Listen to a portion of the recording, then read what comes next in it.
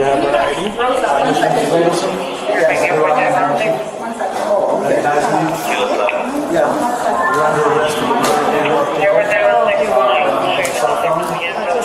cell phone? No, I don't want to give it to you. Why do I have to? Because my attorney said not to. Why do I have to give it to you? Oh, this is evidence. Evidence. Do me a favor? She's under arrest. I have to go with. I have to go. I have to go. You don't have to go with. Let me help you out. No, I have to stay. Please don't do it. Don't stay. You need to grab the bags. Take the bags. Yeah. And you need to wait outside. Okay. My husband's almost 80 years old. He can't Yeah, come I with can't. Please, can I go? No, you can't join me there. Oh, don't do this, please. me. Please. Oh, Someone's God. got to help him get home. This is terrible. You can't do this. This is insane. Is that okay with you? Please, you don't have that with handcuffs on her. She's not going anywhere. Please. Please. You have anything in your pocket? No, no. Do you have anything of value in you? No, I First, you have a necklace on. You Wanna can go? take the necklace. I'll take it. Yeah, take it off. Yeah. And the earrings. And the earrings. There's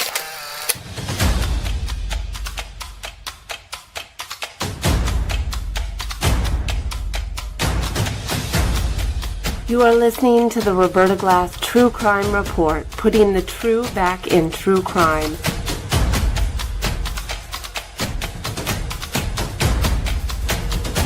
From New York City, Roberta Glass is now on the record.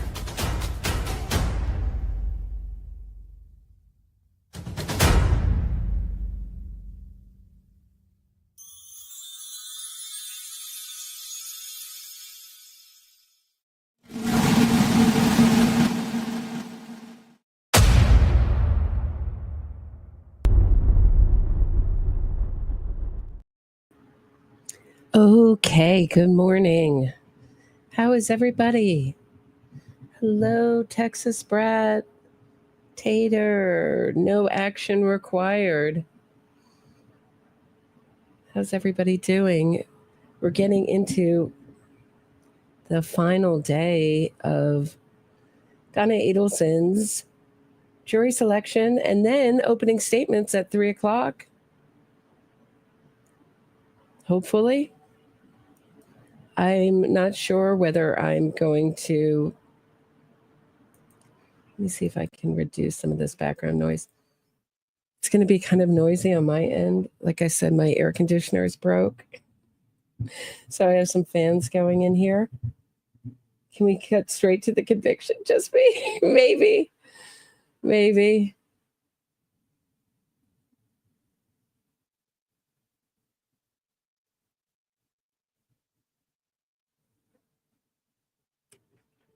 But Tsllahassee, Democrat, that's where I like to watch from. Without all the, banners and streamers and noise. It still has the bar up. Let's check in with them. So it looks like that.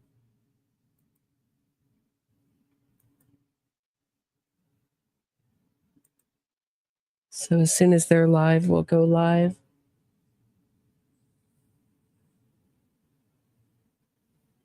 No, hi, Maestro. Yeah, feels like, a long time in coming, just because we've had so many false starts with this. This has been pushed back twice, is my memory of it. I didn't think we'd make that second date. So after we had a very speedy trial, then Dan Rashbaum at jury selection last year just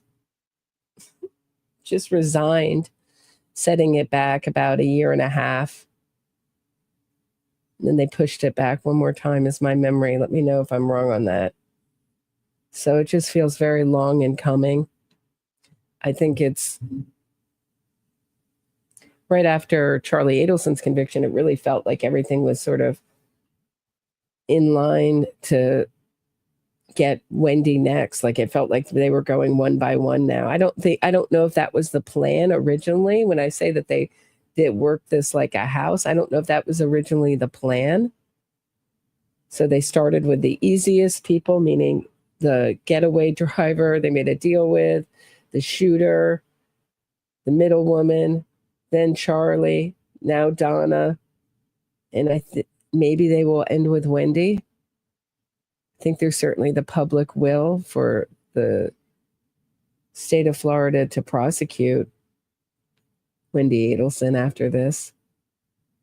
And I don't think she'll run the way Donna did or try to run. But I find it curious that Harvey Adelson is going to Donna's jury selection and some of her hearings, and he didn't attend any of his sons. They weren't around. They just never showed up for trial. Obviously, Donna was scared of being arrested in Tallahassee, was staying as far away from the court.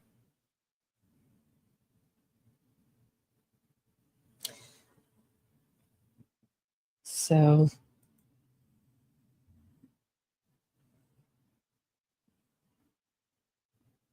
I mean, maybe we'll see something similar to this at the end of this trial. She may not get convicted too. We're all assuming she'll get convicted, but you never know. Here, this is the end of Charlie Adelson's trial. Look like this. Everyone but the foreperson can be seated. Has the jury reached a unanimous verdict? Yes, Your Honor. If you please could hand the verdict form to the bailiff.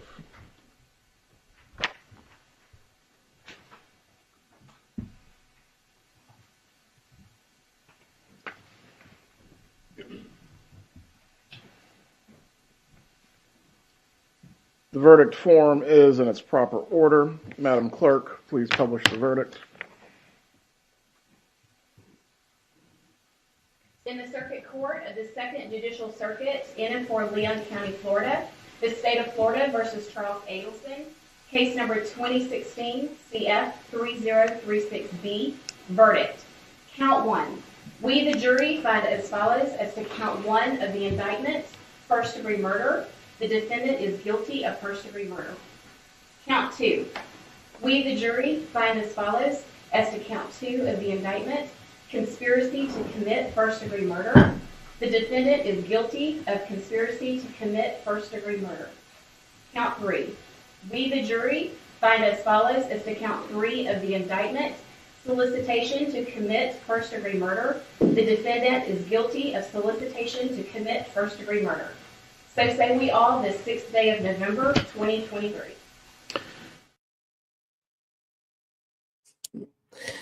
One of my favorites. He goes down like Frasier. And then, of course, this great short that Maestro put together. This is from Charlie's. Let me see if I can find it. From Charlie's cross. Maybe you already testified about this, but does an innocent person say if they had any evidence? Right. Katie's saying it's the police, and I'm saying that we're innocent. They're not going to have any evidence to show we were part of something, that we were part of it. If we had any part of this, we'd be going to the airport right now. Isn't it true, Doctor, that they're not going to have any evidence because you were careful? No, because we weren't a part of this. You were smart. No, we weren't a part of this. You walled yourself off from the killers. I was sure they're not going to have evidence to show I did something I didn't do, so we're not running to the airport. You're untouchable, right? No. Donna Adelson was arrested right here at Miami International Airport on the jetway as she was getting ready to board a one-way flight to Vietnam. That's a country without extradition to the United States. Now she's in custody in Miami, waiting to be transferred to Tallahassee.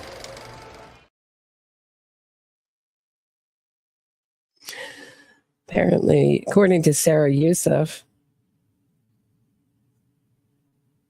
Wendi was saying that she's going to spend the rest of her life in prison after the murder. And I talked about Sarah Youssef's connection to the wrongful conviction movement. And she said, well, at the time I was dealing with a wrongful conviction, not even what I thought was a wrongful conviction. So she's steeped in that ideology. So of course she's going to think someone like Wendy's innocent, and she's afraid of being wrongfully convicted. Half the So, I mean, I don't know if she's just making excuses as to why she didn't come forward, but I've always connected that ideology. It's a very pro-criminal kind of ideology. Wow. So we have a little light show from Tsllahassee. Democrat here, having a little trouble.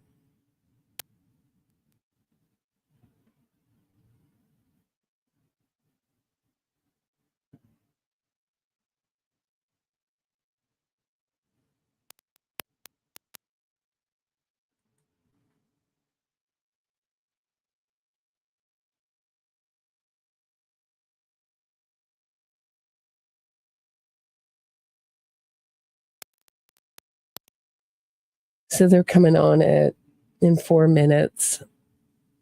And we have a hearing first.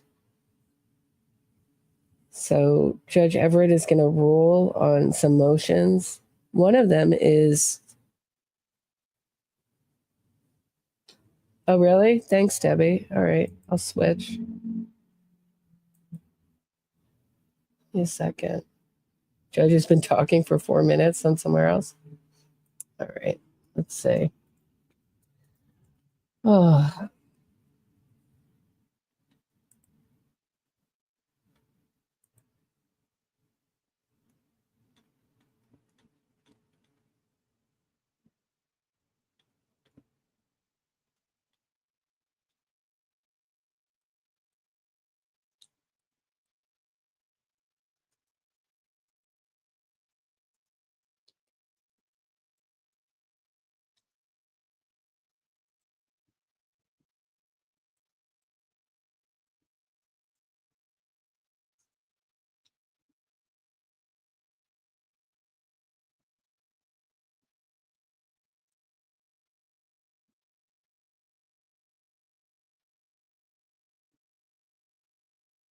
Law and Crime doesn't have anything. What are you? Where are you watching, Debbie? WCTV. Maybe go to their feed.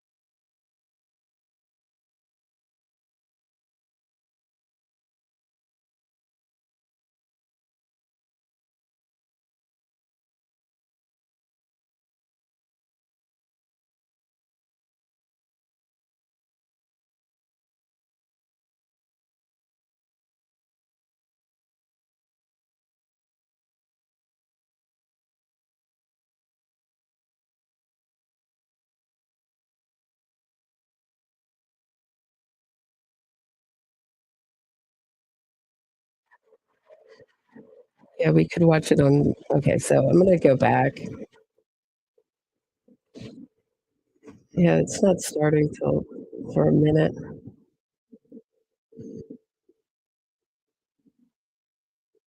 See if I can.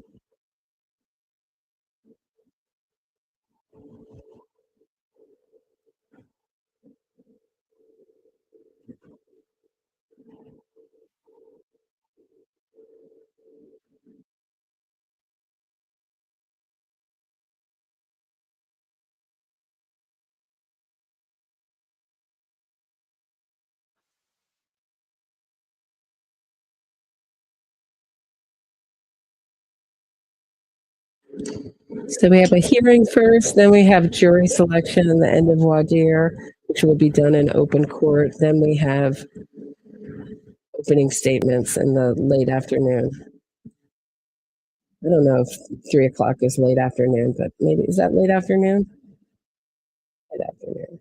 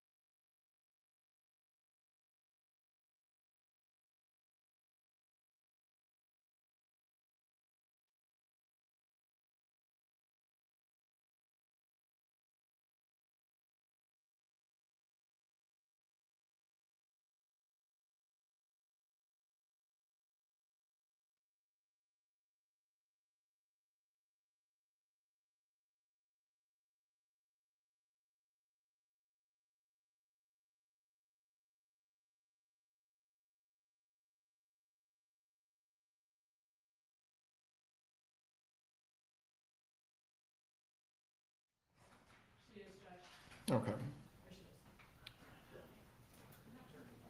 All right, if the parties and the court reporter can join me in the jury room.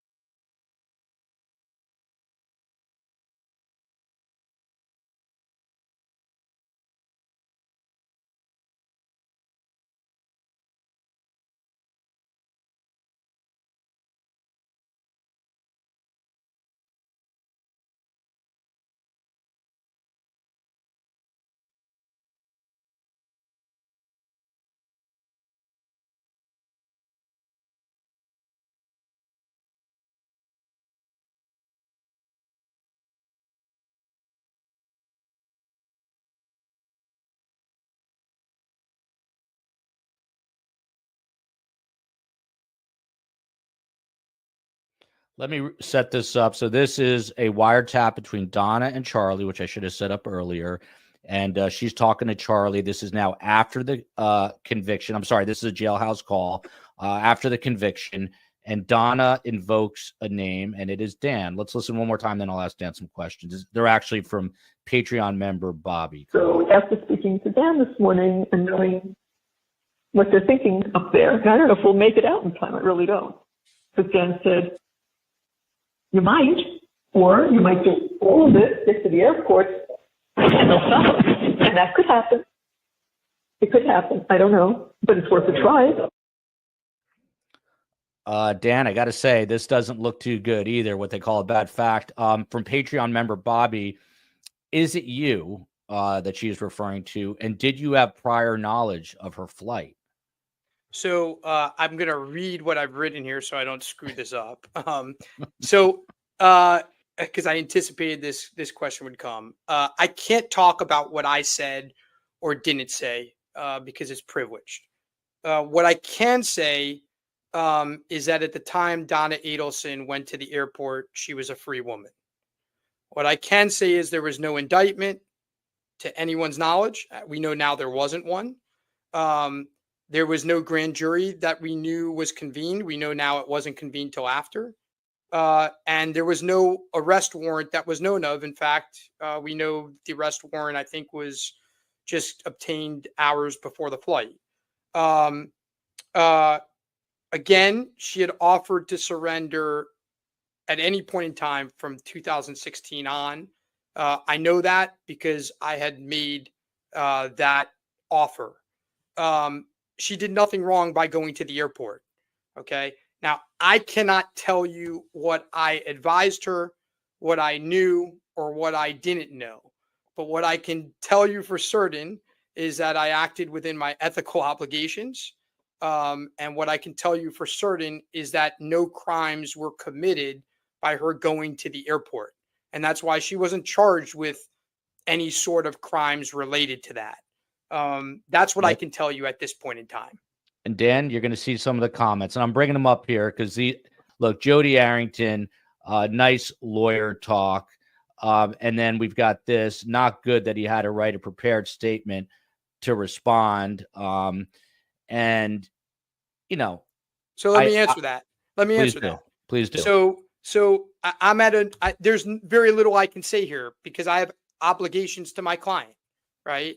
And I have obligations to the system. So I wrote a prepared statement so that I could meet those obligations and didn't mess up and by accident give away something that I shouldn't say because I'm a human being. And so I'm following the instructions of an ethics lawyer that I consulted with in order to make sure that I'm following my ethical obligations. Now, having said that, this is another example. Now it's on me, a lawyer, where there's really nothing I can say to appease your audience, right? I can't say what I advised or what she advised because it's privileged. I mean, can you tell us, did you say, Donna, get out of here, run to Vietnam? I cannot say what I said and what I didn't say because it's privileged. Can you tell us if she had a plan for once she got to Vietnam? What was she going to do? Sit there and backpack? Like, did she have any? I cannot say what I said or what my client said to me because it's privileged.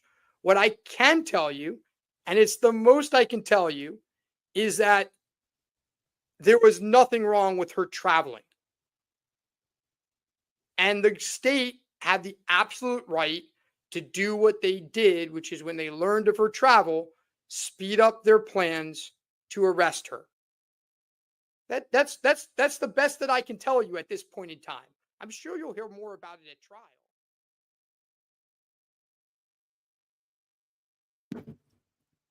She just wanted to clear her head. She was just...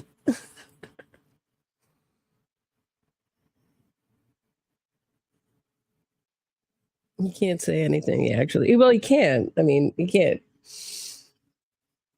I can't deny anything, confirm or deny. But yeah, Donna sold them out talking on the phone like that.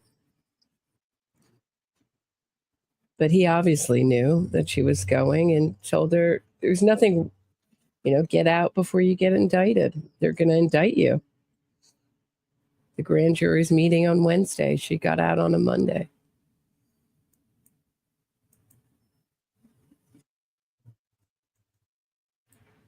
So that was the idea. Get out, flee before you get caught. That's the idea of fleeing.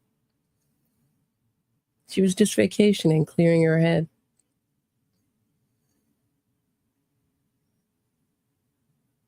I really do think she's going to take the stand in this trial. I've been saying it. I don't know. Her lawyer said that she's going to take the stand. I think she's going to take the stand. Now, maybe it'll go so badly or so well that she won't.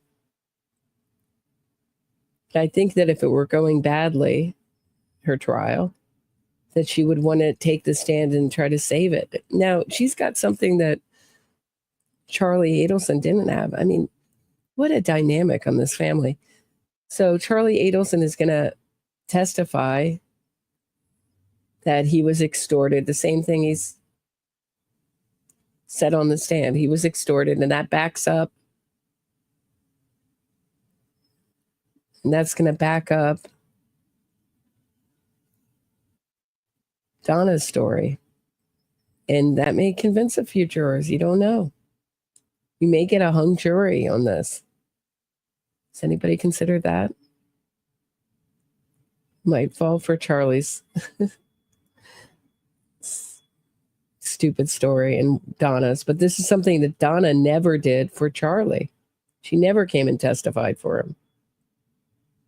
Obviously, Charlie's in a little different position. He doesn't have a lot to do being in prison, but still. Seems like Charlie's pretty low on the totem pole as far as the family. If they won't come to his trial, Donna won't testify for him. No one will testify for him.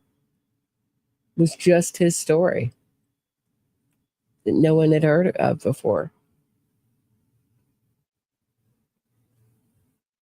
The problem with this story is that if it were true, would you really let Katie McBanawa go down and face a life murder sentence? It's like, I thought someone would come forward. Who? Who did you think was going to come forward? The extortionist? I don't know. It's in prison.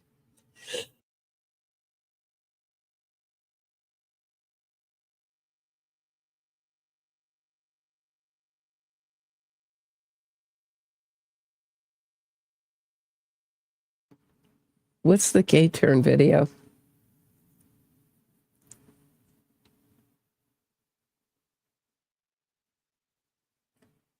You're changing your name to Black Shorts. What is it? I hope so. If someone changes their name.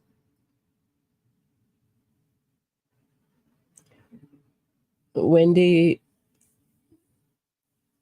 there is no video of her going up to the crime scene and doing a K-turn. But you mean her cross? Oh, they're very late. Usually Tallahassee's on time.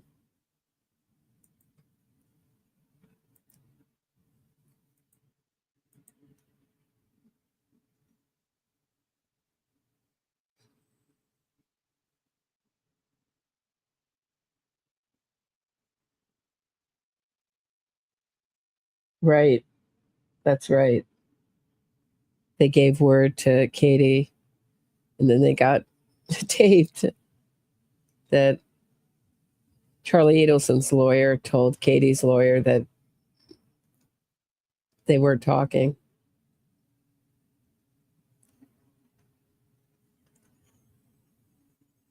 Patty did she have jury duty today or tomorrow? For some reason, I thought she had jury duty either today or tomorrow.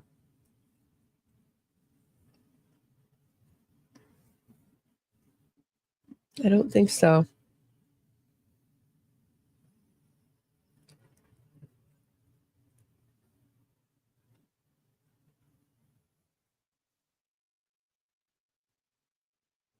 I do think, actually, you know what? I'm going to ask my audience who they think is going to do opening statements. I think it's going to be Sarah Dugan doing opening statements, but that is just me. Because it's not as important as closing.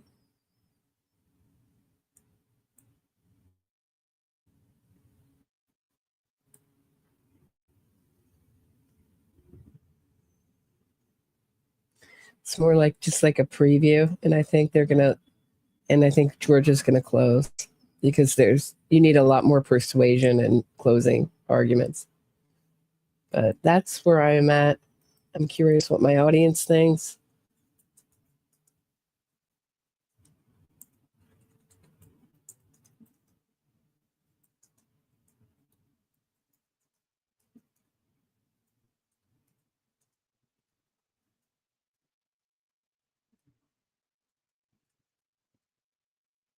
We may not see them till tomorrow. I think it's awfully optimistic to say you're going to get through 100 jurors by 3:00, but especially now starting late.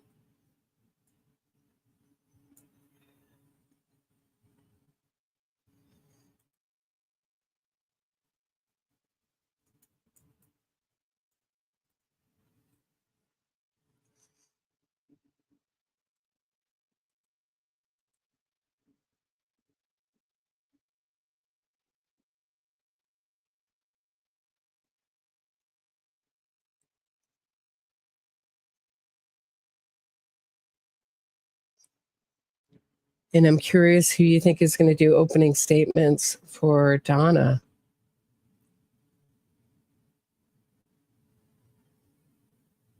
I would think Zellman would do. I don't know the dynamics of that team as well, but I would think it would be Zellman doing closing.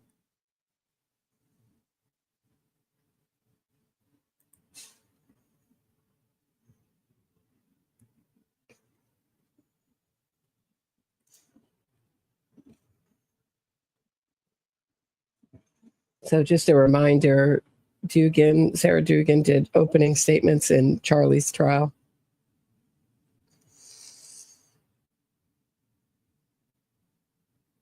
So I think they're going to stick with that winning formula there.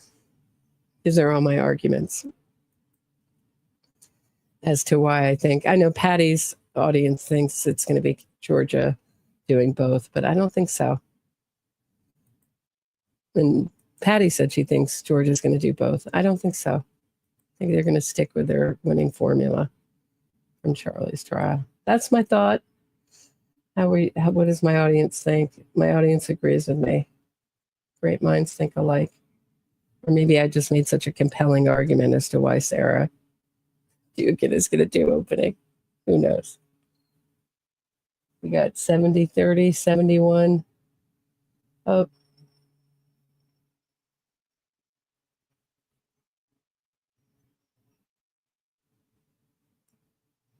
I mean, you could make the argument that it's a more difficult conviction, so Georgia's going to do both, but I don't think so.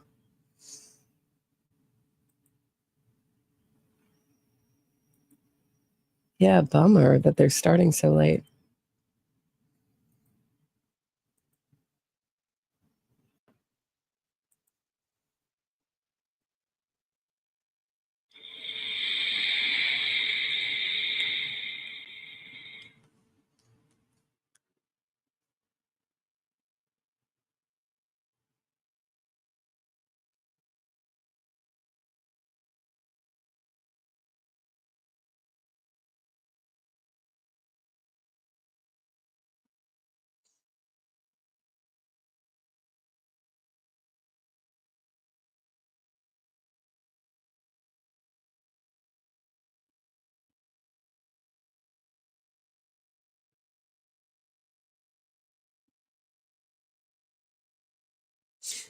So I think Jackie Fulford may do opening and Zellman would do close. That's what I would think. I don't know. She seems like the weaker lawyer to me, but she was a judge, so maybe I don't know. She did get thrown off the bench. Thank you, Tater. Thank you, Roberta. Donna is guilty. She is guilty, but will she be convicted?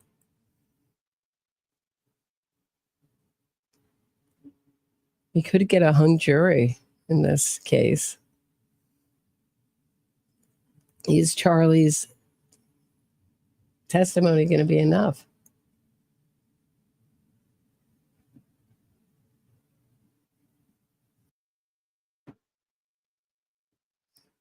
Yeah, I'll do a poll after this poll and we'll see. I have no idea. I don't know the dynamic of the defense team. But I would think Zellman would do the closing. I would put Zellman to do the closing rather than the Jackie Fulford. I don't know. Maybe Zellman would have a better, I don't know. Maybe Zellman will do both. I don't know. I don't know their strengths and weaknesses. I don't know enough about them as lawyers. So it would be a pure, like, just guess.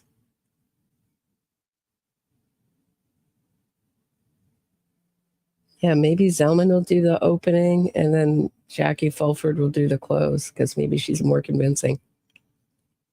Who knows?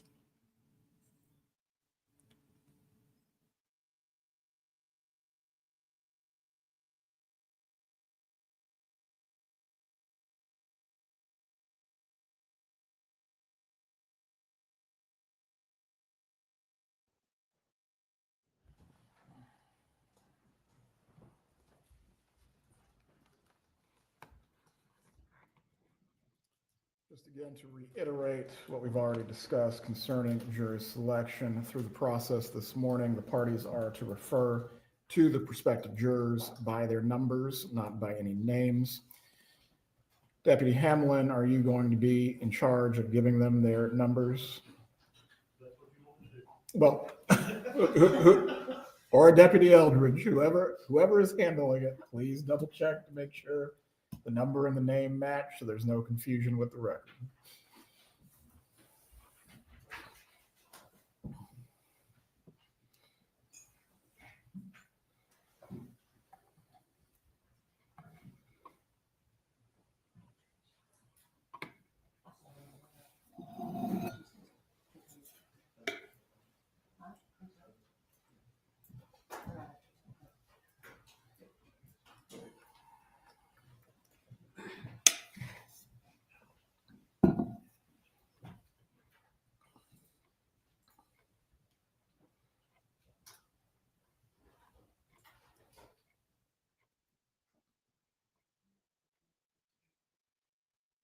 What's that?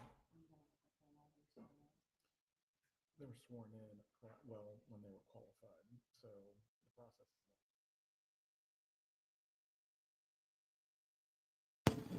Donna ripping a page from the Menendez's playbook in her pastel colors, light blue, white and white striped shirt. What was that? Pale yellow sweater.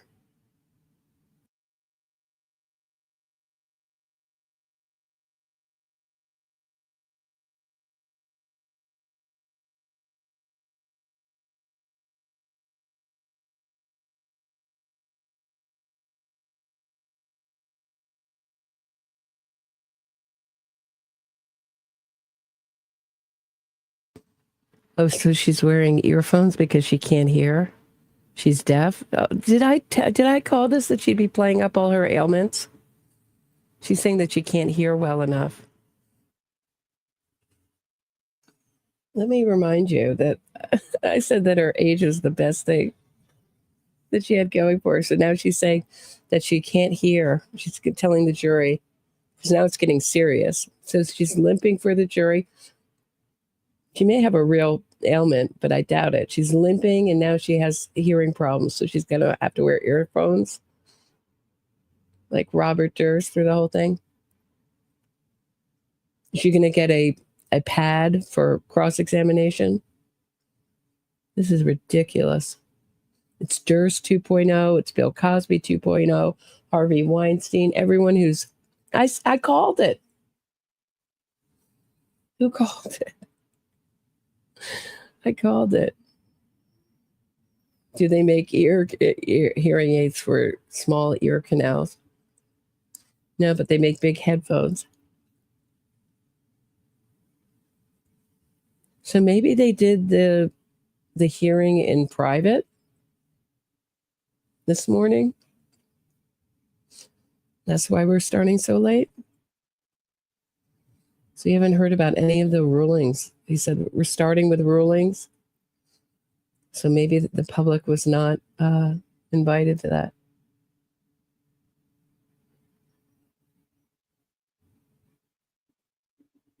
Oh, they're going to waste, if you love office supplies trying to find a cure, she's going to waste a lot of Post-its writing her lawyers. She's going to be handing her lawyers lots of Post-its, and there will be lots of notebooks destroyed. I like notebooks too. I handwrite all my notes still. And I buy mine in bulk because I like a particular notebook.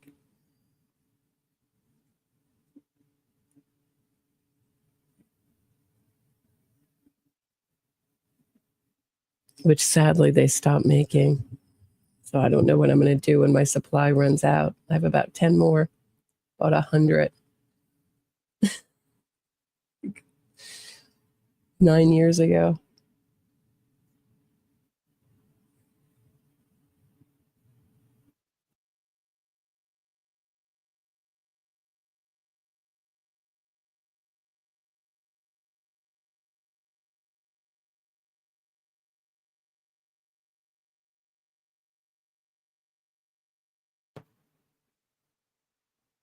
No, it was just from the discount store, $5 in discount store.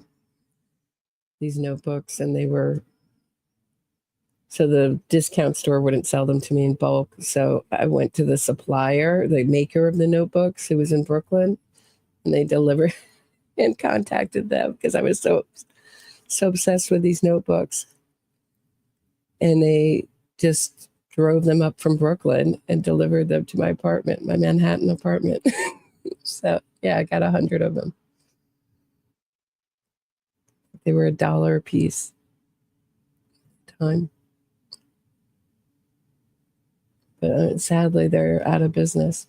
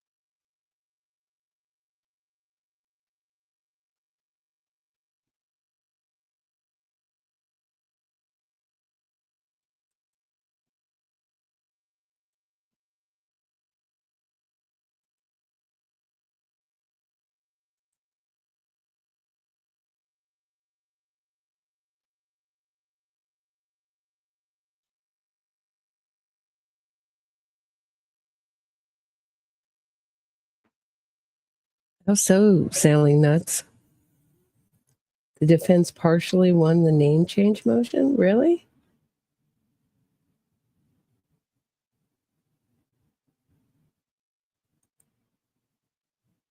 Is it on the docket?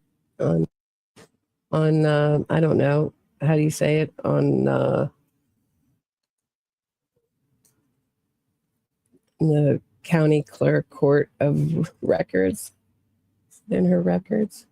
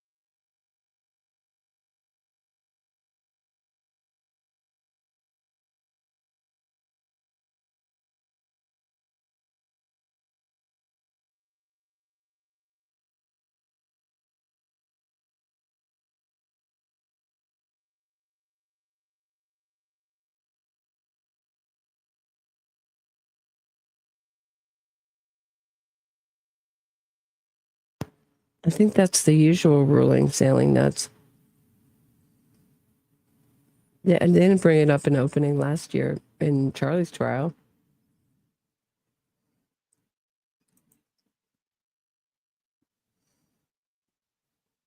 Right. Exactly.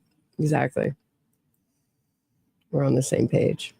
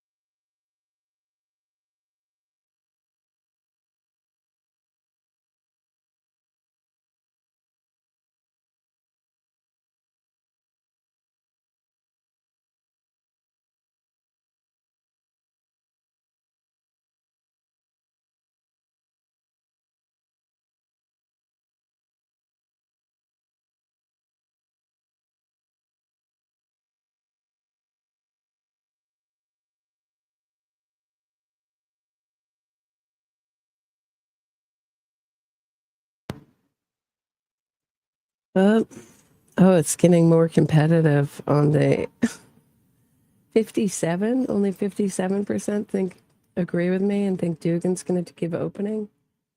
Wow. 43 say Kavelman. I don't think so. think they're going to do it like Charlie's trial. Because then you have, the problem is if Georgia Cappleman does both, then you have Sarah Dugan, who's really never been introduced to the jury. Georgia Cappleman doesn't really need introduction. They know her from jury selection, and she's very charismatic. They won't know Sarah Dugan at all. For one, and I just think that's the way they're going to divide it. I'll be shocked, but maybe I'll be wrong. You never know. 57-43. So you guys think Cappleman's going to do... Oh, I mean, Sarah Dugan's not going to do closing. So I guess 43% of you think that Georgia Cappleman's going to do opening and closing.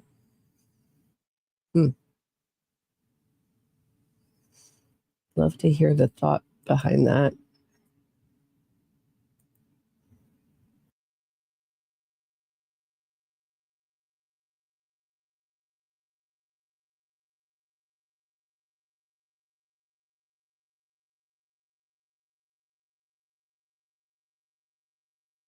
I'm with you, Susan Hicks. I think Sarah's going to do opening, just like Charlie's trial.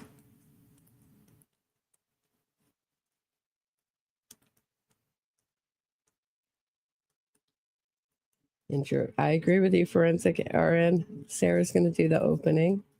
I'm going to stick with the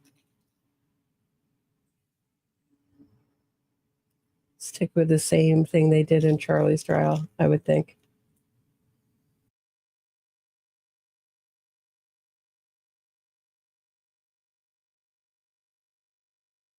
Yeah, I think so too. He's on the witness list Charlie's on the witness list for Donna. I mean, everyone who's on the witness list doesn't mean they're going to testify, but clearly they spent a lot of money bringing him from North Dakota, where he's in prison, to Tallahassee, Florida. Heard someone mentioning $18,000, so it was pricey. His trips are pricey. I think he's going to testify for Donna, and that could convince a few jurors. I mean, no one supported Charlie's story except Charlie Adelson at his trial. Donna did not testify. She didn't even go to the trial. And when the state put them on the witness list, Harvey and Donna, they said that they would take the fifth. So they did a Wendi. So Donna was handed no immunity, though.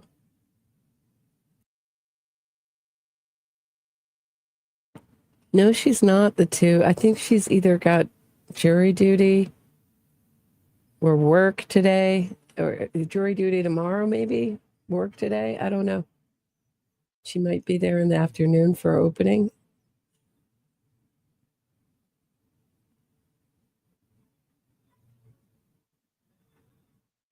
Yeah, I've had friends who love jury selection. I find it very boring.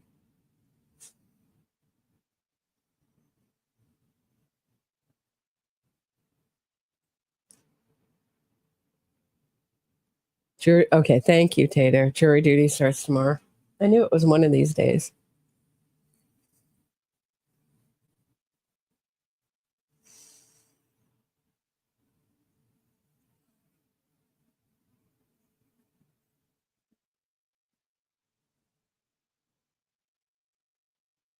Maybe, yeah.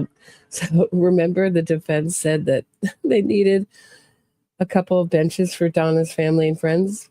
LOL. Maybe the 12 of Donna's closest friends that she talked about the bump to and passed around the letter asking for $5,000, or the newspaper article with Dan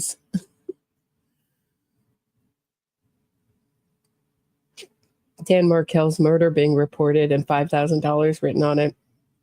And she asked them what she should do. She was picking their brains. Maybe they'll come to the trial. I love that. I asked my closest friends what I should do. They're just picking their brains, and they say maybe he has the wrong person.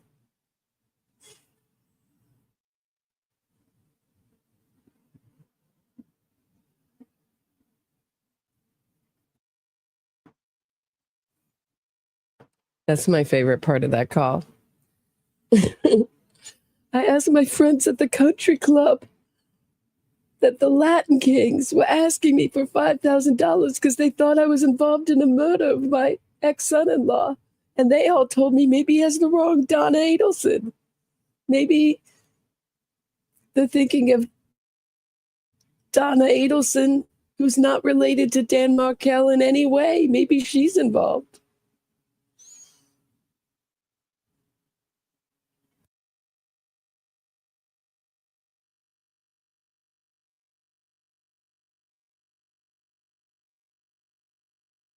I mean, the way we do it in New York is, unless it's a federal trial, there's no reserving for friends and family. You just first come, first serve.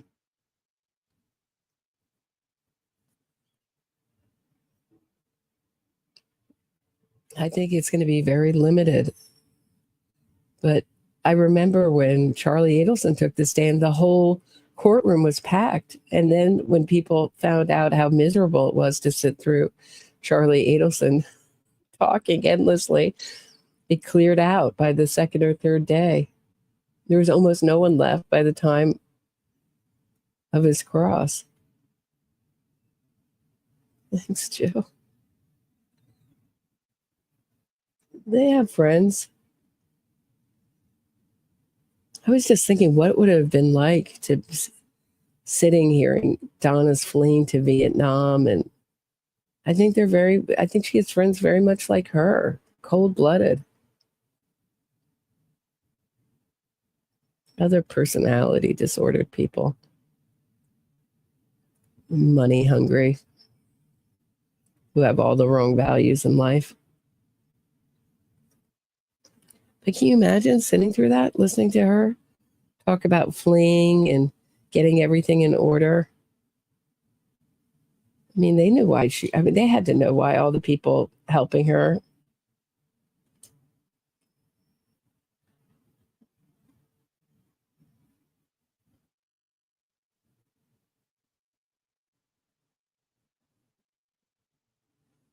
It would make my blood run cold. I'd run out of there.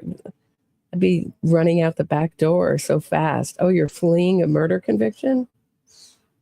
You're fleeing the grand jury? No thanks.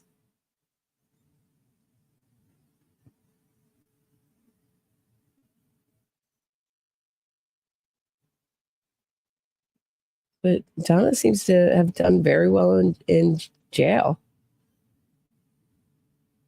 She's with a like-minded people, criminally minded people. Like I said she would. She seems to have been really enjoying jail and her art classes and taking advantage of everything they have there.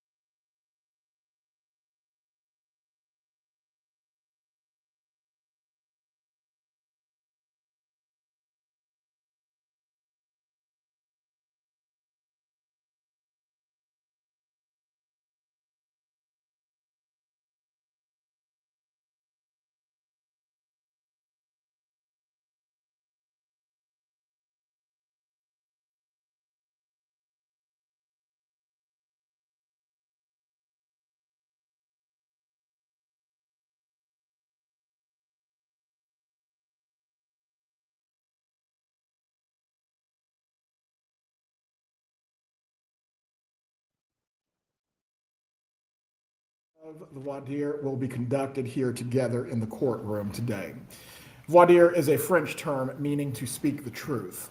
Earlier this week, prior to the individual questioning, you were sworn in to do just that, to answer all questions truthfully that are posed to you as a part of this jury selection process. First, this morning, I will be asking you some questions, and after I have finished, the attorneys will have some questions for you as well. This will be the attorney's only opportunity in this trial process to directly engage in conversation with you. The purpose of the questioning by the attorneys is to assist them in determining if your verdict in this case would be unduly swayed or influenced in some way by your personal experiences, any opinions that you currently hold, or any special knowledge and training that you may possess. The object of this process is to select jurors who will impartially try the issues of this case that will be based on the evidence that is presented in the courtroom without being influenced by any other factors. It is very important that you be totally candid and truthful with us today. At parts during this jury selection, once again, I will be reading to you. Not that I do not wish to just have a normal or free-flowing conversation, but the instruction on the law that I will provide to you, again, it must be specific and it must be uniform. Please understand throughout this process today, there will be no wrong or right answers to any of the questions that are posed to you. Your answers are what you think and what you actually believe. The attorneys are not attempting to embarrass you in any way. If any question is asked that you feel uncomfortable answering in open court, please let me know, and you'll have an opportunity to answer that question either at sidebar or in a more private setting.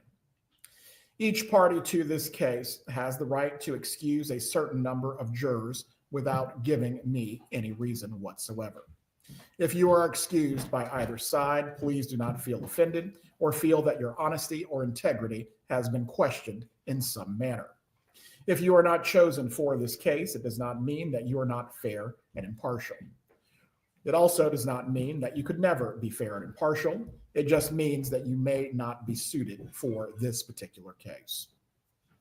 It may be necessary during the jury selection process today, as well as during the trial, for me to speak with the attorneys and the defendant about matters that are private at the bench or out of the room. Please do not speculate about any bench conference or what may occur during those bench conferences. The bench conferences should in no way affect your duty as a prospective juror in this matter. We have several bailiffs who will be working with us today and throughout the trial, and it is their job to enforce the court's orders, provide any security that is necessary, and for them also to have charge of the jury, to assist you with any reasonable needs that you may have. If you have questions about your personal welfare, apart from the questions in this case, you should direct those questions to the bailiffs. However, please do not ask the bailiffs any questions about this case whatsoever. I am now going to ask each of you about your prior jury service if you have previously served. And for the members of the gallery, my questioning is going to be directed at first to the initial 21 jurors who are seated to my left. If for whatever reason we are not able to select a jury out of this grouping, I will be calling upon people from the gallery to fill empty seats. Although you will not be speaking with me or the attorneys quite yet if you're in the gallery, it is very important that you pay attention to everything that is taking place, because the moment you are seated in one of the 21 spots to be questioned, we need to pick up seamlessly from where we leave off. I'm going to ask this question to the group of 21 as a whole. If you have a response of yes to any of these questions, please raise your hand. Would you please tell us where and when you previously served on a jury, if at all? Please leave your hand up and also your number. Juror 2, when did you previously serve on a jury? 4 years ago here. All right. Was it a criminal or civil proceeding? Criminal. Do you recall the type of charge or the type of case that it was? Aggravated assault. Without telling us the verdict, did your prior jury reach a verdict? Yes. Were you the foreperson of that jury? No. Thank you. Please leave your flags up. Juror number 9, please tell us where and when you previously served on a jury. About 2.5 years ago, All right. Was that here in Leon County or elsewhere? here in Leon County. Was it a criminal or civil proceeding? Criminal proceedings. Do you recall what type of charge or what type of case it was? I believe it was assault and attempted rape. Without telling us the verdict, did the jury reach a verdict in that matter? I wasn't aware of that. Say that one more time. The judge dismissed me as an alternate before the jury made a verdict. Very well. Thank you. I believe there's two other flags up. Juror 17, please tell us when and where you previously served on a jury. Here in Leon County, approximately 18 months ago. All right. Criminal or civil case? Criminal. It was animal abuse or animal cruelty. And without telling us the verdict in the matter, did your prior jury reach a verdict? Yes, I was not the jury for. Thank you. Juror 19, please tell us when and where you previously served on a jury. It was LA County in California. Was it a criminal or civil proceeding? Do you recall the type of charge or case that it was? It was a criminal threat. Without telling us the verdict, did your jury reach a verdict? Prior jury, I should say. No. Were you the foreperson of the jury? No. Were there any other flags that I missed? For those of you that have not previously been called to jury duty, there is no experience requirement to serve on a jury. Oh, Juror 1, did you have your flag up? No. Oh, you're just holding in your hand. Wanted to make sure. You do not need to know any law or procedure. All of that will be explained to you throughout this process. All that is going to be required of you is to listen carefully, apply, and follow the instructions that you will be given on the law, and use your common sense in deciding any issues of fact. The state of Florida in this case is going to be represented by Assistant State Attorneys Georgia Kappelman and Sarah Dugan. The defendant is going to be represented by Josh Zellman and Jackie Fulford. Mr. Zellman, would you please introduce your co-counsel, client, and the rest of the defense team to the prospective jurors? Morning. Joshua Zellman. My co-counsel is Jackie Fulford. This is our client, Donna Adelson. My paralegal, Rebecca Kessler. It's a jury consultant, Lilia Dandelake, and our undergraduate intern, Yamila Morsani. Question again is to the group as a whole. Are any of you related by blood or marriage to any of the attorneys or the other people that were introduced to you? If the answer is yes, please raise your flags. No response was given by the prospective jurors concerning that question. Once again, this question is posed to the group as a whole, 1 through 21. Are any of you related by blood or marriage to the defendant, or do you know the defendant? Please raise your flags if the answer is yes. No flags have been raised for the record. Mrs. Kappelman, at this time, if you please could give us the names of the witnesses that the state may call during this trial. Members of the panel, please pay careful attention to these names. I will have follow-up questions after Mrs. Kappelman and Mr. Zellman have spoke on this matter. Go ahead. Investigator Brittany Adams with the State Attorney's Office, Charlie Adelson, Rob Adelson, Wendi Adelson, Sergeant Sherry Bennett with the Tallahassee Police Department, Drina Bernhardt, Officer Bill Brannon with the Tallahassee Police Department, Special Agent Greg Bronstein with the FBI, Kate Butler with the Florida Department of Law Enforcement, Patricia Bird, Special Agent Justin Karsten with the FBI, Dr. Anthony Clark, Deputy Amanda Collins with the Leon County Sheriff's Office, Sergeant Chris Corbett is with the Tallahassee Police Department, Investigator Brock Dietz with the U.S. Fire Marshal's Office, Investigator Michael Dillmore with the Tallahassee Police Department, Ryan Fitzpatrick, Sigfredo Garcia, Jim Geiger, Sharon Geiger. Detective Jonathan Grossman is with the Miami Police Department. Sergeant Corey Hale with the Tallahassee Police Department. Mary Hull. Craig Isom is retired from the Tallahassee Police Department.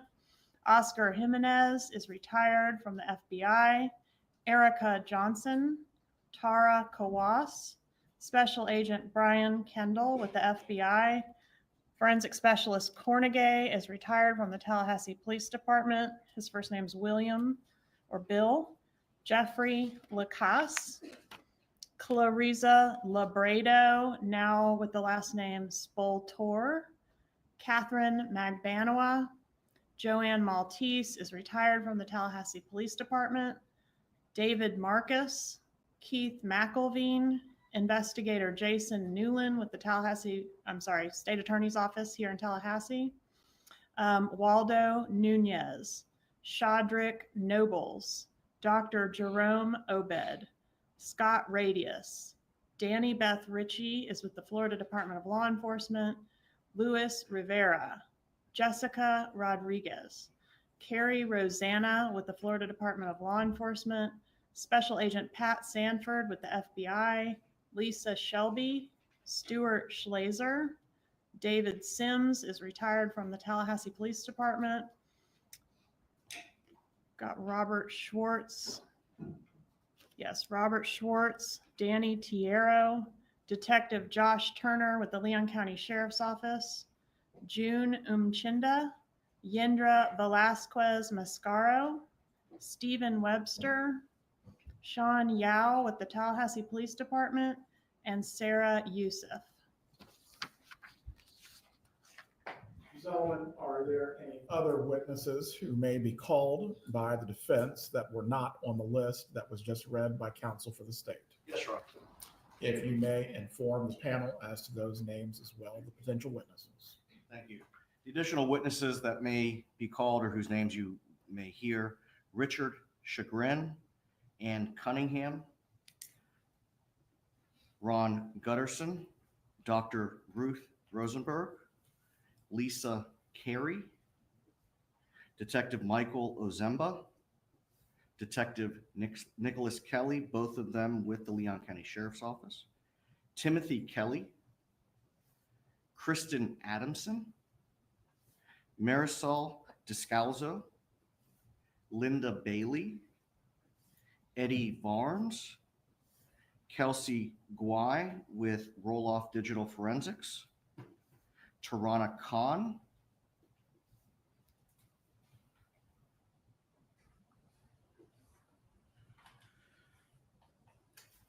Mickey Easterwood, Felicia Hills with the Leon County Detention Center, Bryce Google, Undersheriff for Leon County Sheriff's Office, and Sarah Newhouse. Thank you. For our panel, I know that was a long list of names that was just read by both the state and the defense, but I'm going to ask these questions to the entire grouping once again. Do any of you know any of the witnesses that were identified by either party? Please raise your flags if that is so. All right, we'll start with juror 10. Which witness are you, potential witness are you referring to? Last name Sanford. I know his wife. She's a substitute teacher, and I knew her husband was in law enforcement. All right. And the capacity that you have known Mrs. Sanford is through teaching, I believe? She is for my class before I'm a teacher, and her students went to my school, so I know her. All right. Would your acquaintance with Agent Sanford in any way prevent you from considering his testimony with impartiality? Yes. Would your relationship with or knowledge of Agent Sanford or his wife cause you to give either greater or lesser weight to the testimony? Yes. Juror 11, who is the potential witness that you believe you know? There were two, Your Honor. Go ahead. Lisa Carey, if she is a real estate agent. She's actually pretty good friends with a business partner of mine. I don't know her that well, but I do work for her from time to time. And then the second was Nikki Easterwood. She was a childhood friend, haven't seen her in 30 years, but did know her quite well when we were growing up. All right. Would your acquaintance with either of the persons that you have just named prevent you from considering their testimony with impartiality? No, sir. Would your relationship with or knowledge of either witness cause you to give greater or less weight to that testimony? No, sir. Thank you. Was there anyone else who knew one of the potential witnesses? Juror 4, if you please could say the name. Mr. Yates, Rob Yates.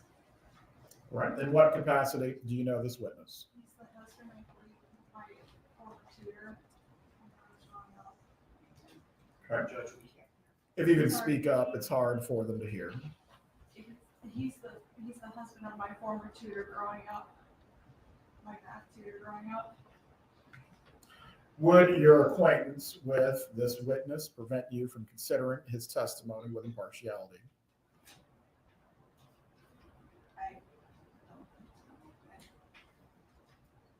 Would you say you don't think so? We're going to need a little bit more clarity. Is your relationship as such where you are going to give greater weight or less weight to his testimony? Can you listen to and consider his testimony and apply equal weight to all witnesses? Any other flags that I may have missed? I'll give you a moment just to think about it because there were a lot of names that were read, just in case you recognize any of the potential witnesses that were read by the state or defendant. Very well, we will move on at this point. I'm now going to ask each juror a series of questions. Please respond fully to these questions. This is to obtain some general information from you, and also the attorneys may follow up with more specific questions when they have their opportunity to examine. For juror number 1, what is your occupation or the type of work that you do? I'm a clinical pharmacy tech. What is your marital status? Single. Do you have any children, and what would be their ages? 2 children. One is 1 and one is 19. Right. For your 19-year-old, how are they employed? She's a college student. How long have you lived in Leon County? Since 2008. Do you have any close friends or neighbors or relatives that work in law enforcement? No. Do you have any close friends, relatives, neighbors, or have you yourself been charged with a crime? When I was 20. Yeah. Right. What is the name of the offense? It was reduced to a simple battery. Have you, any close friends or relatives, ever been a victim of a crime? No. Thank you. Juror number 2, what is your occupation or what is your type of work? Construction manager at Habitat for Humanity. What is your marital status? Divorced. Do you have children? Yes. I have an 8-year-old son and a 5-year-old daughter. And I assume they do not work. Not yet. How long have you lived in Leon County? Since 97. Do you have any close friends or neighbors or relatives that work in law enforcement? No. Have you, any close friends or relatives, ever been charged with a crime? DUI when I was 20. Have you, any close friends or relatives, ever been a victim of a crime? No, sir. Thank you. Juror 3, what is your occupation or type of work? I'm a small business owner. What is the type of business? I have a booth at the other side vintage, and I also help my friend run her shop in Midtown. All right. This is the best free advertising you're ever going to get. You said it's in Midtown? Her shop is, yeah. All right, please repeat the name. Rare Bird Interiors. What is your marital status? Married. Right. What is your spouse's occupation if they work? He's a wealth management advisor. Do you have children? How long have you lived in Leon County? Since 1996, with the exception of 4 years from 2015 to 2019. Do you have any close friends or neighbors or relatives that work in law enforcement? I grew up, my best friend growing up, her dad is FHP. Have you, any close friends or any relatives ever been charged with a crime? No. Have you, any close friends or relatives ever been a victim of a crime? I have not like a first uncle, but I think a second uncle who was murdered. But I don't know the details of it. So this is a distant relative. Yeah. My uncle's brother, but like he's like my dad's nephew. So I've never met him. I'm no genealogy expert, but suffice to say, you had a relationship with this person to where it affected you. Yeah. All right. Juror number 4, what is your occupation or your type of work? I'm an information referral specialist at the Elder Helpline. All right, please repeat that one more time. This is going to be a recurring thing. Please speak as loudly as you can. I'm an information and referral specialist at the Elder Helpline. Thank you. Are you married? I'm single. Do you have any children? No. How long have you lived in Leon County? Since 2000. Do you have any close friends, neighbors, or relatives that work in law enforcement? No. Have you, any close friends or relatives, ever been charged with a crime? No. Have you, any close friends or relatives, ever been a victim of a crime? No. Thank you. Juror 5, what is your occupation or your type of work? I'm a nurse. What is your marital status? I'm single. Do you have any children? No. How long have you lived in Leon County? 26 years. Do you have any close friends, neighbors, or relatives that work in law enforcement? No, Your Honor. Have you, any close friends or relatives, ever been charged with a crime?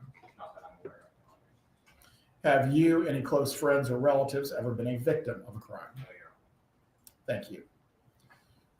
Juror 6, what is your occupation or type of work?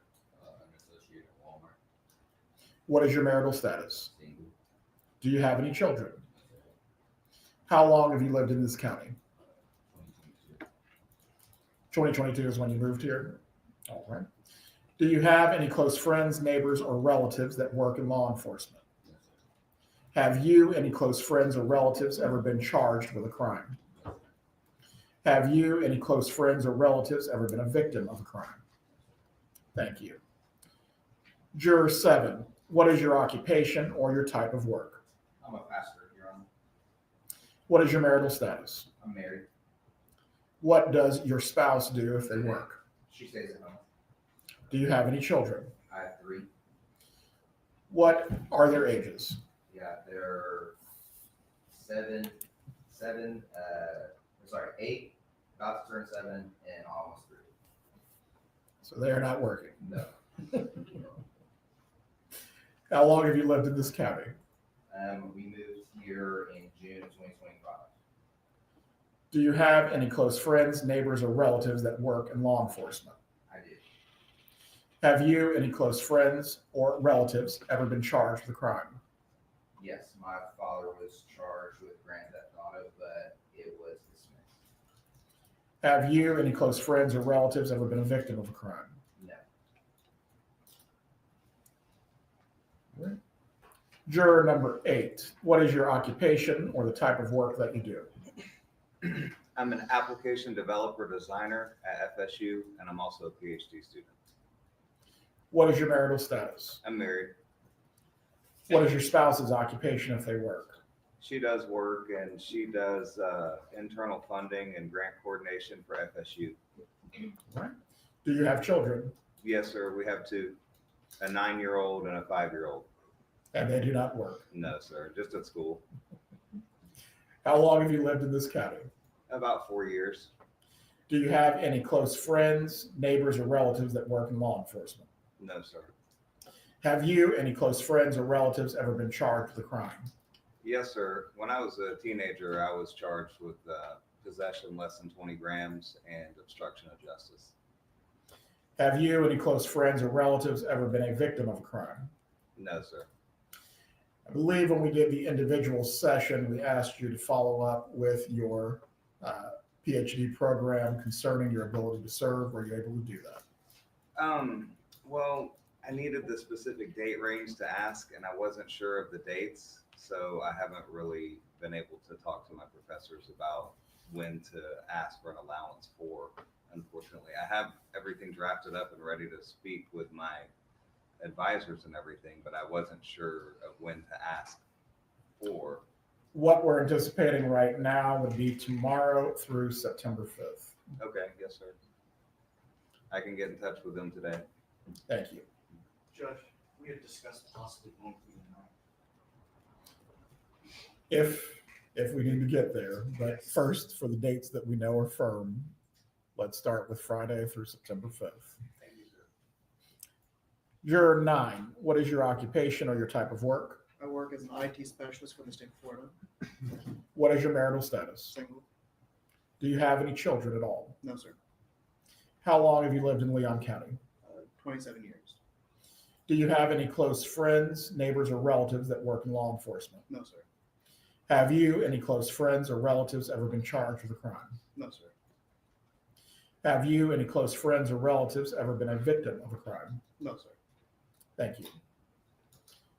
Juror 10, what is your occupation or your type of work? I'm a 5th grade math and science teacher. What is your marital status? I'm divorced. Do you have any children? Two boys, 25 and 21 next week. What are their occupations if they work? Both are full-time students. My oldest just quit a job at a credit union, and my youngest is a cook at Red Elephant. How long have you lived in Leon County? Since 1988. Do you have any close friends, neighbors, or relatives that work in law enforcement? No, Your Honor. Have you, any close friends or relatives, ever been charged with a crime? So 2 misdemeanors when I was 20 and 21, adjudication was withheld. What are the offenses, if you recall? Underage drinking and open container. It was a long time ago. I assume you're fully rehabilitated. I Have you, any close friends or relatives, ever been a victim of a crime? No, Your Honor. Thank you. Juror number 11, what is your occupation or your type of work? I'm an irrigation technician with the city of Tallahassee. What is your marital status? Divorced. Do you have any children? Yes, sir, 4. What are their ages and what do they do if they work? 30, she works at Dollar General as a manager. 26, stay-at-home mom. 23 and 21, and they both do YouTube videos. You appear to have a bit of distress about that. They make more money than I do.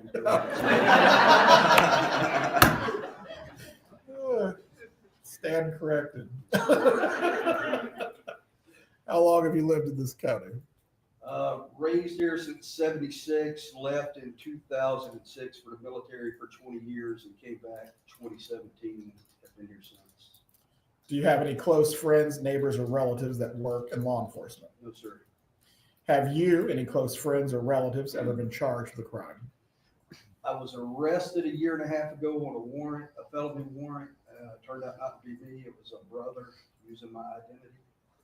So all charges against me were dropped. I don't know if that's the answer to that question. No, that is a very important answer. So there is not any pending prosecution at this time for No, you. sir. Not against me anyway. Have you, any close friends or relatives, ever been a victim of a crime? Yes, for identity theft for the previous answer. All right. Thank you, sir. Yes, sir. Juror 12, what is your occupation or your type of work? I'm a software engineer at Civic Plus. What is your marital status? I'm divorced. Do you have any children? I do. I have a daughter who's 21, and she's employed at General Dynamics Land Systems. How long have you lived in Leon County? Born here in 1970, moved away, came back in 93, and I've been here since then. Do you have any close friends, neighbors, or relatives that work in law enforcement? No. Have you, any close friends or relatives, ever been charged with a crime? No. Have you, any close friends or relatives, ever been a victim of a crime? My girlfriend in Portland, Oregon, Portland was pushed down and assaulted and had her phone stolen and her identity stolen. This was about a year ago. Thank you. Juror 13, what is your occupation or your type of work? Pastor. What is your marital status? Married. What is your spouse's occupation if they work? She stayed at home. Do you have any children? I have 4, Your Honor. 11, 9, 8, and 5. And I assume they do not work. They do not, although they should. How long have you lived in this county? For almost 11 years. Do you have any close friends, neighbors, or relatives that work in law enforcement? No, I do not. Have you, any close friends or relatives, ever been charged with a crime? I can't answer for certainty. I have a sister who I believe was arrested and charged for violating a court order. I believe so, but I don't know. She lives out of state. And then the next question, I believe she was a victim of spousal abuse. And this is the same sister you're referring to? All right. Thank you, sir. Juror 14, what is your occupation or type of work? I'm a student and I work part-time for a trade union. What is your marital status? Divorce. What is your spouse's occupation, or excuse me, do you have children? I do not. How long have you lived in Leon County? I was born and raised here, and with exception of 2019 through 2023. Do you have any close friends, neighbors, or relatives that work in law enforcement? I do. Have you, any close friends or relatives, ever been charged with a crime? No. Have you, any close friends or relatives, ever been a victim of a crime? No. Thank you. Juror 15, what is your occupation or your type of work? You can speak up. Everyone needs to hear you. What is your marital status? Single. Do you have any children? 1, 2 years old. And I assume they do not work. No. How long have you lived in this county? Since 2021. Do you have any close friends, neighbors, or relatives that work in law enforcement? No. Have you, any close friends or relatives, ever been charged with a crime? Relative possession of marijuana. Have you, any close friends or relatives, ever been a victim of a crime? No. Thank you. Juror 16, what is your occupation or your type of work? I work for the State Department of Health, abstracting information on non-fatal drug overdoses off of medical examiner records. Sounds complicated. What is your marital status? Single. Do you have any children? No, sir. How long have you lived in this county? Since 2012, with a gap from August of May 2015 to August 2016. Do you have any close friends, neighbors, or relatives that work in law enforcement? I don't know my neighbors' occupations, but no friends or relatives. Have you, any close friends or relatives, ever been charged with a crime? Ticketed for driving without headlights in 2016. I believe that's a civil infraction, but I applaud your honesty. Is what we need. Have you, any close friends or relatives, ever been a victim of a crime? My brother was non-fatally stabbed in, I believe, 2022.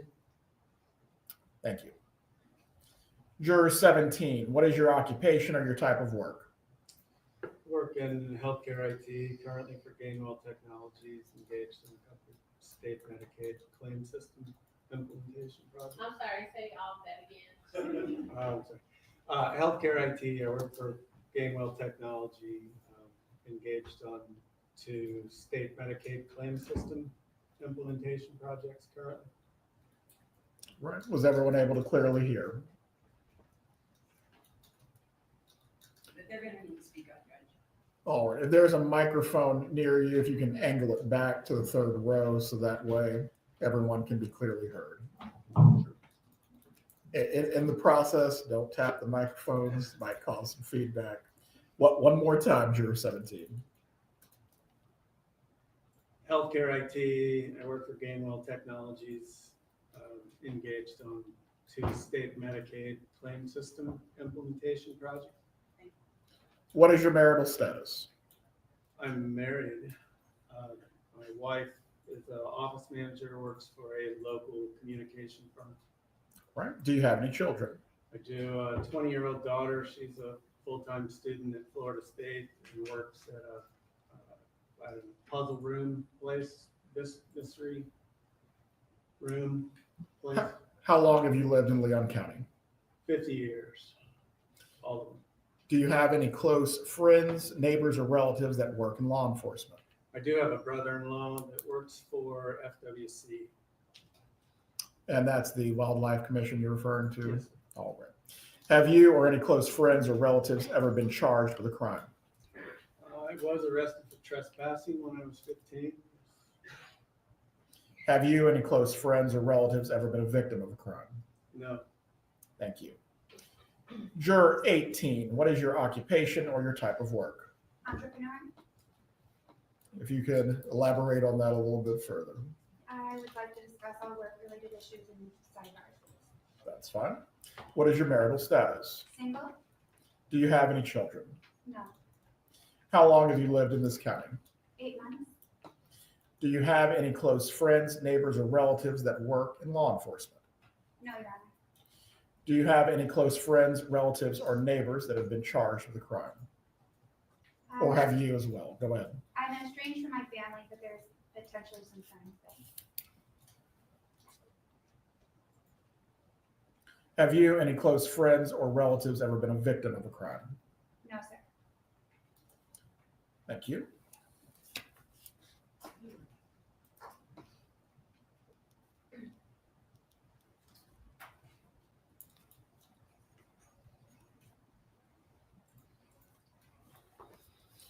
Juror 19, what is your occupation or your type of work? Department manager at County Lobby. What is your marital status? Married. What does your spouse do if they work? He's a retired teacher. Do you have children? Yes, she's 32, lives in Philadelphia. She's a event coordinator at a hotel. How long have you lived in Leon County?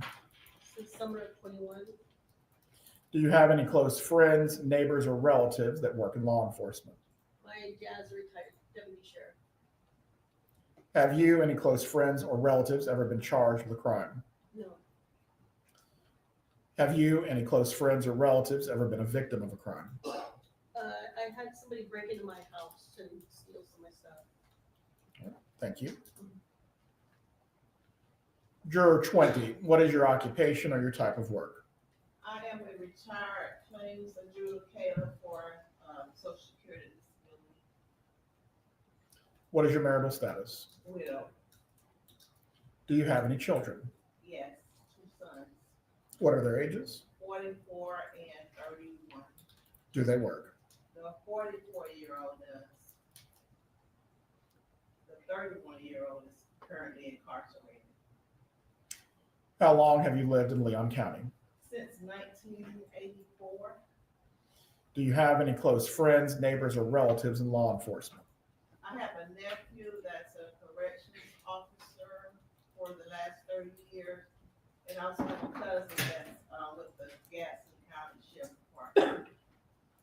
Thank you. Have you, any close friends or relatives, ever been charged with a crime?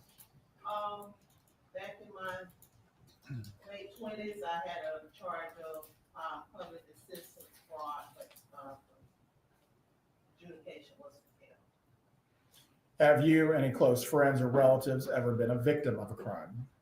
Yes, I had a break-in in my house about maybe 13 years ago, but my alarm scared them off, so they weren't able to actually get anything.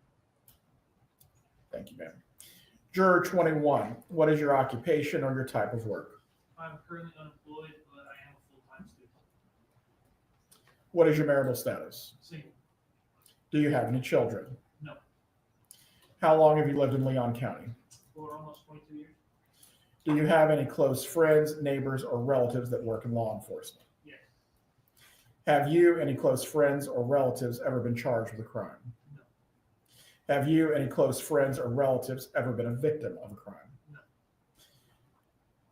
If I'm remembering correctly, did you also need to check with your university or program concerning your ability to serve? Yes, I did. Were you able to do so? Yes, I emailed my professors and only one responded. He said, missing the 3 weeks would be kind of a burden for me, but it would be possible for me to make up the work. Right. Thank you. Yes, juror number one. Yeah, I want to apologize. I'm actually divorced. I said single, but it was a long time ago. I kind of forget to say it. I'll forgive you. Juror four. Just want to be honest. Yes, I'm sorry if I forgot that from yesterday. Go ahead. They sent a letter that it would detrimental. I missed 3 weeks of my program. So I wrote a letter for you with that. Very well. If you please can bring it to the clerk, I will review it in just a moment. Juror three. I also forgot about a crime a family member committed. I have an aunt that was charged with prostitution. Right. Juror 10. So you had asked me yesterday to check with my administrator about Yes. getting someone to cover my class. Yes. She contacted 3 people, but none of them could do it. I contacted a former teacher. She's unable to do it as well. There are subs out there. It just won't be one permanent sub for the whole 3 weeks. So it would be somewhat of a burden to my class and myself preparing for that.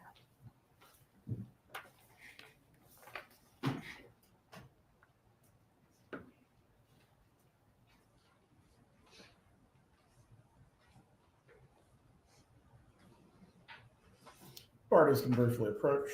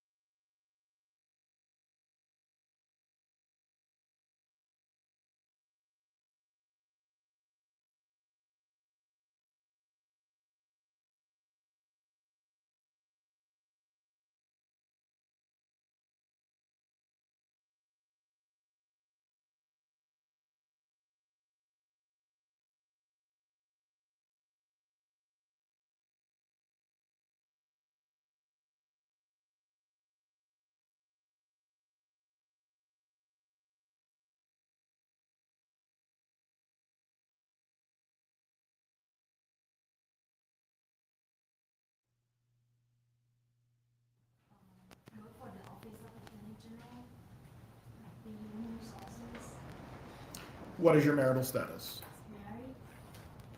And what does your spouse do if they work? He also stayed in Wendi Adelson. Do you have children? No. How long have you lived in Leon County? 18 years. Do you have any close friends, neighbors, or relatives that work in law enforcement? No. Have you, any close friends, relatives, ever been charged with a crime? No. Have you, any close friends or relatives, ever been a victim of a crime? No.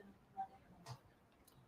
All right, to go back to the other questions that were previously asked while you were seated in the gallery, have you ever previously served on a jury? Yes. When did you serve on a jury? Over years ago. Was it in Leon County? Yes. Criminal or civil proceeding? Criminal. Do you recall the type of charge or case? I believe it's not driving. Driving under the influence. Yes. All right. Without telling us what the verdict was, did the jury reach a verdict? Were you the foreperson? Were you the foreperson of the jury? That is the person who presides over deliberations and gives the verdict form to the bailiff. So you were the foreperson. You were not the foreperson. Okay.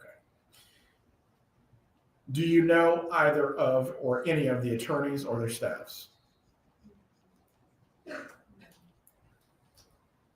Do you know or have any relationship by blood or marriage to the defendant? The names that were read aloud as to the potential witnesses in this case, did you recognize any of those names? Thank you. Juror 23, what is your occupation or your type of work? Spray tech supervisor at FSU. What is your marital status? Married. What is your spouse's occupation if they work? She's the bookkeeper at Leon High School. Do you have children? Yes. What are their ages and occupations if they work? 20 and 21. The 21-year-old, she's a full-time student at FSU, and my 20-year-old, she is employed at Subway. How long have you lived in Leon County? 6 years. Do you have any close friends, neighbors, or relatives that work in law enforcement? No. Have you, any close friends or relatives, ever been charged with a crime? Yes. Have you, any close friends or relatives, ever been a victim of a crime? No. I'm also going to go back through the other questions that were previously asked to the group when you were seated in the gallery. Have you ever previously served on a jury? No. Concerning the attorneys, are you related by blood or marriage, or do you know any of the attorneys or their staffs? No. Concerning the defendant, are you related by blood or marriage to the defendant, or do you know the defendant? Do not. As to the names of the witnesses, or potential witnesses, I should say, that were read out loud, did you recognize any of those names? No. Thank you. In this trial, and also during the attorney's questioning, you will hear certain terminology, such as burden of proof, presumption of innocence, and the right to remain silent. It is very important that you understand each of these concepts. I will attempt to explain to you burden of proof, presumption of innocence, and the right to remain silent by reading the jury instructions that are applicable to each separate concept. The defendant has entered a plea of not guilty. This means you must presume or believe the defendant is innocent. The presumption stays with the defendant as to each material allegation in the indictment through each stage of the trial, unless it has been overcome by the evidence to the exclusion of and beyond a reasonable doubt. To overcome the defendant's presumption of innocence, the state has the burden of proving the crime with which the defendant is charged was committed, and the defendant is the person who committed the crime. The defendant is not required to present evidence or prove anything. Whenever the words reasonable doubt are used, you must consider the following. Proof beyond a reasonable doubt does not mean proof beyond all doubt. A reasonable doubt is not a mere possible doubt, a speculative, imaginary, or forced doubt. Such a doubt must not influence you to return a verdict of not guilty if you have an abiding conviction of guilt. On the other hand, if, after carefully considering, comparing, and weighing all the evidence, there is not an abiding conviction of guilt, or if having a conviction, it is one which is not stable, but one which wavers and vacillates, then the charge is not proved beyond every reasonable doubt, and you must find the defendant not guilty because the doubt is reasonable. It is to the evidence introduced in this trial and to it alone that you are to look for that proof.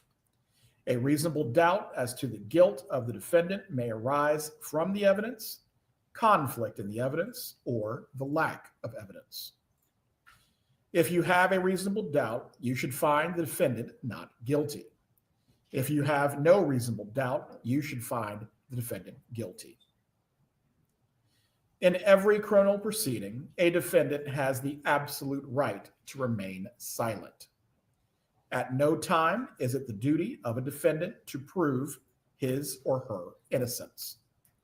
From the exercise of a defendant's right to remain silent, a jury is not permitted to draw any inference of guilt, and the fact that a defendant may not take the witness stand cannot influence the jury in any manner whatsoever.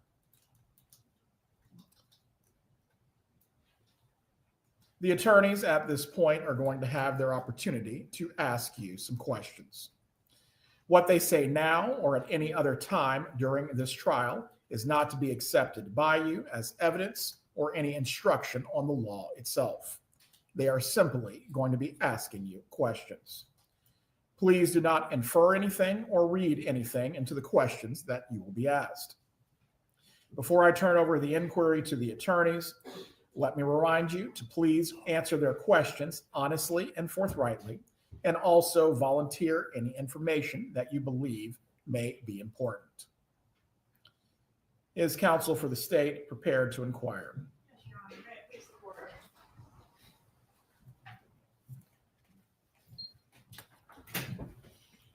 Well, congratulations. Yeah. It's a compliment, I think. So I'm going to ask you some questions about some legal concepts. Today is not the trial. You're not going to hear any evidence in the case today. As the prosecutor, it is my burden to prove the case to you beyond a reasonable doubt through evidence, which we will do. I'll be assisted by Sarah Catherine Dugan in doing that when the trial actually starts. But for jury selection, we're just trying to get sort of your ideas about concepts and issues that we think might come up during the course of the trial.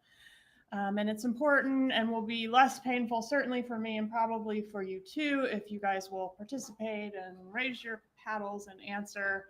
And I'm going to attempt to not say names and only say numbers.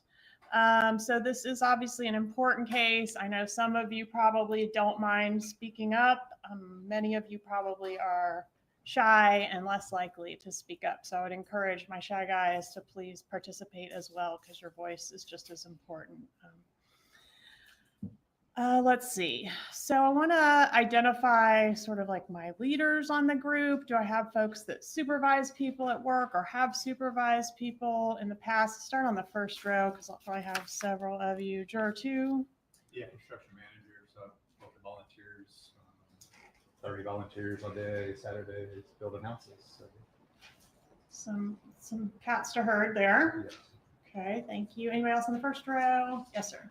Number 7. So coordinating, organizing, volunteer teams, and then I've had as much as 6 staff report to me. Okay. My previous job. All right, thanks. Anybody else? First row, second row, leadership staff, and I would include head of an organization or something like that if that's part of your resume. Number 8. I'm a GIS project manager, so I have about 8 people that work under me. They're all students. Some of them are paid, some of them are unpaid. Okay, thanks. 9. I work as an impromptu team leader for our department whenever there's any issues or need assistance. All right, how many members of the team? About 10 on a good day. Number 23. I supervised 2 spray technicians at FSU. Okay, thank you. Anybody else? Second row. 11. 20 years in the military, about 15 of those in various leadership roles. Okay. Thank you. Thank you for your service. 13. Did 8 years in the military, about 5 of that in leadership roles. Currently a lead pastor of our church. Okay. Do you supervise the staff there? As the volunteer staff, and then I'm the lead of the elders that we have at the church. I'm the lead elder as well, and supervise them. Okay, thank you. Anybody else over there? Third row. Yes, sir. 16. Previous work, I was in charge of a team of 3 for a warehouse, and current job, I am frequently one of the people training new employees. Okay. Thank you. Anyone else in the back? 17. I currently have a direct reporting team of 6, as well as a number of like matrix resources as part of my work. Okay. Anybody else in the back row? Yes, ma'am, but you're not going to tell me, or I know. Anybody else? Okay. All right. Anybody consider yourself a leader, like you just identify as that type of personality, even though you haven't raised your hand as somebody that necessarily supervises others at work? Okay. For my guys that haven't spoken up, obviously we want a jury that delivers a verdict that's your verdict, right? Even if you're a shy guy, I feel like maybe you qualify number 6. Shy guy? Probably not so shy at home, but shy in this setting. Okay, do you find this setting a little intimidating? Anybody find this setting a little intimidating? Show of paddles? Okay, I mean, it can be, right? Nobody likes to speak in public to begin with, and then we've got a lot going on here, a lot of people in the room and so forth. So if you were feeling shy or feeling intimidated by this setting, but you were chosen to be on the jury, would you be able to sort of stick to your guns, have your voice heard back there, make sure the verdict that comes back is your verdict? Anybody feel like they would struggle with that? I'm just not a guy that's going to like push against the grain. Okay, 21, tell us. Okay, this particular setting, do you think if once we kind of roll along, if you're selected and you start hearing evidence and all that, you'll start developing opinions, and at the end when you're asked to deliberate, would you feel confident speaking up if you had a difference of opinion with your fellow jurors? Okay, so you think you might struggle with that. So whoever was in charge back there would really have to ask you, what's your opinion? Okay. Anybody else feel like juror 21, like you might struggle to speak up? Okay, 3, tell us about you. I have pretty bad social anxiety Mm-hmm. and actually public speech. I had to take the special accommodations public speech class, and when I went to FSU, Okay. out of like 500 people in the class, 20 people had to do that, and of those 20 people, I'm the only one that cried. So Well, you're doing great. One of my favorite You haven't stories. even cried yet. You're on a roll. Okay, so the foreman may have to draw it out of you, but you would be able to speak your opinion if called upon to do so. You're just not the guy that's going to interrupt and yell and get over everybody else. Right. Okay. I don't know when the appropriate time to ask is, but on Tuesday I mentioned a medical constraint, and I did bring a doctor's note with me. Okay. And I haven't had All right. an opportunity to mention that yet. Okay, thank So, you for mentioning yeah. it, and we'll probably take that at sidebar at some point. So, yes. Anybody else have something they need to tell us at sidebar, medical or otherwise?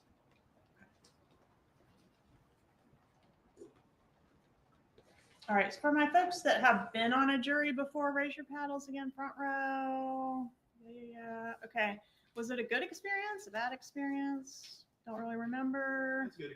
Yeah, I have a pretty experience to see how the inner process works and go through it. Yeah. All right, that's number 2. Number 22? Was it an okay experience for you? It's not bad. something new. We consider to be come from different countries, Mm-hmm. different government system. Yes, so helped you learn about our system a little more, see it for yourself. Okay, that was a 1-day trial, I'm guessing. Okay. It's a good primer. Second row? Yes, number 9, did you have a good experience or otherwise? It was interesting, to say the least. I think it was Okay. done a bit differently than usual, but the Was judge. it here in Leon County? Yes, ma'am. Okay. I think the judge had the jury excused every time the lawyers needed to speak with him, which was pretty much every other 10 minutes. Oh, so it was a lot, you got your steps. Yes, ma'am. Okay, well, better than going to sleep in the chair, I guess. Yes. Okay, second row, third row, good experience, bad experience, number 17. Yeah, it was a positive experience. It was a 1-day trial. Yeah. Oh, those are nice for jurors. They're no better than 2 to 3 weeks. I think it's going to be more on the 2 side. Don't hold me to that, but for your planning purposes. All right. Anybody else? Jury service people. Yes, 19. It was okay. Not something I want to do again. Yeah, I'm not going to deduce from you saying it was okay that you want to do this. I know it's a big ask and a huge imposition on you, and I don't mean to minimize that at all. I just want to know if it was okay. You know, sometimes juries walk away traumatized or, you know, they argued back there or whatever. So I just want to know if it was anything like that. So you didn't have any. No, there was no like yelling or anything. Okay, good. And for all my folks on a jury, without saying what the verdict was, were you able to reach a verdict? The ones that deliberated, everybody did. Okay. All right. Anybody have any legal training on the panel? Okay. Number 22, you said you work at the AG's office, but I don't think you said in what capacity. What type of work do you do? Okay. And your husband, state of Florida, but what type of work? He's working public record in Buell. Okay.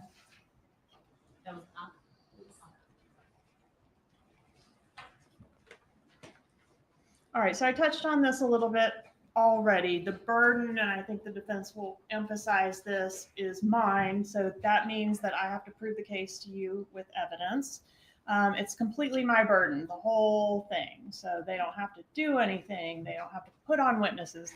They can do their nails, read the newspaper, not participate at all, which of course we don't expect they'll do, but they don't have to prove anything. That's really important. So you've heard no evidence right now. If you were asked to render a verdict right now, it would of course be guilty, right? Because you've heard no evidence. And the only place the evidence is going to come from is this table, right? The state. It's innocent until proven guilty. We prove the case. Would you like to hear from the defendant? Sometimes that's a question. Human nature, yes, but you cannot require the defense to prove anything. Everybody understand that. Yes. It's the way our system works. Okay.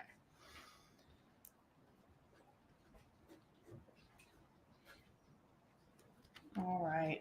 Reasonable doubt. You heard an instruction on this, and lawyers tangle with this at jury selection all the time and do a pretty poor job. Probably will not be an exception, but the idea is nothing can be proven to you beyond a mathematical certainty, right? If you knew for sure that a thing happened 100%, it's because you saw it with your own eyes, and that makes you what? A witness, not a juror. So you're going to have to make a decision based on the evidence. And it is a very high burden. It's the highest burden in the land, right? It's a high burden, and it should be. But it's not impossible to convict a guilty person through evidence. You're not going to have 100% mathematical certainty because that's not possible. So the example I use, which probably isn't a great one. Number one, did you drive here today? Yeah. Where'd you park your car? Parking garage. All right. Is your car still there? I hope so. You hope so, right? Do you have a reasonable doubt that your car is there where you left it? No. Okay. No, right? Because the evidence is he parked his car there. Did you lock it? Yeah. You locked it. Is there any security there? I mean, yeah, I think so, but who knows? There's security there. Okay, so he has no reasonable doubt that his car is where he left it. If he gets there and it's not there, he's going to be really surprised. Now, if we change the facts, he left his car there, he didn't lock it. There's no security.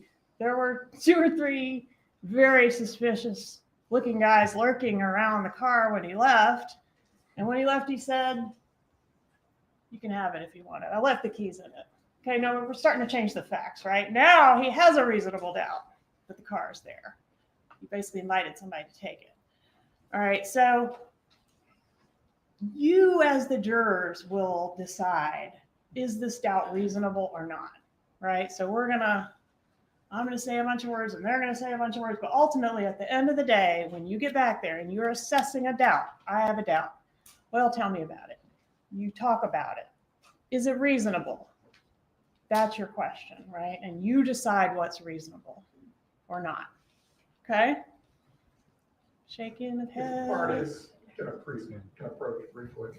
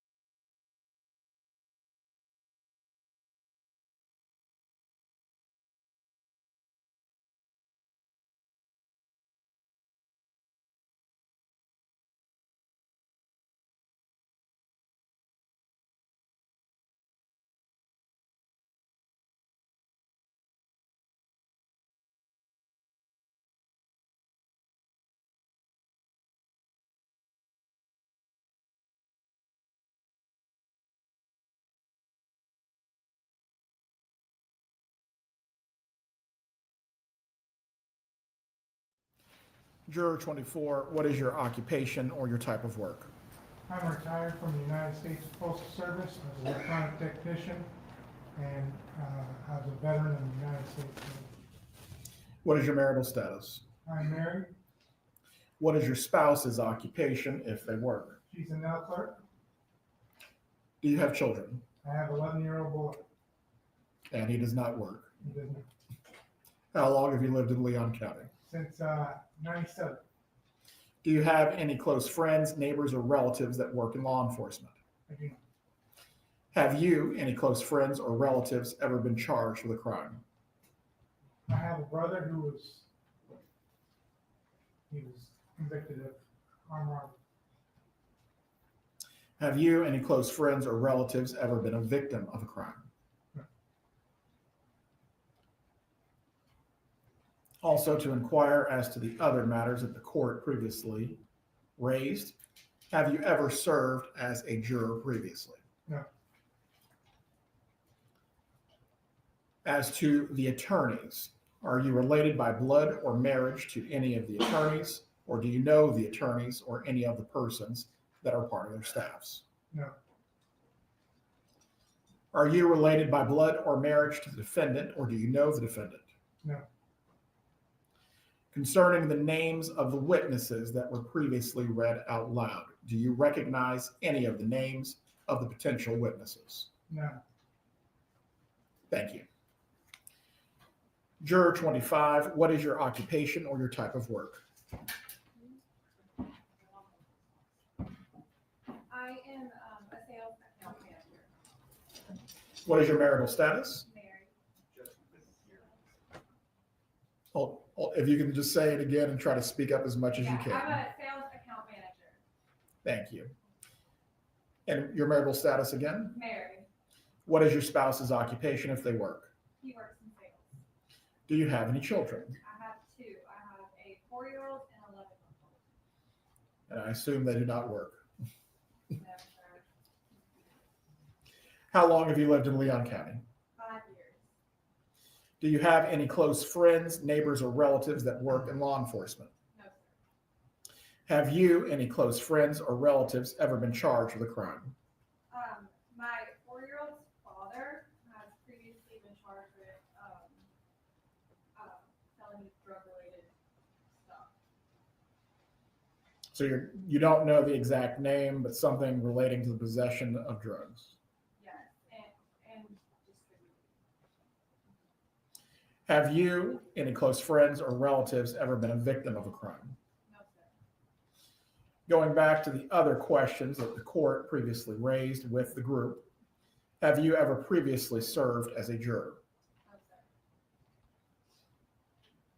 Are you related by blood or marriage to any of the attorneys, or do you know the attorneys or their staffs? No, sir. Are you related by blood or marriage to the defendant, or do you know the defendant? No. Concerning the names of the potential witnesses that were previously read, did you recognize any of those names? Right. Ms. Kappelman, you may continue at this time.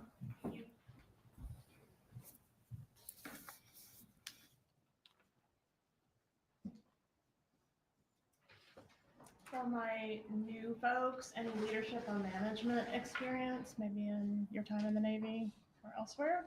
I was a supervisor for several departments when I was on board the aircraft carriers. Thank you. And number 25, do you manage anyone currently? Aside from my children. Yeah, Not, that's- not currently, but I do have about 7 years in like leadership experience. Okay. And is that in the sales world? Yeah, sales, customer service related. Okay. Did you hear my spiel about reasonable doubt? Feel like you're getting your head around that one a little bit? Okay, same with you, sir. Okay. All right, well then we will keep it moving. Jury decides the facts, and you'll be the judge of the facts, not of the person. We're not asking you to render judgment on anyone.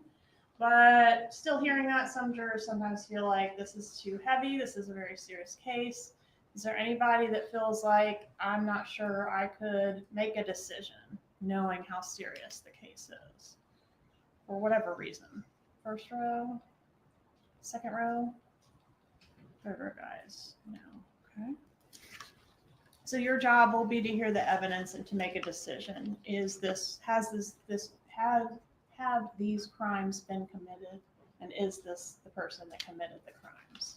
Judge of the facts. And the judge is going to give you all the law that you need. You don't need any legal training. Please don't do any research on the law. And his job is to sort of referee what comes in as evidence and make sure the rules of evidence are followed in the courtroom. The judge's job also includes sentencing. So you will not be asked to make any recommendations or determinations about sentencing at all in this case. Does anybody feel like I would still be worried about sentencing, even knowing that you're not being asked to make any decisions about sentencing? Number 20, would you be worried about that at all? No. Wouldn't worry about it. Can you set it aside? Number 18, or is that something that would weigh on you? Can set it aside. Okay. Anybody feel like I would worry about that?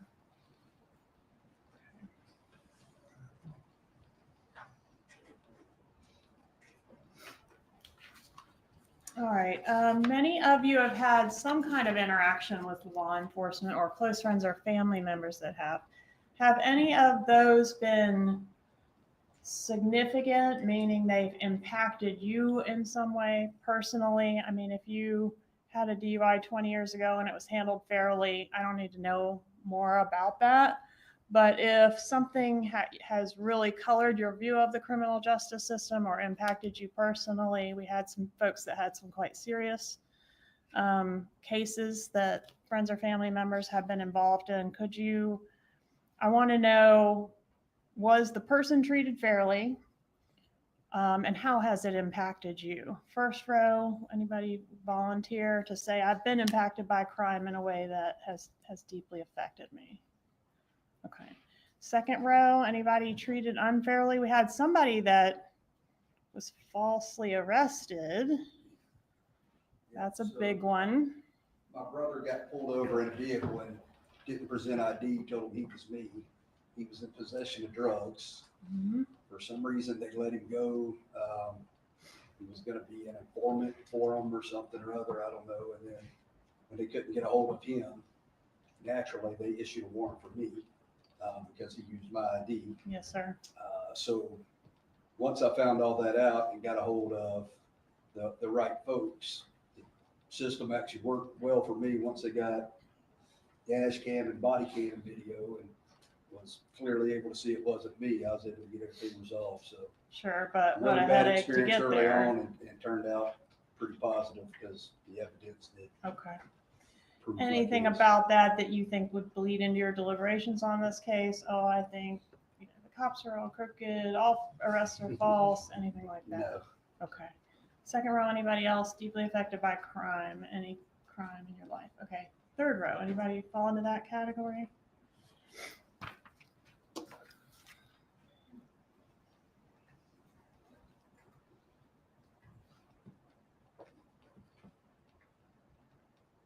Who thinks there is a significant problem with the criminal justice system? It's broken, doesn't work well. Just raise the paddles.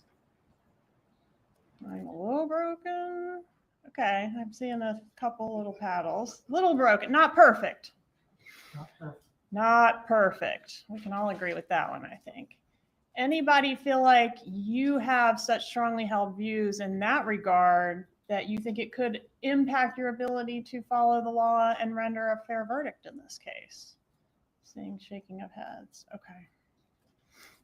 Anybody had a bad experience with law enforcement? I know I'm asking the same question 3 or 4 different ways, but I just want to make sure I'm catching everybody. Yes, sir. 24. I was pulled over.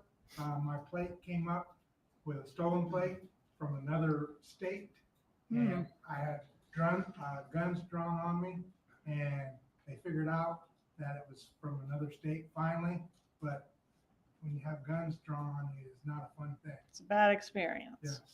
Anything about that you think might interfere with your ability to do your job in this No, 'cause case?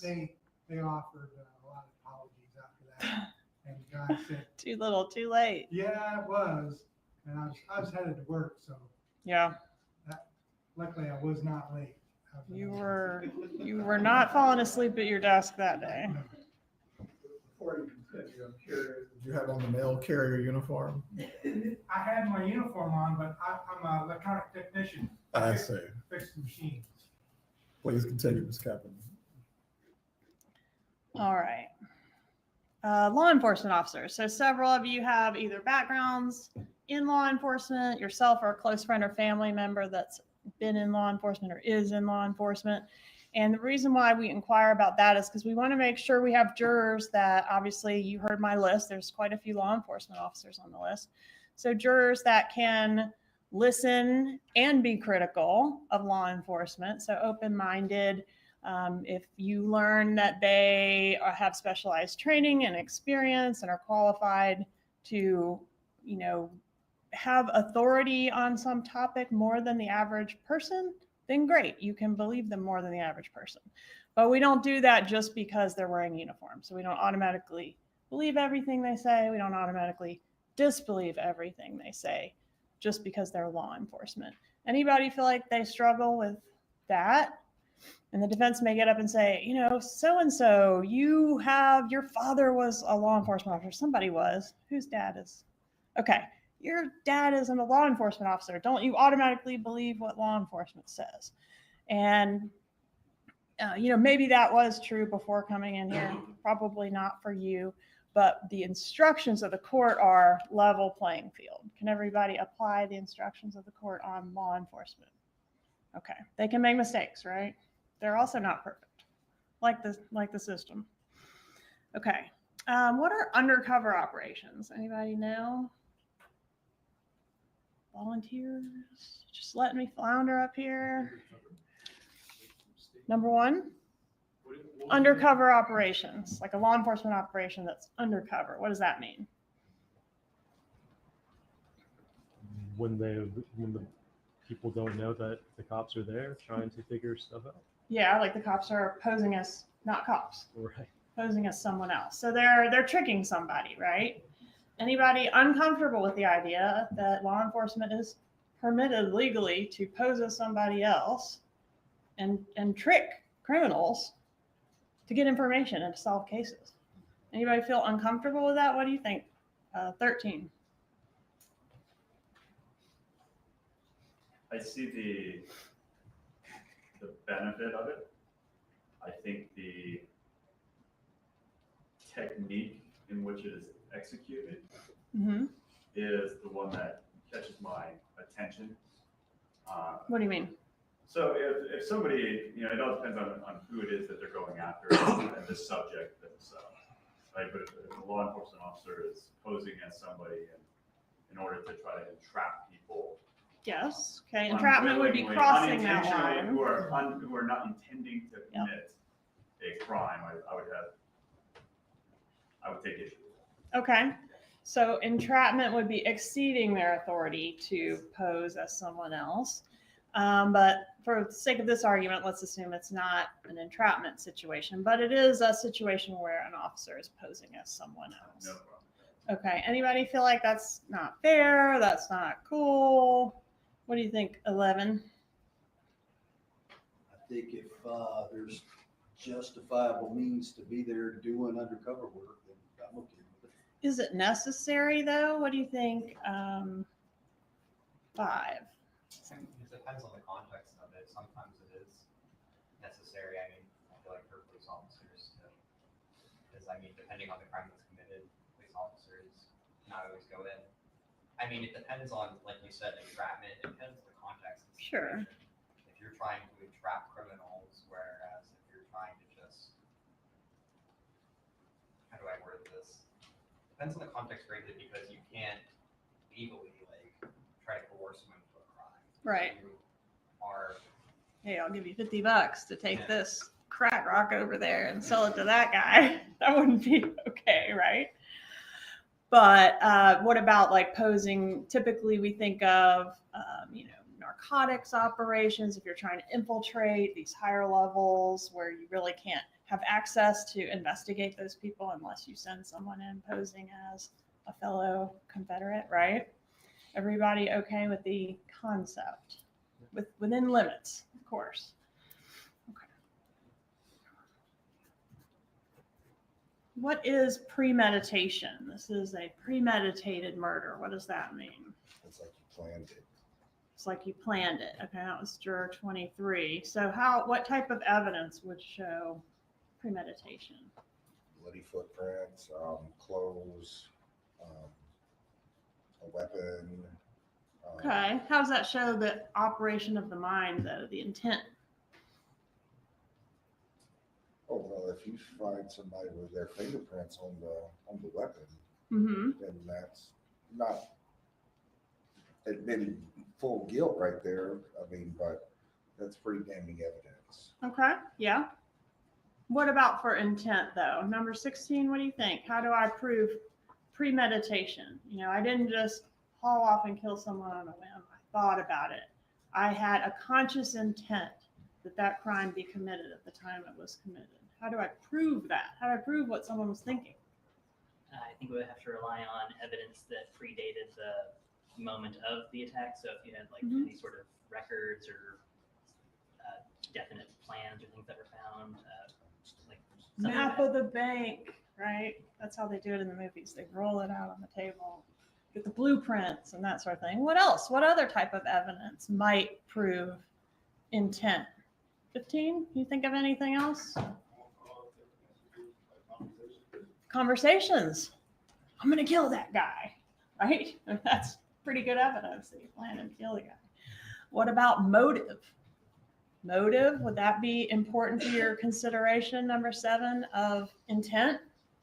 Yeah, I think so. There would have to be some sort of justifiable cause where you could empirically say that would lead a person to premeditate an act of aggression on the victim for X, Y, and Z reasons. So you kind of want to know why, right? I think you have to know.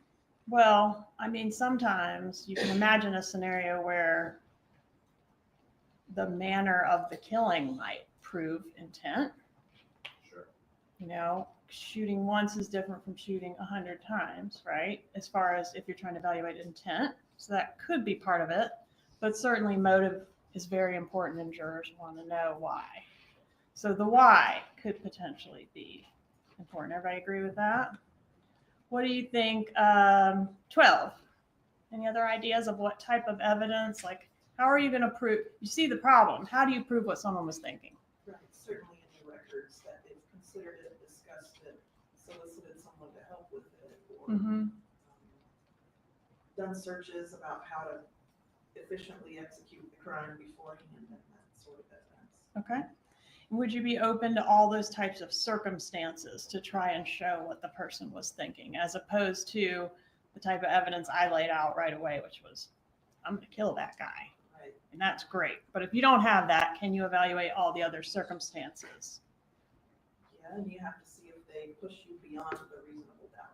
Yeah. Any other type of evidence, let's get away from premeditation, but in general that you would expect to see in a case like this, a particular type of evidence?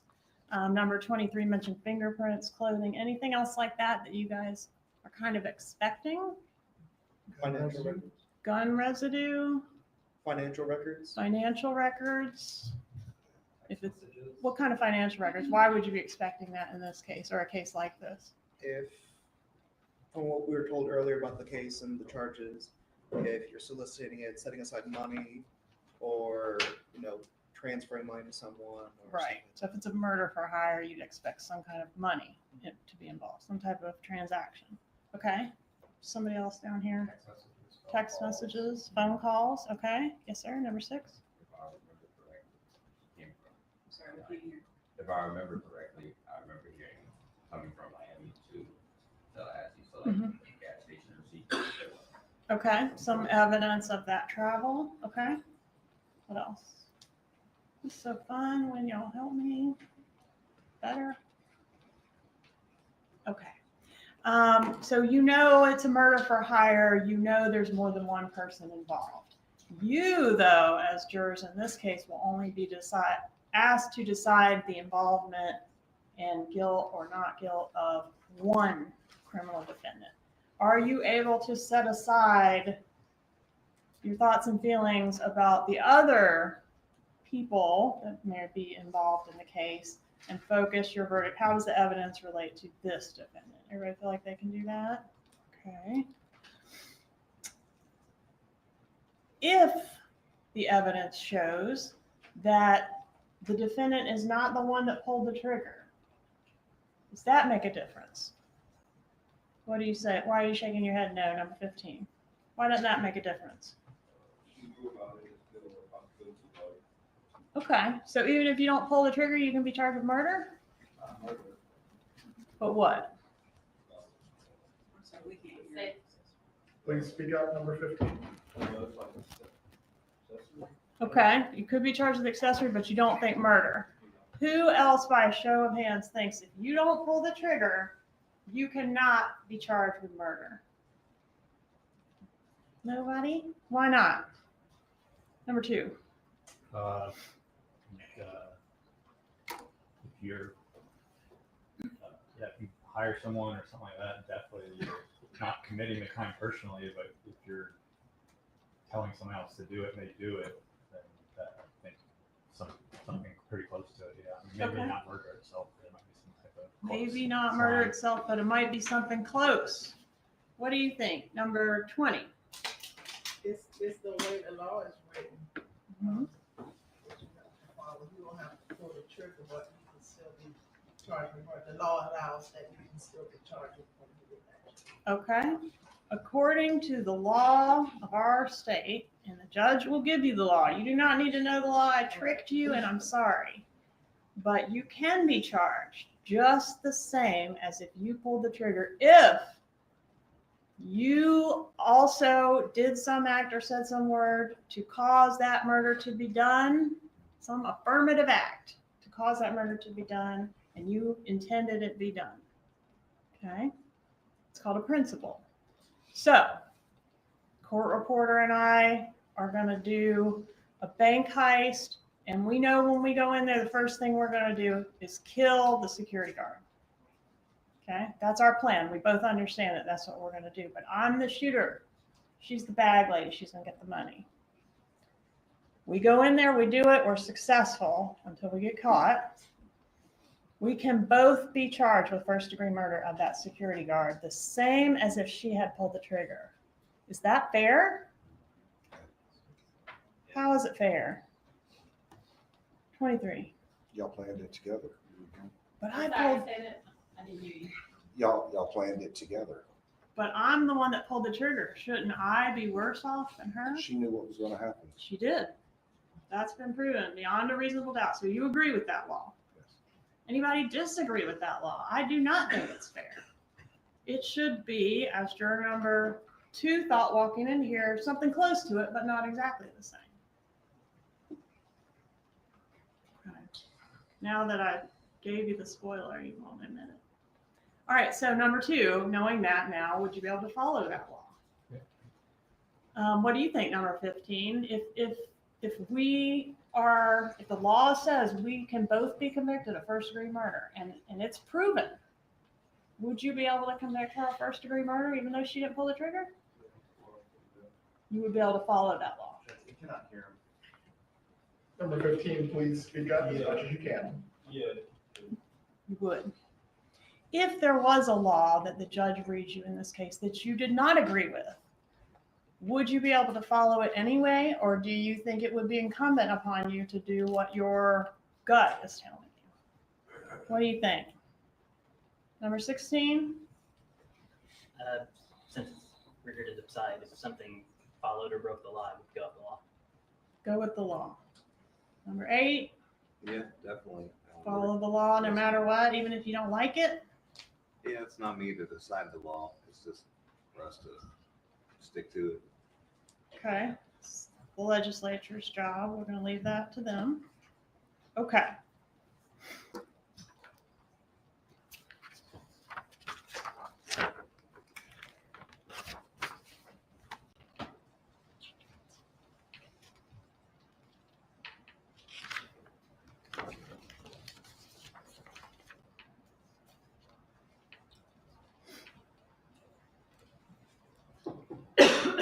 What is a conspiracy? Volunteers for that one? How about you, number 14? What's a conspiracy? I'm not sure. You don't need to know the legal stuff, just what's your idea of it? Common speak. A group of people getting together or saying anything that they're maybe. Please speak up, number 14. A group of people, I'm trying to say a definition without using the word conspire. Yeah. Prove my point, but I'm stumbling to do. Getting together to Getting do together something? To make something happen with Okay. other reasoning behind it. Okay. I'd like to say that it doesn't even have to be a group. You can conspire to do something alone. Number 8, okay. Is that what you're doing right now? You want to tell us something? Okay. Do you all agree that a conspiracy can be evidence circumstantially? And what I mean by that is, and this is hard because we can't talk about what the evidence is. I'm asking you to imagine that it could be proven to you that people conspired to do something without an express, we're gonna, go in and kill the security guard without that being expressly stated. Can you imagine other evidence, circumstantial evidence? For example, we walk in and I walk directly over to the security guard and blow him away, right to the head, right? Immediately. And she says in front of everybody, yeah, just like we planned. Okay? That would never happen. But okay, it's not in the plan. The conspirators generally don't write out a manifesto where they say, this is going to be my role, and this is going to be your role, and this is what we're all going to do. But you can infer it from the circumstances, the way the crime was done, the other communications in the case, the other evidence in the case. Can you be open to that? Nodding of heads. Yes. Very good, thank you.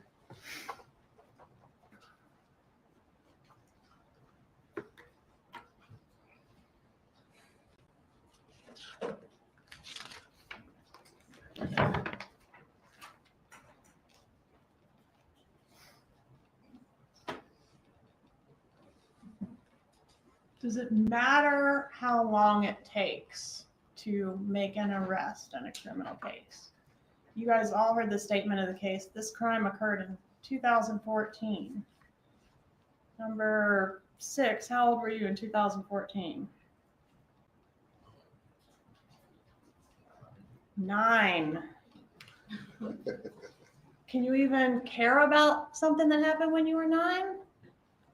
Can you, sir? Does it matter how long it's been?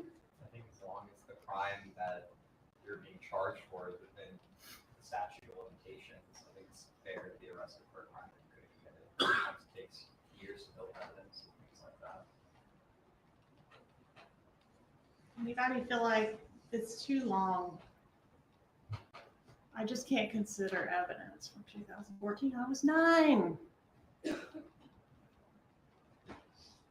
Everybody else, can you keep an open mind to evidence and a long investigation?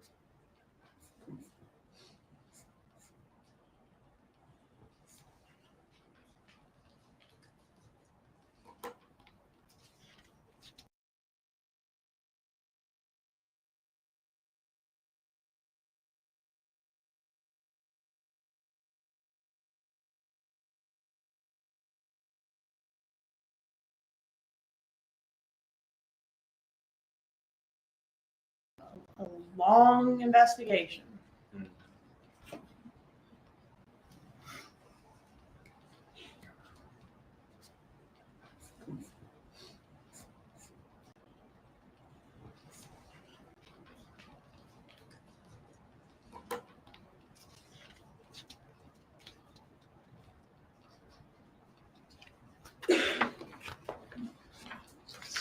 So it is a circumstantial evidence case, and I do a cheesy analogy for circumstantial evidence because what's better, direct or circumstantial evidence?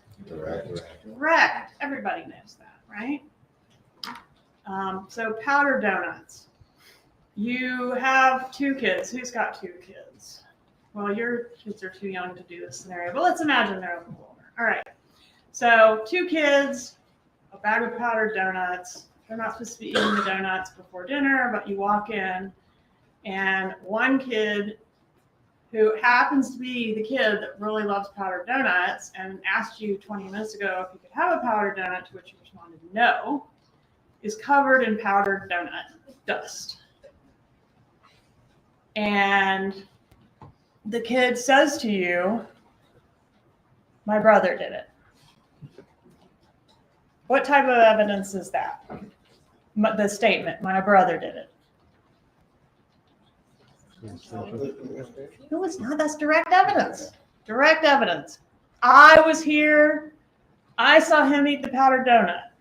Never mind that I'm covered in it, right? That's direct evidence. As opposed to circumstantial, which is, what are the circumstances? Circumstances are, this is a kid that loves powdered donuts. This is a kid that just asked me for a donut. This is a kid that's covered in donut. All that's circumstantial, right? So in that case, which evidence is better? Direct. Okay, so can you keep an open mind to circumstantial evidence? It gets a bad rap, but I need you to be open to it. Can everybody nod? I can be open to that. Thank you. All right. Somebody say something? Okay, witnesses. Cooperating defendant testimony. What?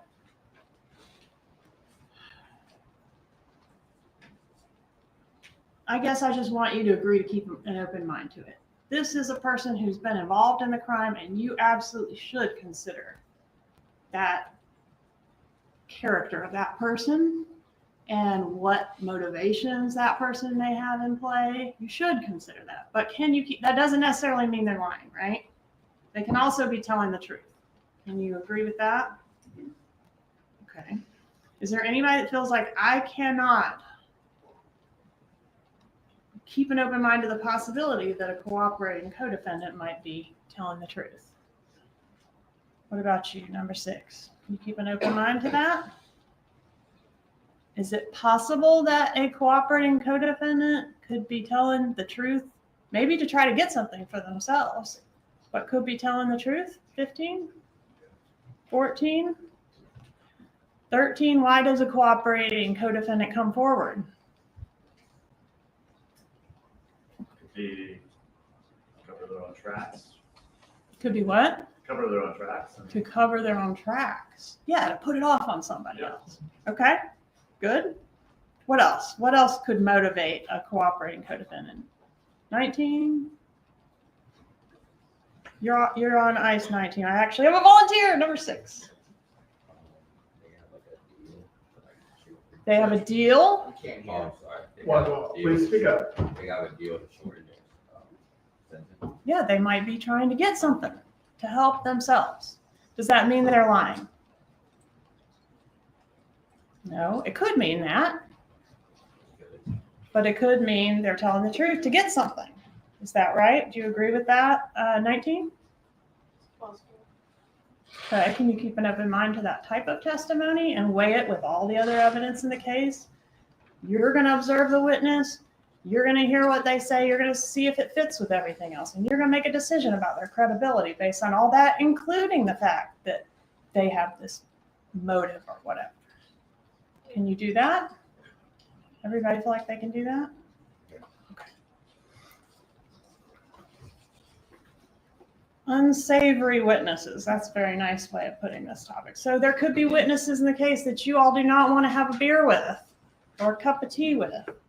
Okay? can you keep an open mind to the testimony of someone who is different from you and lives your life differently from the way you live your life? Number one, can you do that? Yeah. Two, can you do that? Everybody?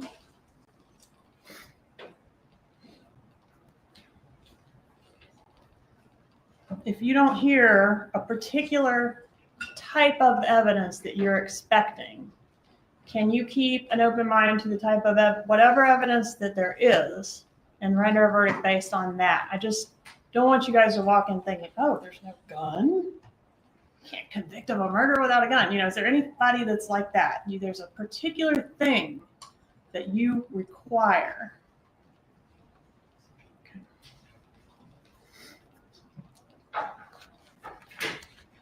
Inconsistencies. Would you all expect the testimony to be completely consistent or there to be some inconsistencies? Let's say we're going to have a 2-week trial. You're going to hear from witnesses every day, all day for the period of 2 weeks. Are we going to have any inconsistencies? 17.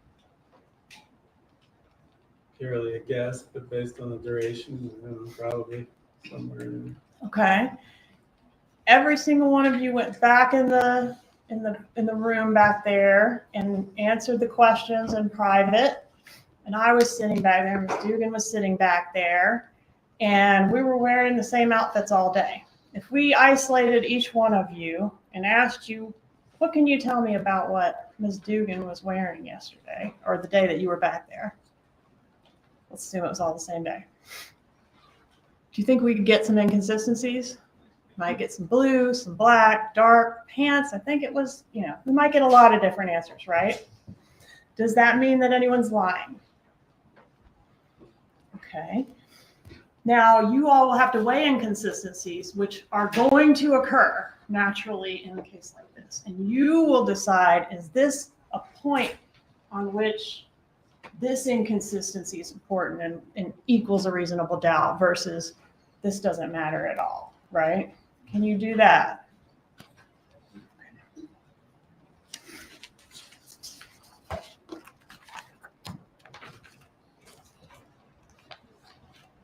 All right, so all crimes have elements. The judge will give you the elements of the crimes, and I will be responsible, and with Ms. Dugan's help, of proving each of the crimes were committed. That means proving each of those elements beyond a reasonable doubt.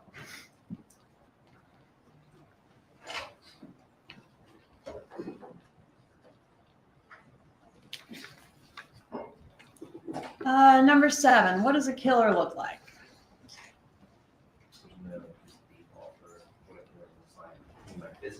Yeah. Please speak up, number 7. A little louder. There's no default for what a killer would look like in just appearance. No default. Really? They can look like anything? Yes. Who disagrees with that? Can a killer look like anything? Number 1? Yeah. Anybody. Anybody. Can it look like your grandmother?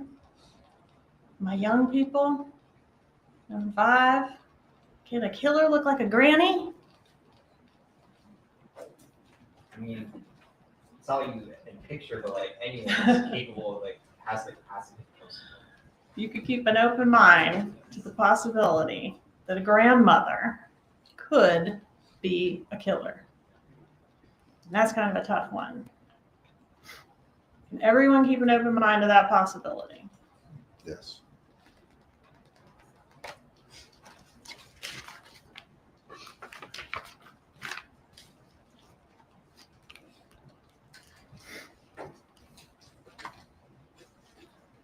For my folks that have been divorced,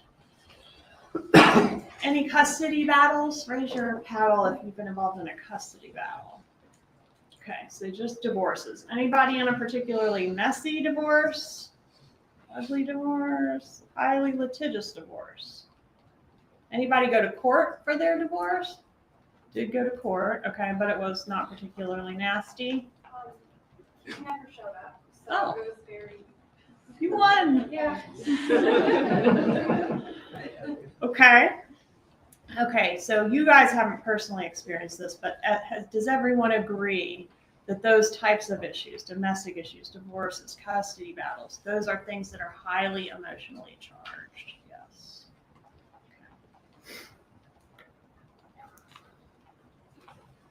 May I have a moment to confer, Your Honor? Go ahead.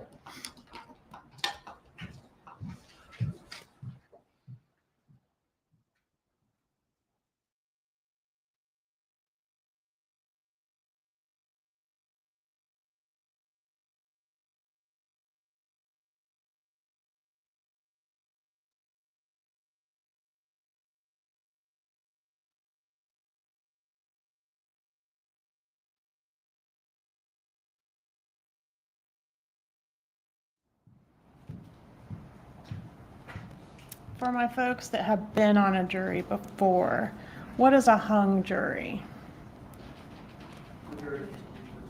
Number 22? The jury cannot reach the decision. Because the jury has to be what? Unanimous. And that means it has to be the verdict of each juror as well as the jury as a whole. So, my shy guys, can you speak up and make sure this is your verdict? Not sure I've identified exactly who you are. I think number 6 is a little bit of a shy guy, and you already told me you could do it.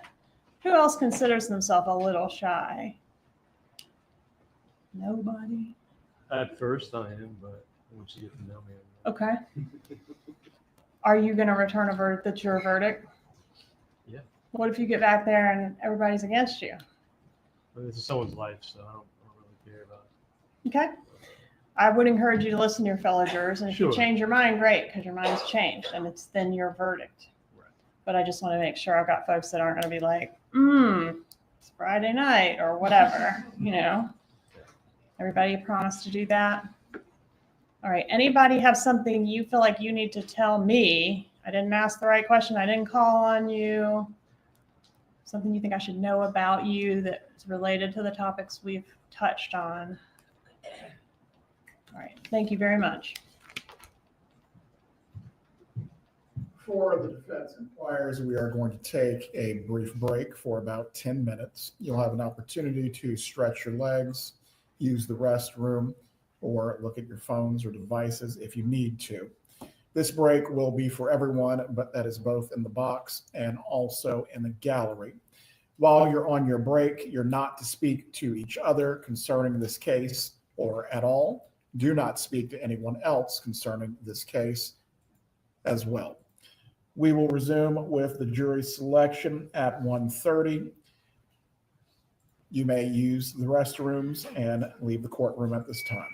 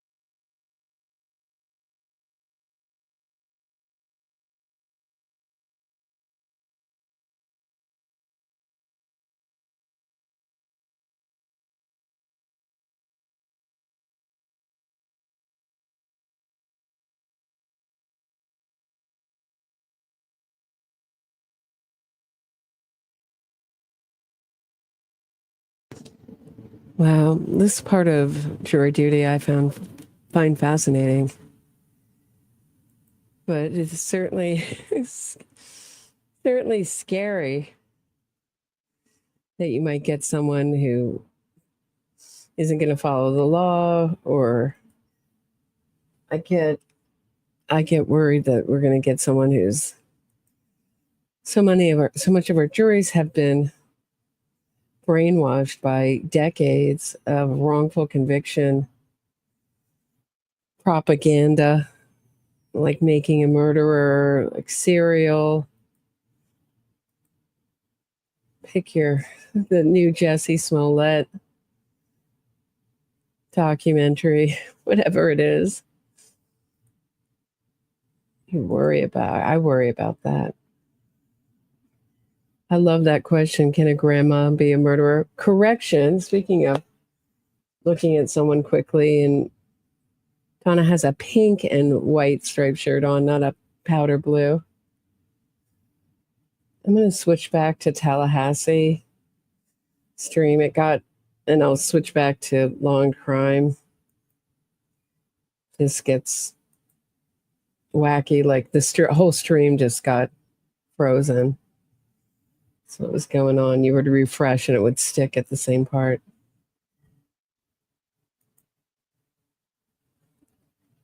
Did this feel, I'm thinking back to Charlie Adelson's, did anybody watch the jury picking in that case? Did they seem less resistant and to talking than here? They seem a little hung up on talking, a little shyer group. Am I wrong in that impression?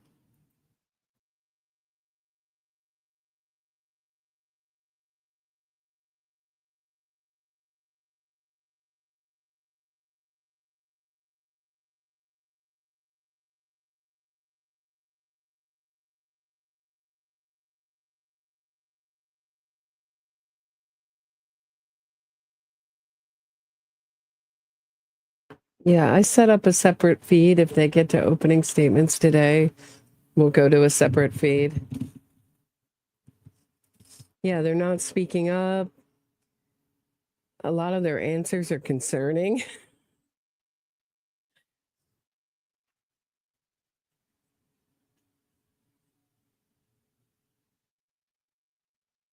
That might be entrapment, if an undercover might be entrapping someone in a murder charge. I mean, that's what I'm talking about. Years and years. I mean, just Erin Moriarty career alone. Every time she has on someone, you're asked not to use your critical thinking. And we have this idea that DNA is everything, that DNA solves every crime when it solves very few, small percentage of cases. And that all DNA found at a crime scene is going to be relevant. Someone suggested the yogurt murders in Texas.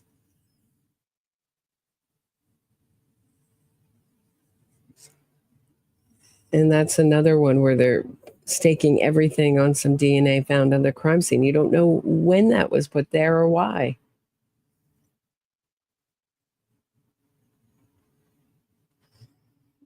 And you had two guys who confessed to it that had consistent confessions. I don't know. I have to look a little longer into it, but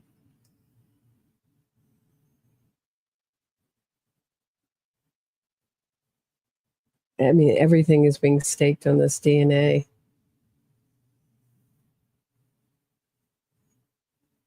Number 15 will be gone. What did number 15 say? The bloody footprint guy, is everybody's worried about him? Ditch him? Yeah, CSI effect. I mean, that's CSI effect is one way where we've just gone beyond common sense to thinking that hugely improbable things could happen. Or they just hate the system and want to give the middle finger to it. Either they're pro-criminal, or there's that too, that kind of coincides with when I'm talking about wrongful conviction media. I mean, I have a Google alert for wrongful conviction stories, and I get one in my box almost every day. And every time it's the media, there's no skepticism in reporting on wrongful convictions. They know that the public loves these, guy could be in prison for 30, 40 years and just no skepticism when that conviction, 40-year-old conviction, gets overturned.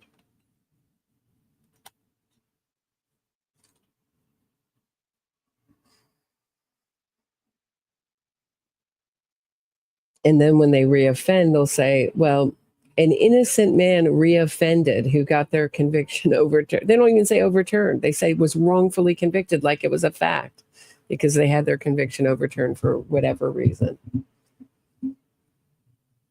And then when they reoffend, they say it's due to the trauma from being wrongfully convicted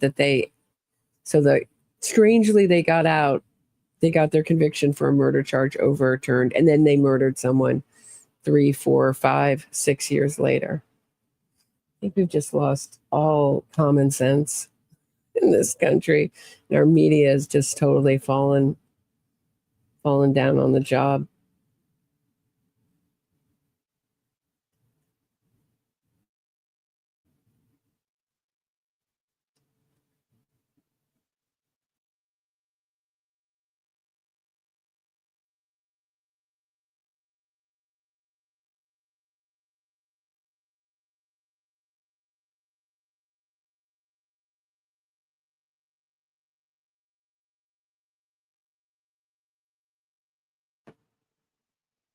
Right. They'll say that he was a wrongfully convicted guy.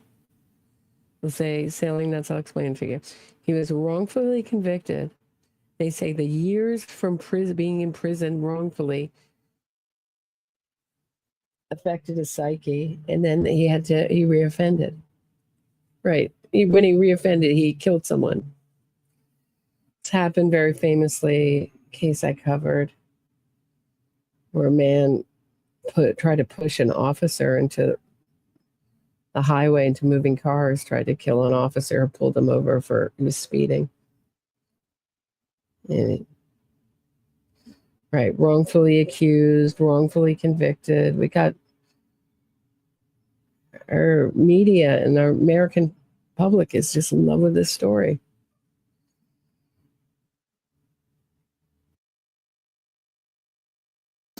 Yeah, this is not the let's hope that they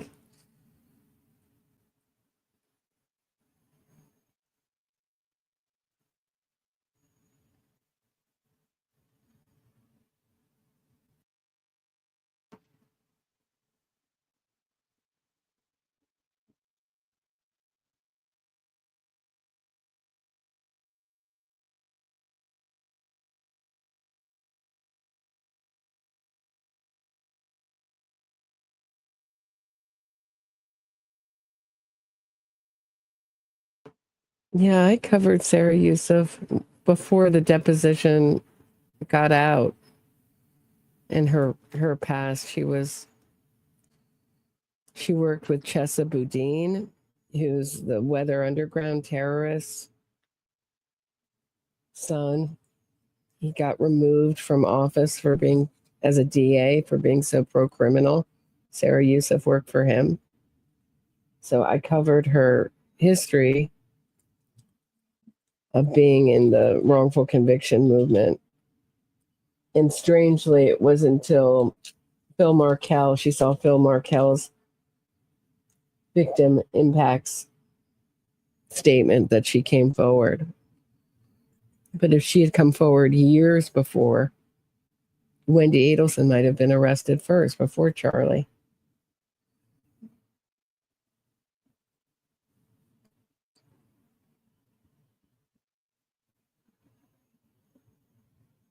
But so when it came out that she was speaking with law enforcement, you can go back to that episode. I correctly identified the problem was that she was involved with that movement.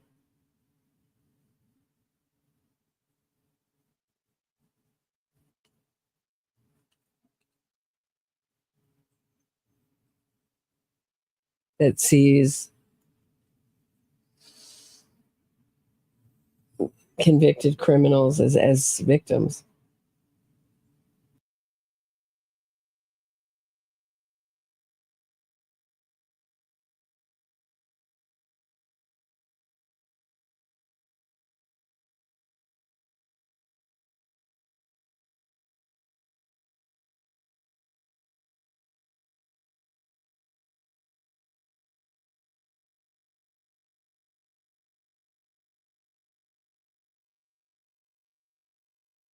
And Sarah Yusuf connects it to it too. She said, I was involved with a guy who was wrongfully convicted, meaning I was trying to get out a murderer or a predator from prison at the time. And she was indoctrinated into that. I mean, there is no more pro-criminal DA than Chesa Boudin. His father was in prison at the time that he was DA, and he ran on prison reform. But once people had a taste of it, they were like, no thanks. And he was removed pretty quickly.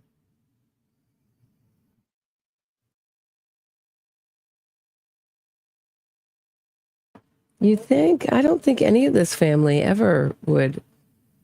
I don't know about Wendi, because Wendy's a lawyer, but they tend not to. They're so narcissistic, this family. They don't ever want to admit guilt. Right. The Innocence Project is trying to get out Scott Peterson. And they'll say, oh, no, no, no, that's not the National Innocence Project. That's the State Innocence Project. It makes no difference. They're all run the same way. They all have the same philosophy. And the National was cheering on the local for trying to free Scott Peterson until it got out and was hugely unpopular.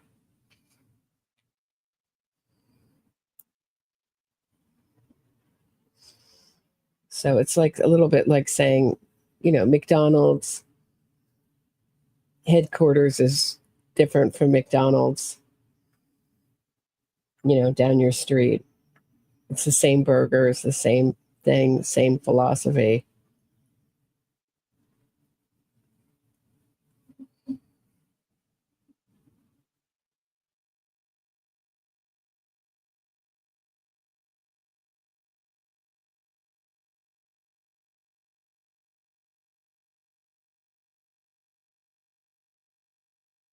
Yeah. Isn't that crazy when Scott Peterson, I've done a couple episodes with people who really know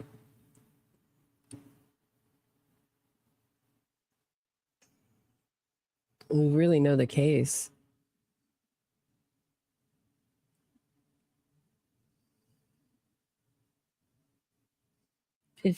Patty says 15 people. She's in the courtroom. She says 15 people have been excused.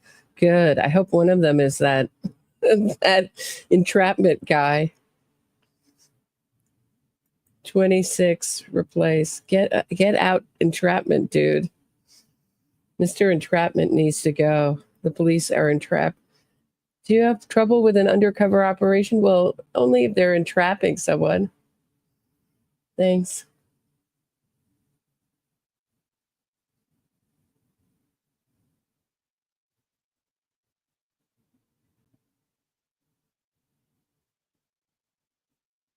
They lie, Sailing Nuts. They lie so badly.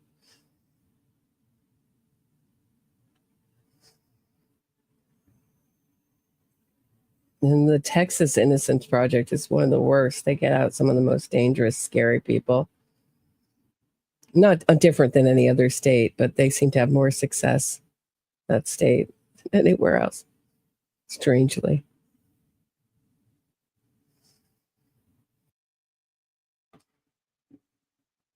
Do you mean number 15 or 15 people, Patty?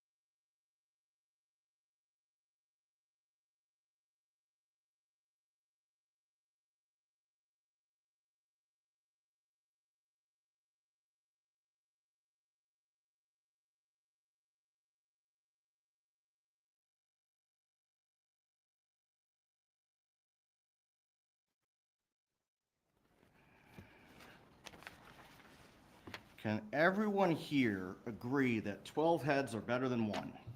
Shake your head. Yes. Yes, okay. Now, it's important right now for you to understand that. We're not trying to trick you. There are no right or wrong answers. We want to know what you believe. Now, during this process, would it be wrong of me if I were to ask you for your each individual own worldview? You know, we all have our own biases, resentments, beliefs. And I need to know, and I'm going to ask you to share with me, whether or not you're going to carry that with you into the jury box. Now, there's a concept that has gained momentum recently, and that is the concept of implicit bias. Does anyone here know what that is? No? Okay, well, I'm going to try to explain it briefly. Now, we all want to see ourselves as fair. Can we agree to that? Yes? Okay. We all want to believe that we're rational. Can we agree to that? Now, unfortunately, studies have shown that despite our best intentions, none of us are free from these biases.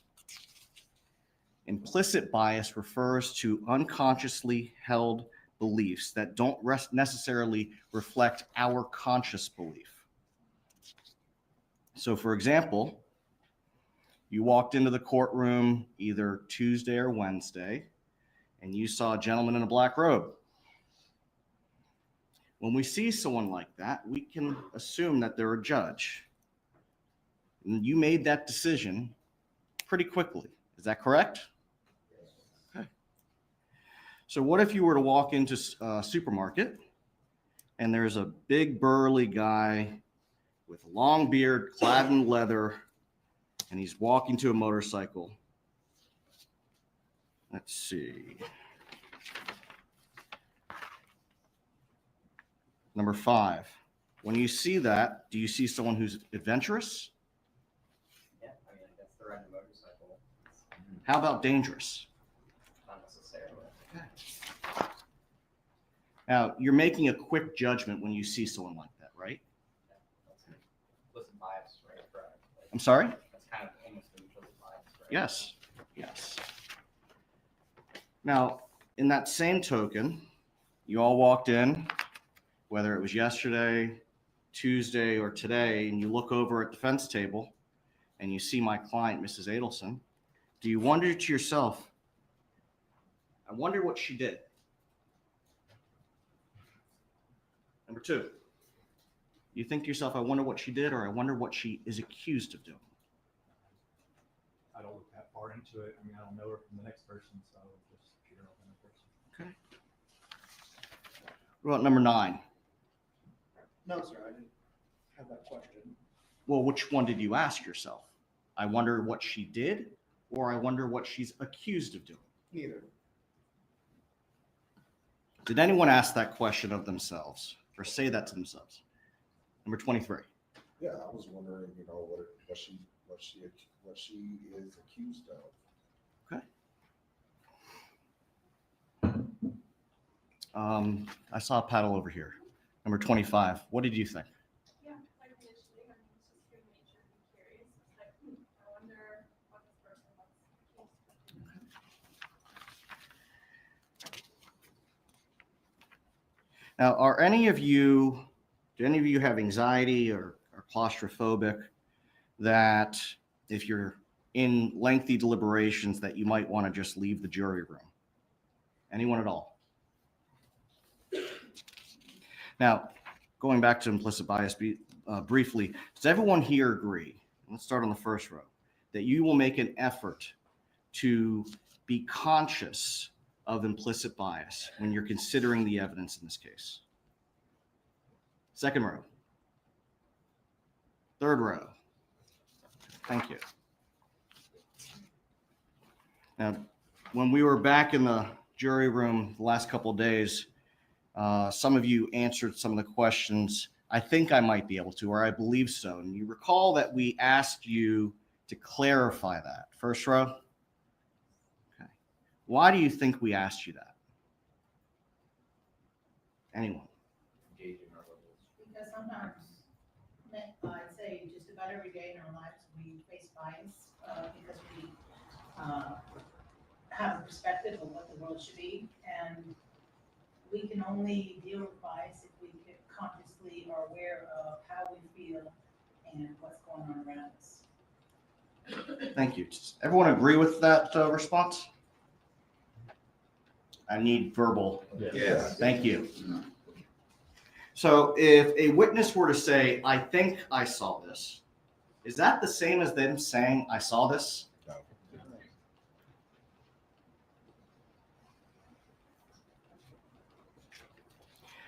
Another important point, and I'm going to go to number 6. If you are selected as a juror and you hear the evidence and testimony, you go back into the jury room, are you able to say to another juror, well, that witness didn't say that they saw it. They said that they thought that they saw it. Yeah. Or they didn't tell you what somebody said, but what they think they overheard. Yeah. You can point that out. Number 12. Could you do that as well? That's my duty. That's why I'm here. I'm sorry. That's my duty. That's why I'm here. Number 11. Good. Number 16. Yes? Yes. Number 17. Yes.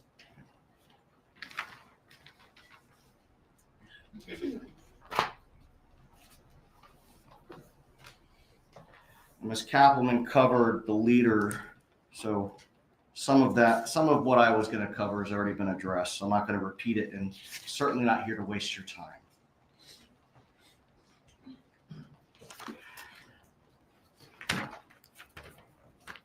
Number 23, would you say that you're naturally skeptical? Yes. Okay, when I ask that, what do you think that I mean? Like, today's gonna be a great day.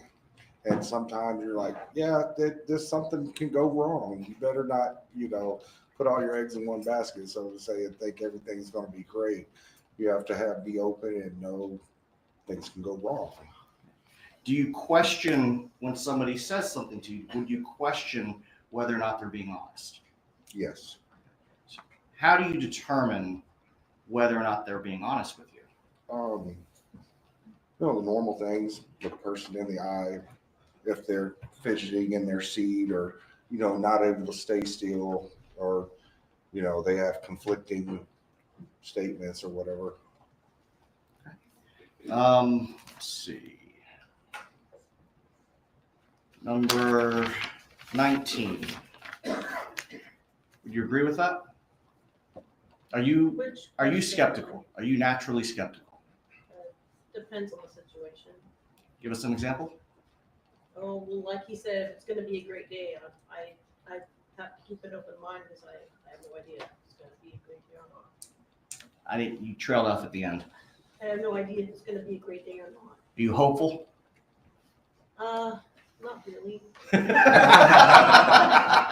Today might be a bad example. Now, you previously served on a jury. You said it was in California? Correct. Things are a little bit different out there? A little bit, yeah. In trials, I mean. Well, the way you guys did this time is different. I'm assuming it's because it's sensitive information. So. You said that you didn't want to have to do it again. Is that accurate? Yeah. But it wasn't a bad experience? No, I was not. I don't know. It was different than I was thinking, but it wasn't like horrible.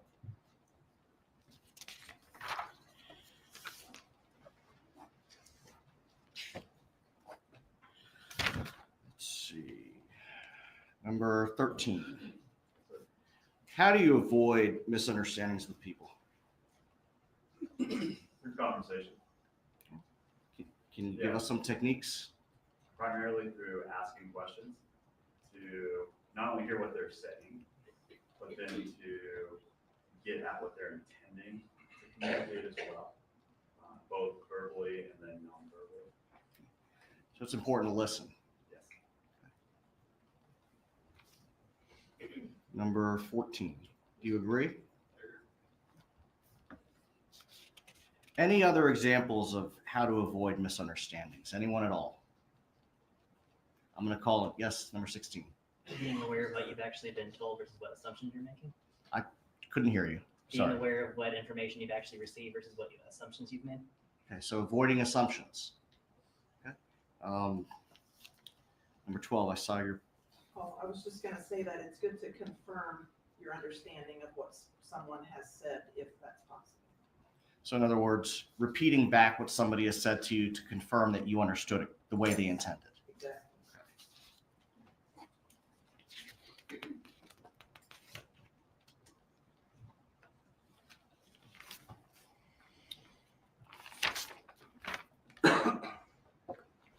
Number 23.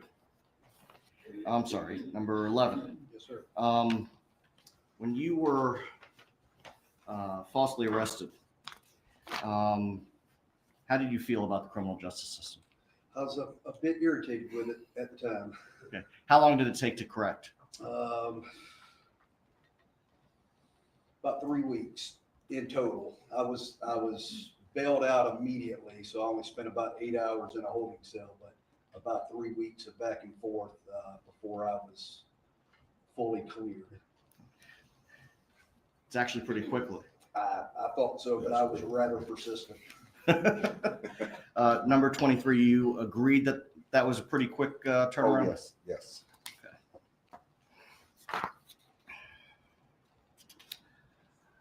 By a show of hands, does anyone think that the state could make a mistake? Yes. What about law enforcement?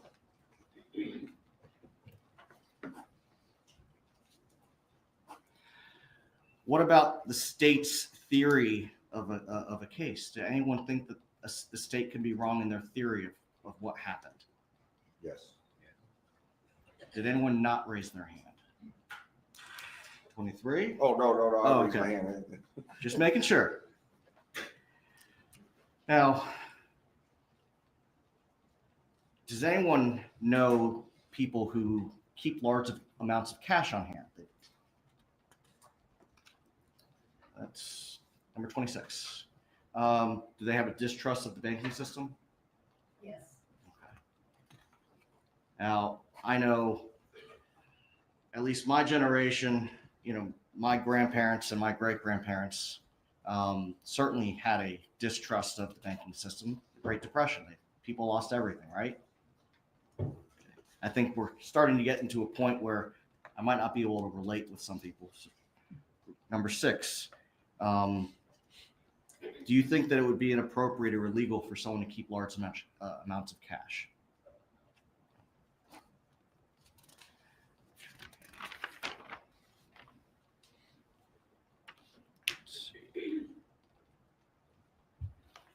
Number 24. Have you ever made or received a personal call while you were around other people? What did you do so that those individuals didn't hear your conversation? Usually ask to be excused. You walk away? Mm-hmm. That's a yes? Yes. What if you couldn't walk away? How do you convey what you're trying to convey? Then I usually ask if I can call back to the person. So you would either try to walk away or you would continue the conversation another time. Right. What if neither one of those were options? Would you know, be vague? Yeah, because if I'm trying to get, especially if I'm working, a lot of times I couldn't take a phone call, so I wouldn't answer it. So What if the person that you're with is the one who gets the call or makes the call? How do you know what's discussed? you can, a lot of times hear what they're talking about. Well, what if you can't hear? They walk out and you can't hear. Do you know what's discussed? No. Now, if the person comes back and tells you what was discussed, do you know whether or not that was true? No.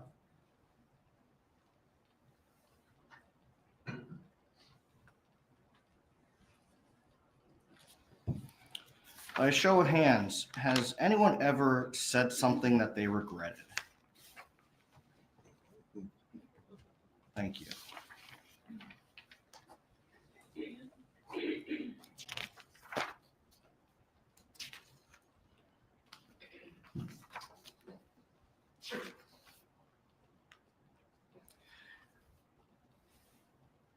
I know that nobody, and correct me if I'm wrong, but nobody here has ever worked in law enforcement, correct? Okay. Has anyone received any courses or done any type of law enforcement training? Even those that were in the military. Number 13. Yes, somewhat. Can you tell us? Sidebar, it would have to be a sidebar. Okay. Due to the nature. Understood. Anyone else?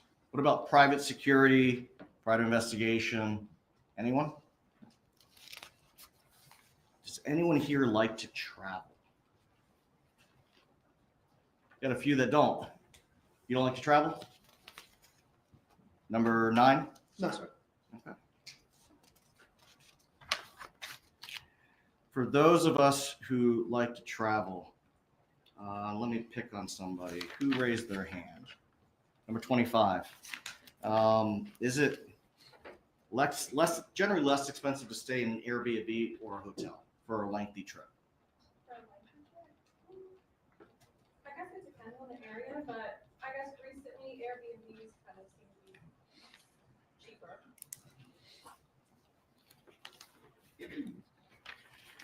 Now, there were a few people, and I didn't see the hands that have been involved in a divorce. Actually, number 11, you've been divorced? Divorced? Yes. Yes, sir. Okay. Did you have young children at the time? I did. But was it amicable?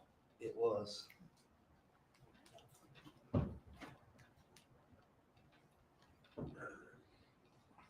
Anyone not have an amicable divorce who's been divorced? Okay. Did you say things about your ex or soon-to-be ex that you didn't really believe? No.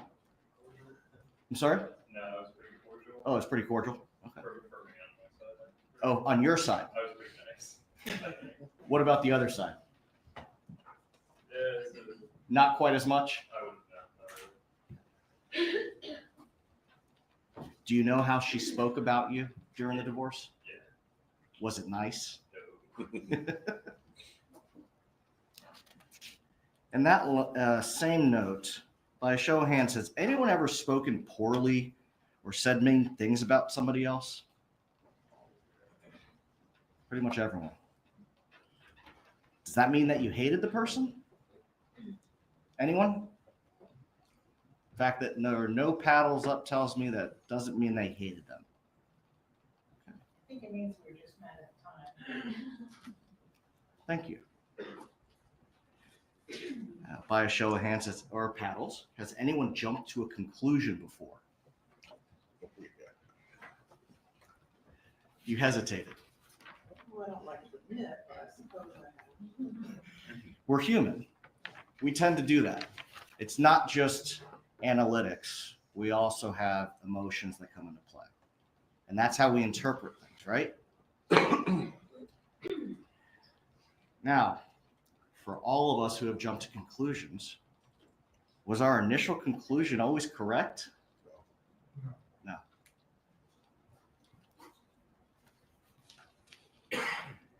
By a show of hands, has anyone had a knee-jerk reaction? Said something in that moment? Pretty much everybody? Okay. Number 7, did you later realize that you misinterpreted what was said? You're human.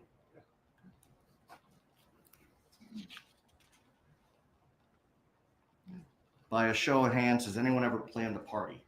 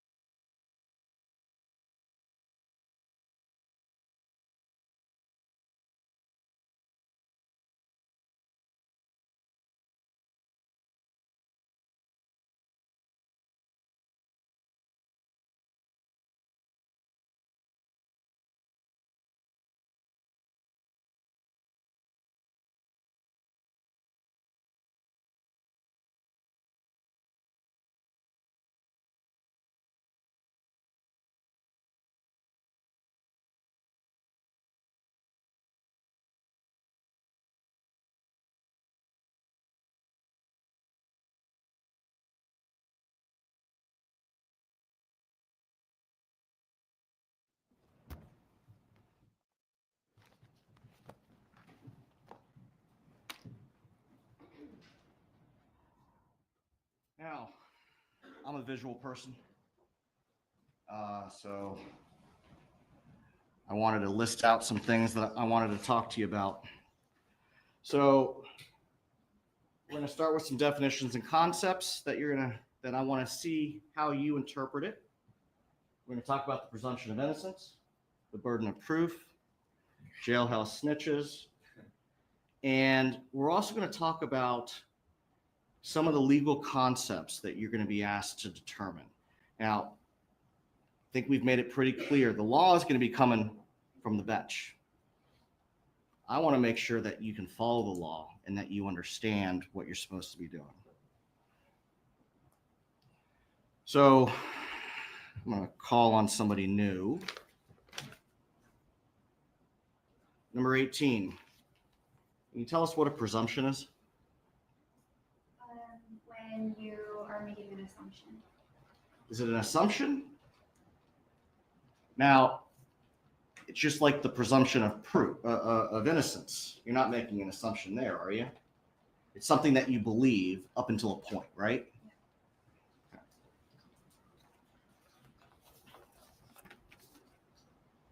Does everyone agree with that? So, for example, you're supposed to presume that Mrs. Adelson is innocent up to the point if the state can prove their case beyond the exclusion of a reasonable doubt. What does that mean? What is beyond a reasonable doubt? We're going to get to that.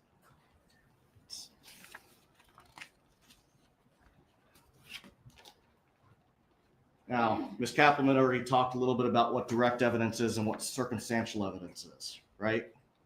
Does anyone feel like we need to go over that again? Number 17? Yeah. Okay. Now, something else that came up. The state indicated a moment ago that evidence comes from the state, indicated their table.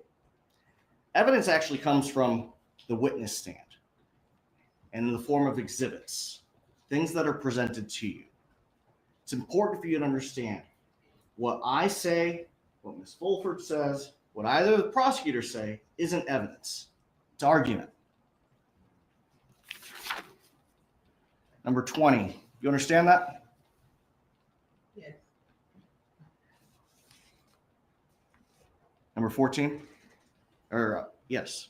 You understand that? Yes, sir.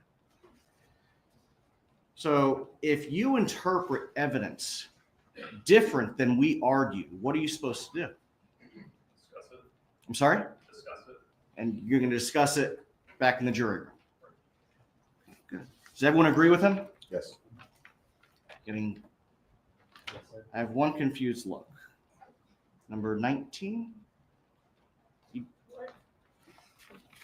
So if you interpret something different than what the state or defense argue it to be, what are you supposed to do? Discuss it, like you said. We agree with it. How do you determine whether or not the state's right or the defense is right? I don't know. You don't know? No. Can anyone offer any suggestions? Yes. Asked to review the testimony. What else? Reviewing it. I'm sorry. Evidence. Okay, so look at the evidence again. To that point also, the court will give you specific instructions on how to weigh the evidence when we reach that point. You may continue. Thank you. Now, presumption of innocence, we touched on it briefly. It's important. You must presume or believe the defendant is innocent. As we sit here today, you've heard no evidence. Mrs. Adelson is innocent.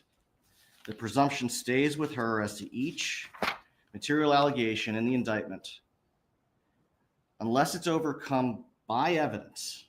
So by things that you're going to get up there, beyond and the exclusion of every reasonable doubt. Does everyone agree with that legal concept? Shaking the heads, yes, thank you.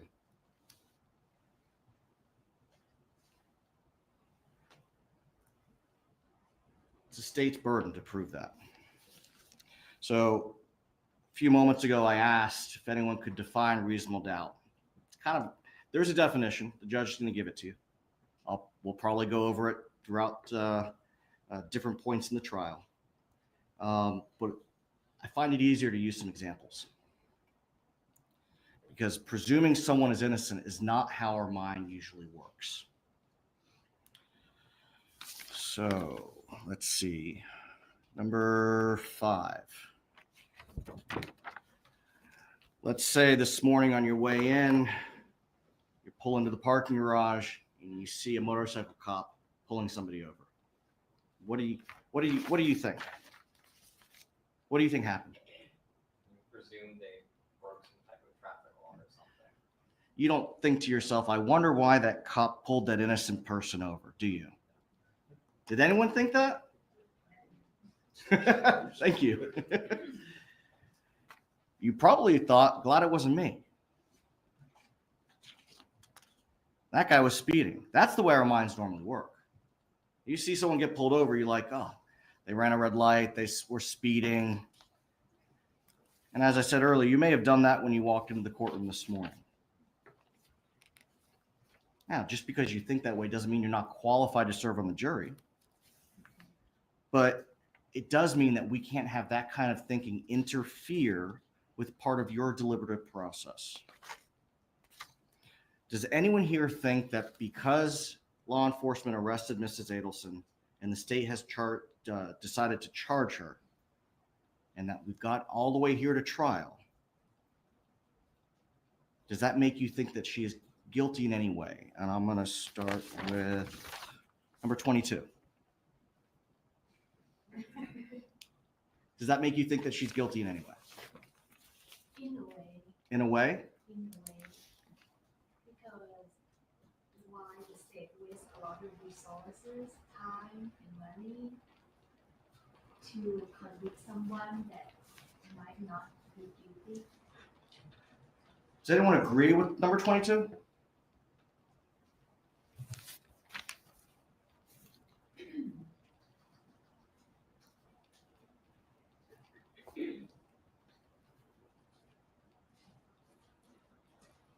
Anyone else? To an extent. I'm sorry? To an extent. To an extent? What do you mean? It wouldn't, in my mind, make sense for the state to spend, I'm assuming at this point, maybe 10, 11 years going after a person that they didn't believe was guilty, or that they had no reason to go after a person for that long. Thank you for your honesty. Does anyone else agree with that perspective? I don't think that it necessarily makes her guilty verdict, but I do think that to make it to trial at this point, there has to, at some point in our legal system, been enough substantial evidence or witness testimony or things that they found for it to be got to this point and not run out along the way. It's like, hey, there's not enough here. So there's something, but the burden of that again is on the jury to figure that out. So with that in mind, is that belief that you have, is that something that you're going to carry into the jury room? I think it's a belief that I carry into the jury room that we have to listen to that evidence and decide if it's credible or not. That's why you have a jury. But I guess it was a poorly worded question. The fact that you believe that it's gotten this far, does that gives you some idea that Mrs. Adelson is guilty? Not that necessarily, like I said, not that she's guilty verdict, but that there's credibility to some evidence that potentially may point that way, which is why we're sitting here today. Okay. I wouldn't just assume that it's just all farce.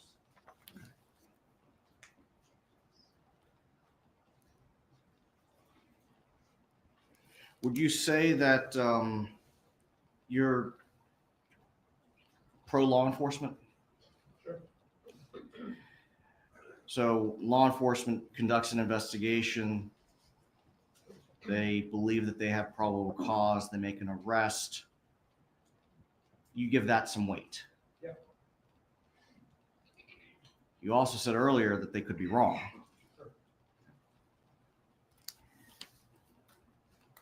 How do we determine if they're wrong? By what we're doing right now. And just to be clear, the defense doesn't have to prove anything to you. Does anyone think that it's not fair that the state has the burden to prove beyond a reasonable doubt with evidence and testimony that the defense doesn't have to do anything?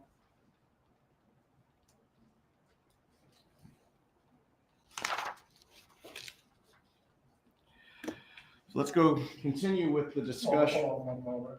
Juror 26 have their paddle up. I was just gonna say that, somebody accused me of something, I'd want to speak up and say whether I did it or not, because I want to defend myself. And I want that opportunity to say, yes, I did it, or no, I didn't. And that's fair.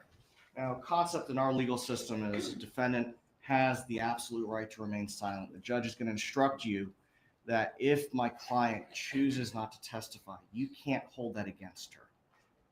Can you follow that instruction? No, it's, oh, yes, definitely, yeah, just personally, I think that, there should be some kind of response, but you're obviously responsible for this. Certainly. And I think that's human nature, that if someone says, well, you did this, we want to speak up and defend ourselves. But in a courtroom in this country, defendant doesn't have to do that. I think there's a time and place to speak up about things.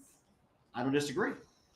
Are you going to hold it against Mrs. Adelson if she doesn't testify? Absolutely not. Would anyone here hold it against Mrs. Adelson if she chooses not to testify? So let's go back to what beyond a reasonable doubt means. I want to give you another example. We've been in here for a while. There are no windows to the outside. So we walk outside when we're done, and the sidewalk and the road is wet. Is it reasonable to think that a fire truck drove down the road and sprayed everything to get it wet? Anyone thinks that's reasonable? No. That's not reasonable. In that context, can somebody volunteer what would be reasonable? It rained. Wait, we're in Florida. Does that happen? Every day. So we're defining what is reasonable. Does reasonable mean likely to happen? Is that what the judge is going to instruct you? Number 2. So would you disagree with the statement that proof beyond a reasonable doubt means most likely to happen? No, it's not most likely to happen. There's rarely like a case where it has every single aspect of evidence to it to fully convict someone. I've been using these examples for a long time, and I think this is the first time that I haven't had to come back and say no, because most people would agree with likely. Standard is not most likely. It's not probably. It's not most convincing. So there are different levels of proof. And I think that you heard either the judge or Ms. Kappelman at some point talk about this. So at the bottom of the scale is reasonable suspicion. That's what's typically enough for an arrest. Or, I'm sorry, enough for an officer to stop someone, pat them down. Probable cause is what's necessary to get a warrant. Okay, so now where on that scale we are, who knows? But that's enough to get a warrant, enough to arrest somebody. You got preponderance of the evidence, which is a civil standard. It's more likely than not. And you have clear and convincing evidence. That is what's required for the state to take your children from you. And at the top of that scale, beyond and to the exclusion of every reasonable doubt. That's the standard. So when you think about the state's burden of proof, how do you think about that from an operational standpoint? What is the state required to do? So let's go back to the chart. Who have I not called on? Number 8.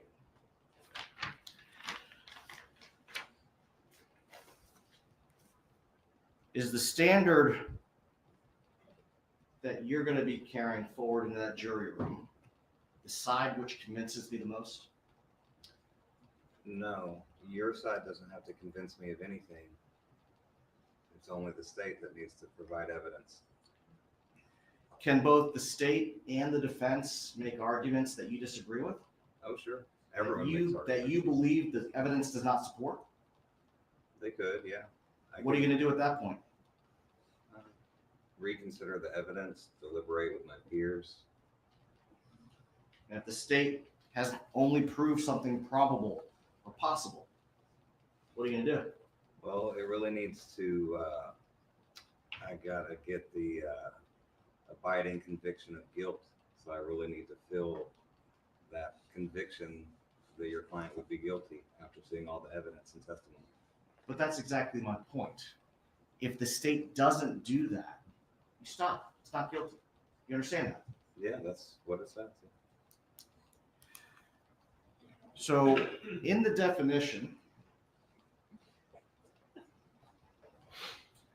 one of the words that you're going to see in there is exclusion. The state has to exclude every reasonable doubt. They have to eliminate it. Does anyone here at all, start on the first row, believe that they're going to have a hard time holding the state to their burden? They have to exclude every reasonable doubt. Anyone on the first row? Second row. So when you say that, you mean that the state has to discount every other possible, like exclude to the exclusion of a reasonable doubt? Like prove to me that it's not possible? No. Don't use the word possible. Okay. So if in argument, the defense were to say, give alternatives or a different explanation, and you believe that to be a reasonable doubt, if the state doesn't exclude that, then what is your response going to be? Okay. Does that make sense? Gotcha. Thank you. Does everyone understand that?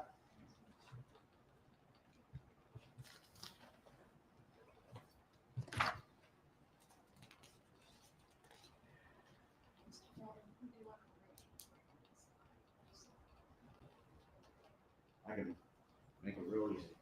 Before you go to the next. No, I can go past it. Yeah.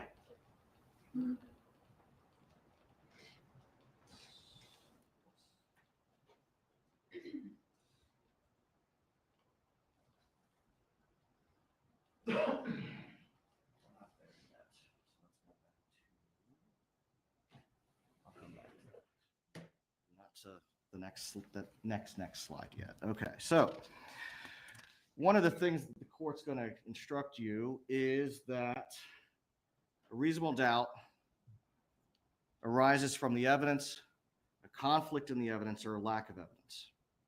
So this is another place where I like to use a hypothetical. And for this one, we're going to adopt the bank robbery hypothetical that Ms. Kappelman was talking about earlier. So the hypothetical is someone goes in and robs a bank. Witnesses identify the defendant. There's obviously surveillance video showing somebody that is consistent with the defendant's features. So Please approach.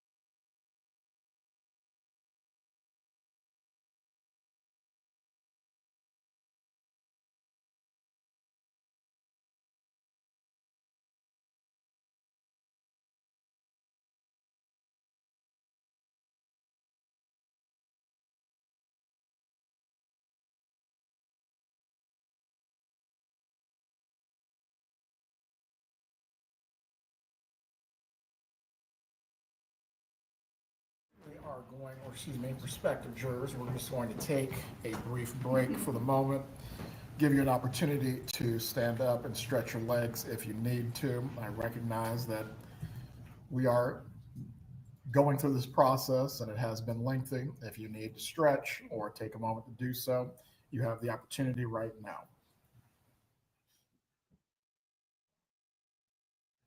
5 minutes. Be quick.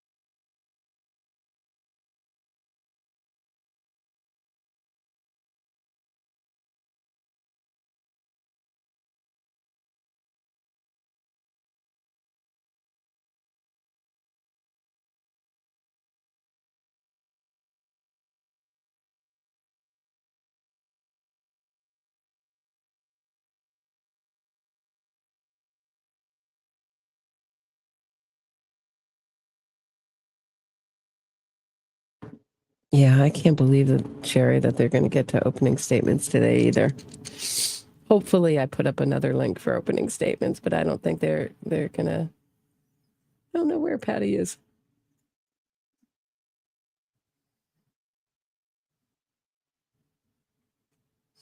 Harvey's there. I wonder if the Markel family is coming to this trial.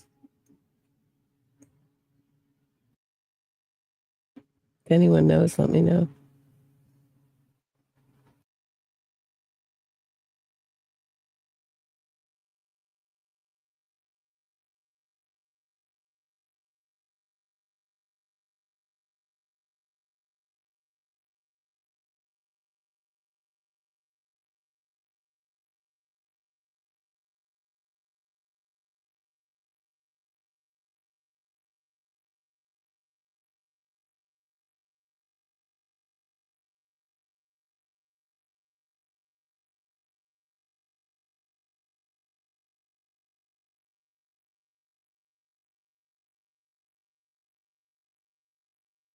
Oh, the Markels arrived this afternoon.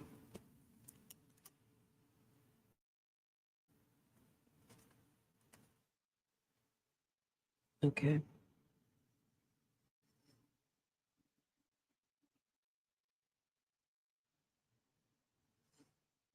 Yeah, I wasn't impressed by Zellman either. He seemed to be imitating Georgia Kappelman, but I don't know what he does normally.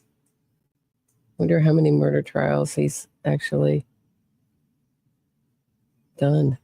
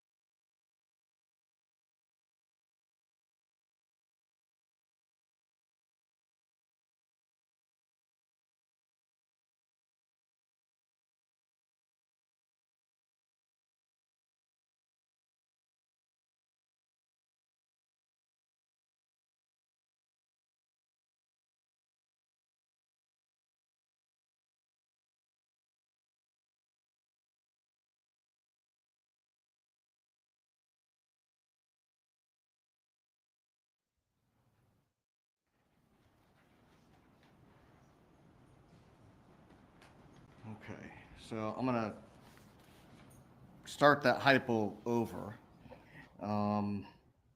So reasonable doubt can arise from the evidence, a conflict in the evidence, or a lack of evidence. And so that hypothetical, the bank robbery, someone goes in, witnesses identify the defendant from the stand, video evidence shows the defendant on the surveillance. Closing argument, the defense attorney gets up and argues that the state didn't put on any evidence to show that it wasn't the defendant's twin brother. How do you know it wasn't his twin? What kind of doubt would that be? Let's go to number 20. What kind of doubt would that be? Does anyone agree with her? Number 23, you grimaced. Oh, I'm sorry. Keep confusing these two. The chart's different. Number 11. Yeah, that's a tough one. I don't know. That's speculative. There's been no evidence the defendant has a twin.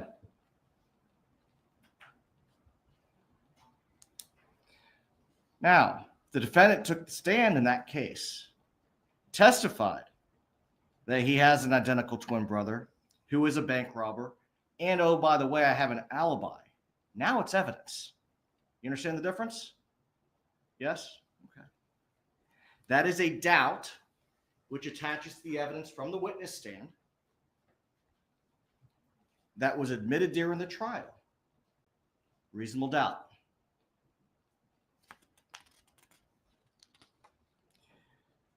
Now, what would the state have to do about that reasonable doubt in order to convict that defendant? They'd have to exclude that doubt, which attaches to the evidence. His fingerprints versus his brother's? We're going to get there. Thank you. So let's go back to that hypothetical.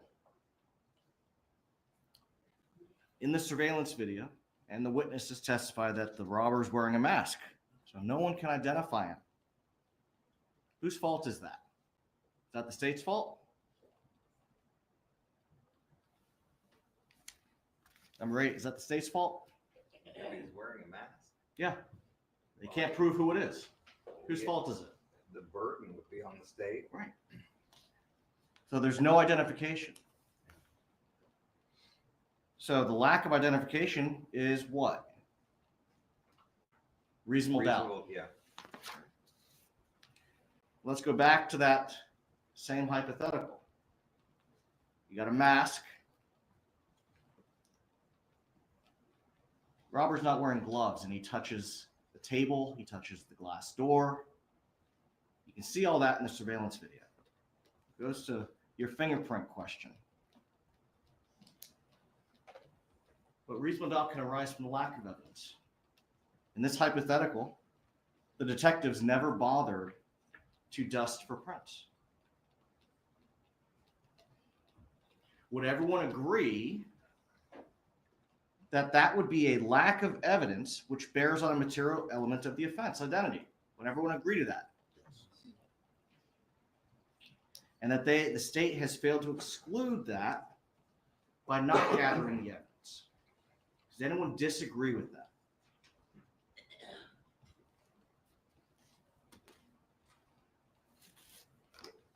Now, go back to the same hypothetical. Surveillance video shows that the robber's on his phone.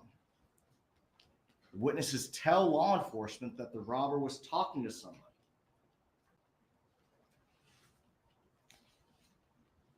Law enforcement later seizes that robber's phone, but they never search it to determine if there was a text or call made.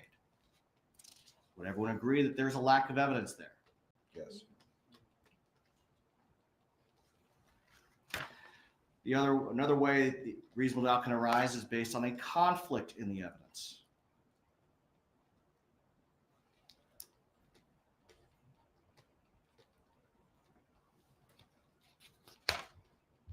In the hypothetical that I just gave you, can someone identify any potential conflicts? Can you? Not off the top of my head. What if they were to dust the table or glass for fingerprints, but it's not conclusive?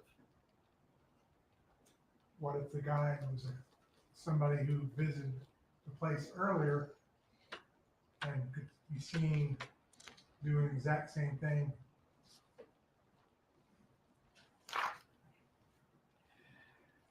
Now the state, well, before we move on, does everyone agree that witnesses that are going to come and take the stand are not perfect, they're not actors? Does anyone expect to see what you would see if you watch a TV program or a movie?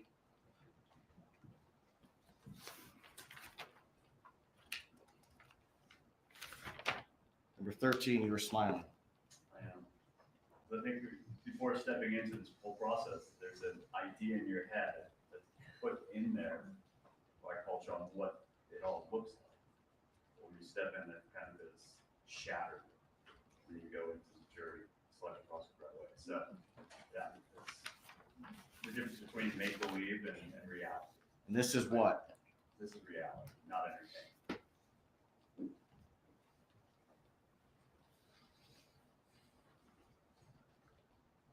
Judge is going to instruct you on how to weigh the credibility of witnesses.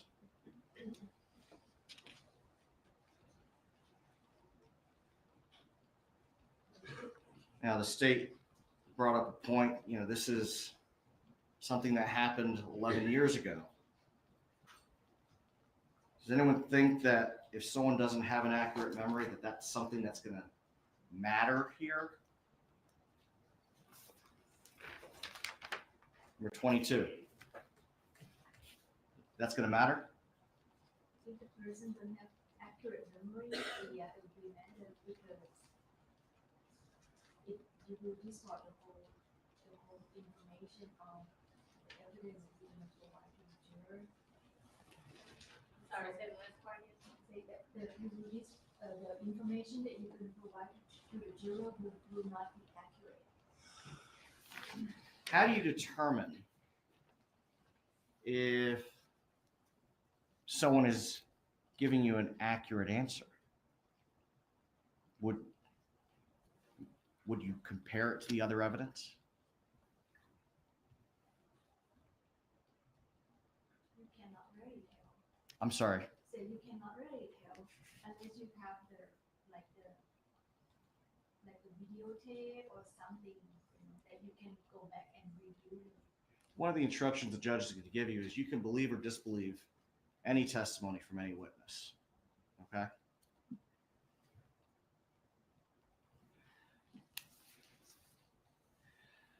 Ms. Kappelman talked a little bit about co-defendants. I'm going to talk about something else.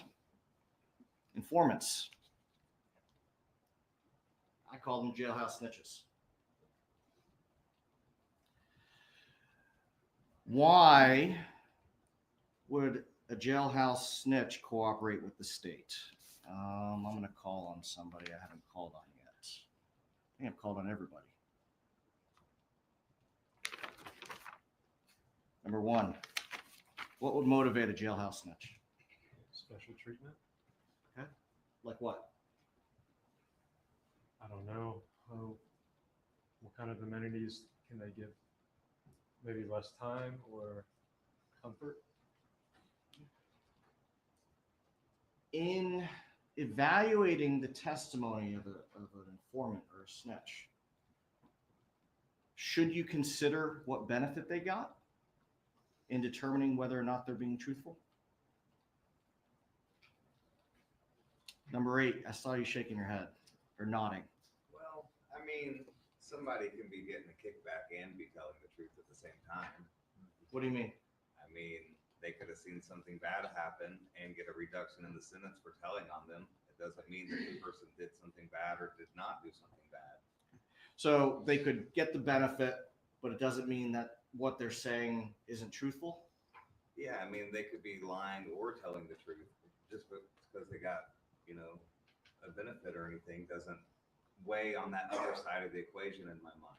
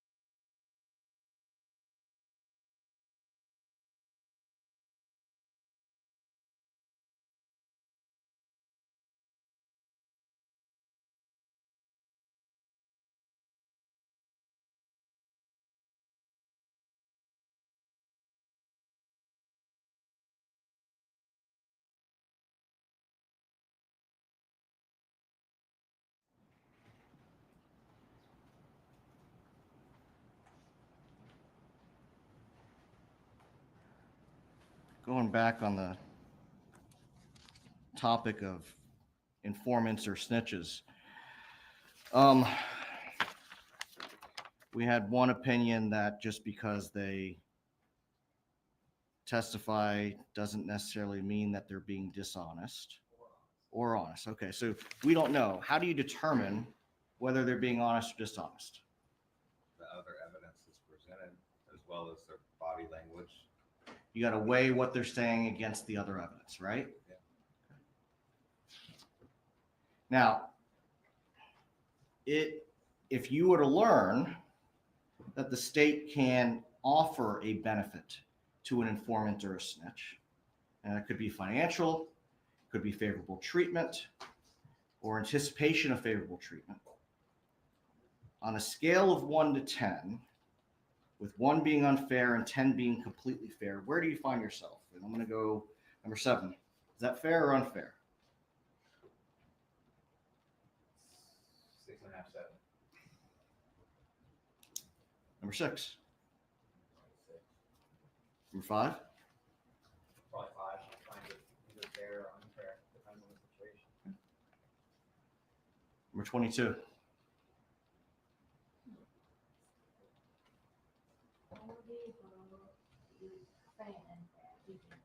It'd be balanced. Yeah. Number 4. Yes. Number 24. 5.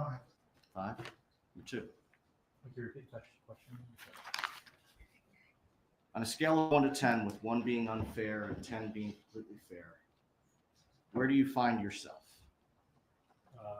If you were to learn that the state compensated or gave a benefit to an informant. That would be fair. Okay. Number 1. Scale of 1 to 10? Yes. 6. Number 8. Initially, I feel like it's unfair, but when you think about it, no one does anything for free, and there's going to be a lot of risk to, coming out against a lot of folks that also could be in jail. So it's a balance? Yeah, it's a risk versus reward, and I think the higher the reward, the more of a risk someone is willing to take for that reward. Does everyone agree with that? Oh, yeah. Getting a lot of head nods. Okay. Number 9. I'd say it's about equal. 5. 23. I agree with mostly what he said. If it's Are you referring to number 8, sir? yes, yes. Go ahead. Number 11. Number 5. Number 12. I'm gonna have to say 4. Number 13. I think I'm in the 4 or 5 range. Number 14. I think another 7 is fair. I'm sorry? Another 7 is fair. Okay. Number 25. I'd say it's a 4 because the state did have more influence to pressure, whereas the other side would not have the same advantage. Number 20. Can't read my own handwriting. Ma'am? I'm 25. I think you said she was 25. Yeah. Just so you know. Yes. Thank I'm you. About 5. About a 5? Yeah. 20? 19? 5. 18? Is it legal? It's legal. Then it's fair. Number 17? Go with 7 as well. 16? It'd be hard for me to say, just that general circumstance really depends case by case. Just a moment.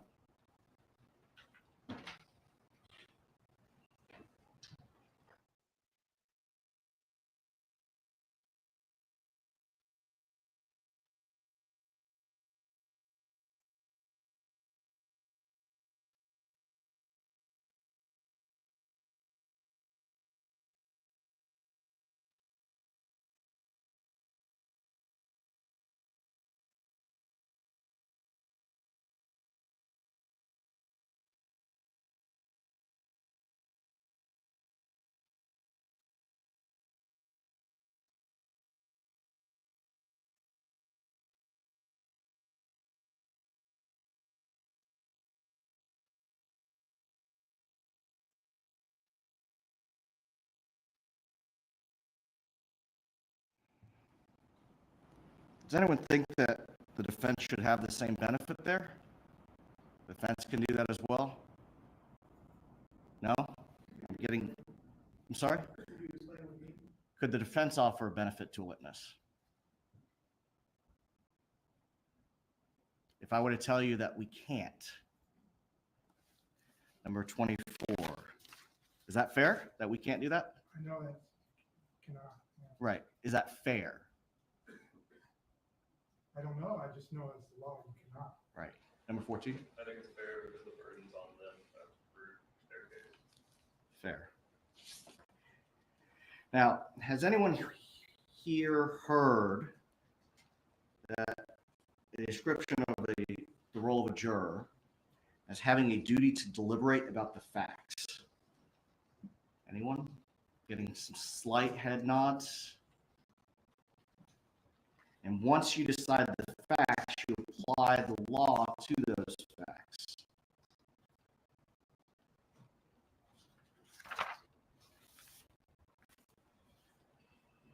What does deliberate mean? Let's see. Number 19, what does deliberate mean? Discuss the facts of the case with the villagers. You trailed off at the end, I'm sorry. To discuss the case with the villagers in the jury room. Does everyone agree with that? What does it take to deliberate? Do you think carefully? Consult with each other? Getting some head nods?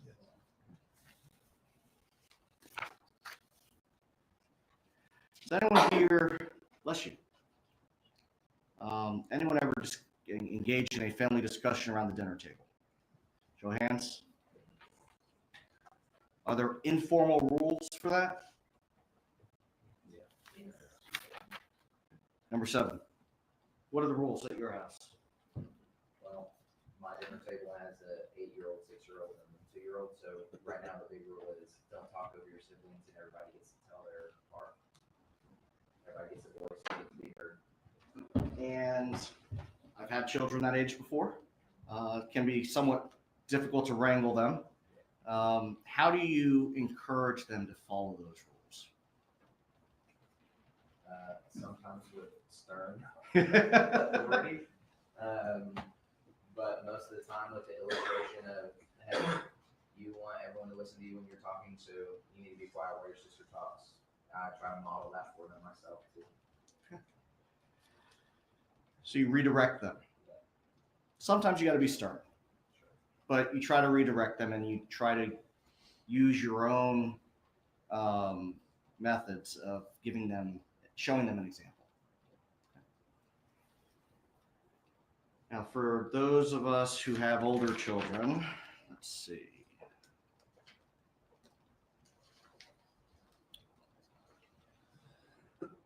Number 11. I know what it's like to have 4 children.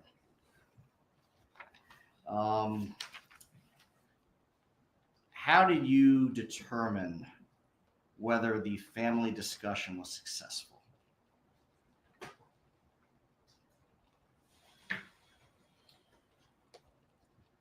Well, I guess if we were all still speaking to each other and after the discussion took place was a success in my house. I can relate. Now, would it be accurate to say that the end result, the conclusion that is reached, coincided with your initial conclusion? Not necessarily. Now, if you felt strongly that your way was the right way, would you be capable of standing up to them and saying, I believe this, I hear you, I respect you, but I disagree? Absolutely. And that's exactly how it was in my household. You have the right to your opinion as well. And let's all try to understand each other and respect each other in that regard. So in other words, can you accept that sometimes we just don't reach an agreement? Absolutely. Now, number 6. think you touched on this a little bit earlier, but if you are engaged in that conversation and you disagree with everybody else's conclusion, but it's 6 o'clock on a Friday and you're hungry, are you going to change your opinion so you could go get something to eat? I don't think so. Does everyone remember why that statement causes me concern? Are you going to change your opinion? Anyone here willing to change their opinion if they believe that their interpretation is correct? Anyone? Getting crickets. I'll change my opinion if the evidence suits it. My opinion's not set in stone or anything. Well, let's back up a little bit. If you believe strongly after having this discussion that you're right, are you going to change your opinion so that everybody can go home?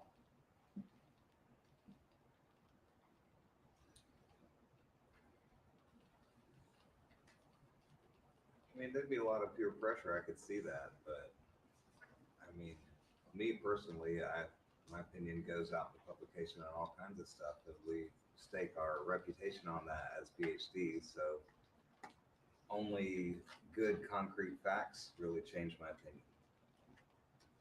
So short answer would be no, you wouldn't change your opinion. No. Would anyone change their opinion so that they could go home? I'm getting shake. Okay, great.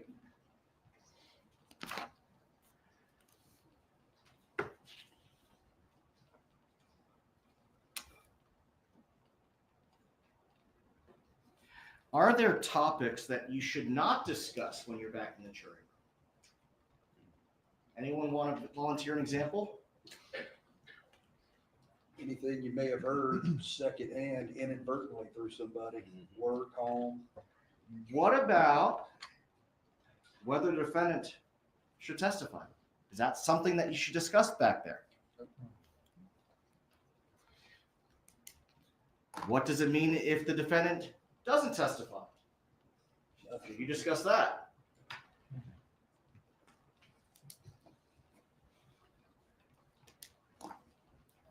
Number 7, should you discuss that the prosecutor decided to charge Mrs. Adelson?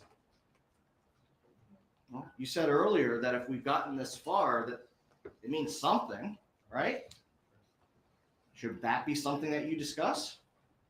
No, I just think that's something that gets us to the trial. The only thing we're discussing is what happens in the trial.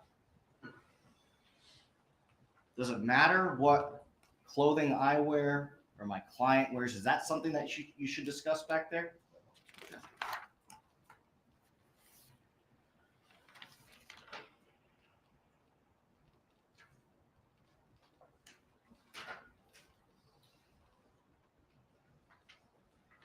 Trying to find somebody to pick on for this. Number 13. Can you give me a definition of something that's, an example of circular reasoning? It's an argument that plays back upon itself. So the argument is used as the evidence or proof that the argument is true. I'm going to give you an example too. I like that. I don't think everyone's going to agree with me on this, but good guys don't make mistakes. Law enforcement officers are good guys or gals.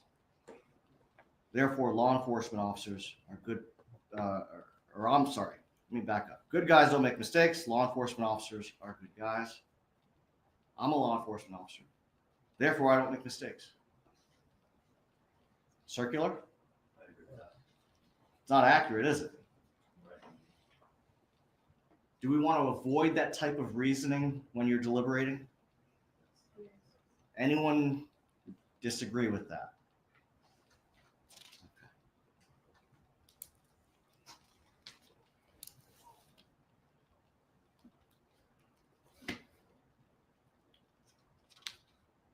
Does Does anyone think that law enforcement officer who testifies should be believed over somebody who's not a law enforcement officer? No. Anyone? Number 17? No. No? No.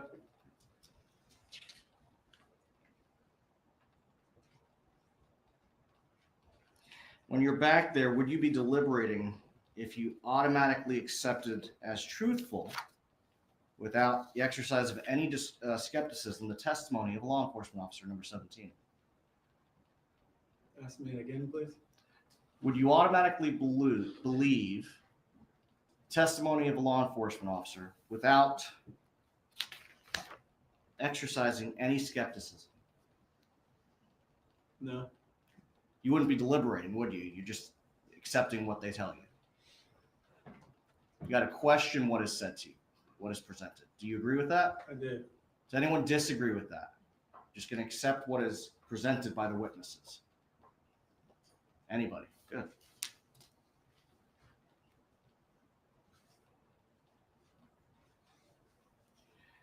Now, I'm going to go back to you, number 8. When you're deliberating, you have concluded your conversations. You believe that you're right. You said that you're capable of standing your ground, right? Yes, sir. Okay. Now, what about the reverse? You go back there, you believe steadfast in your position, but then somebody else adds something that you hadn't considered. Are you going to then consider that as part of your deliberative process? Yeah, that's the whole goal.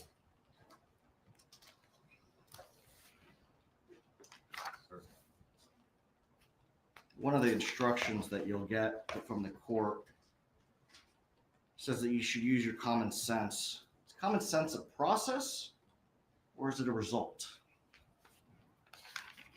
Let's see, who do I want to use for this one? Number 2. Well, I say it's a process.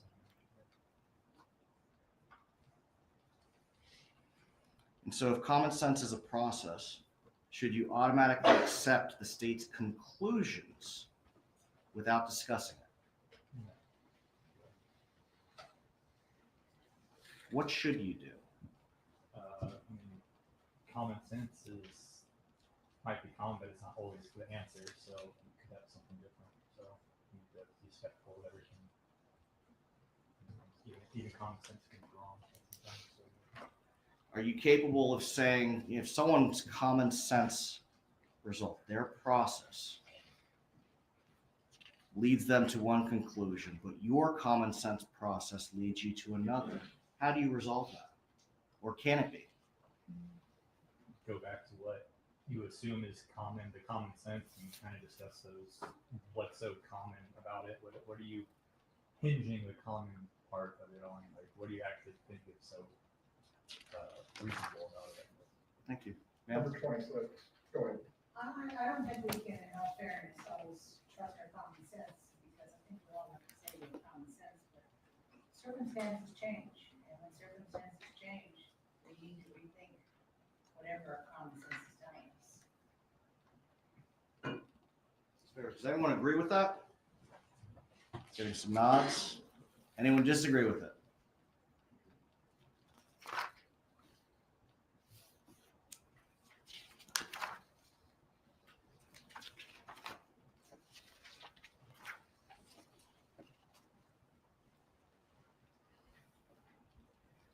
Now,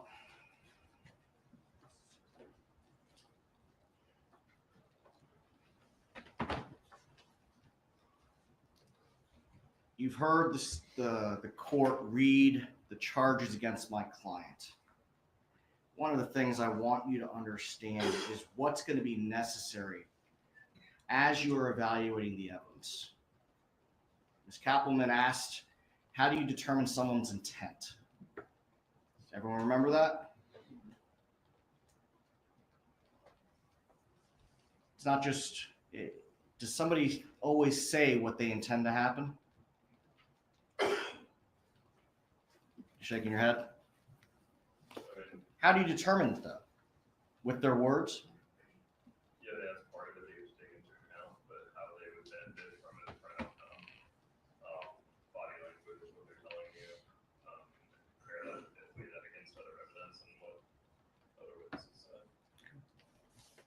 Now, what's clear is throughout the case, everyone understand that you don't reach a conclusion until you don't start deliberating until after all the evidence. Okay, so when you get to that point, all the evidence has been presented. At that point in time, you guys then have the opportunity to go back and discuss what the evidence means. Does everyone understand that? Shaking the heads, yes. Now, if the state establishes that there's a premeditated killing of Daniel Markel and that Daniel Markel is dead, does that mean that it was done by the criminal act of my client? You need to be able to separate my client from the other individuals. Does everyone understand that?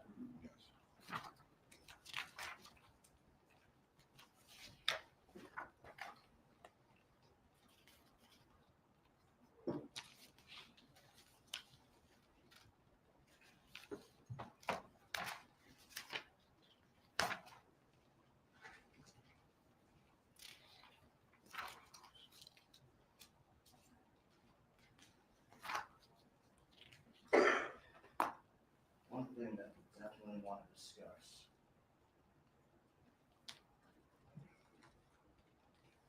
Principle. Ms. Kappelman discussed it earlier. The important thing to take from this is the state's going to have to establish Mrs. Adelson had the conscious intent for Daniel Markel to be killed. How do you determine if someone has that? Number 5, how do you determine if that happens? How do you determine if the state can prove that? There have to be some sort of evidence, like witness testimony, writing, something along those lines, that there's premeditation, some sort of plan.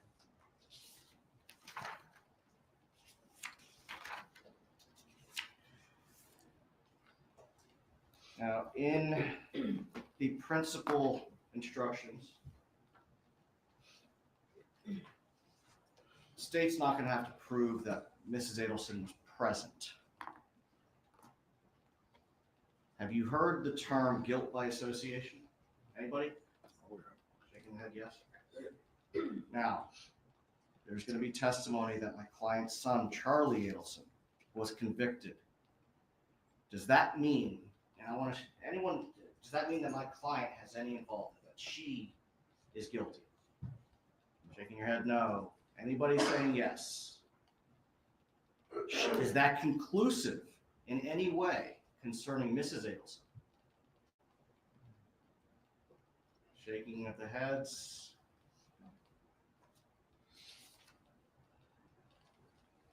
Let's see. Number 7, is that a factor that you're going to consider when you're evaluating the evidence? Can you ask it again? Sure. The fact that my client's son, Charlie Adelson, has been convicted of these charges, is that something that you're going to consider when determining whether or not my client is guilty? Sitting here right now, no, but if the state uses some sort of, I mean, it would just be determined on if the state has a connection or if they present some evidence, that would have to be considered. Is it conclusive? No.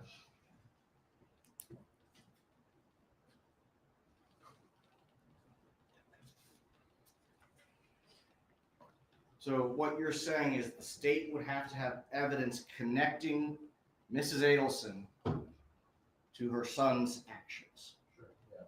Just can't do They it would on it. have to have evidence beyond a reasonable doubt. Does everyone agree with that? Yes. Anyone disagree? Just because he's been convicted doesn't mean that my client is guilty. Correct.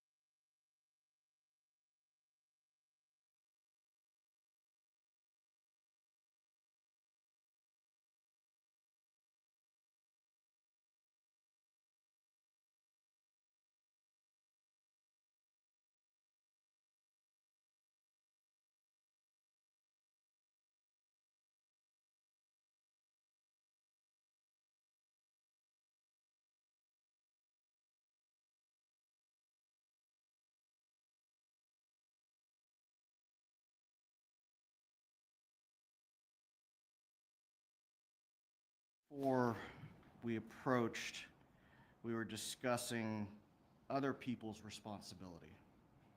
There's only one person that's going to be on trial here. Does everyone understand and agree that your feelings about anybody else and whether or not they have any responsibility have nothing to do with Mrs. Adelson's responsibility? Everyone can separate that. Focus your conversations only on Mrs. Adelson. Does everyone agree?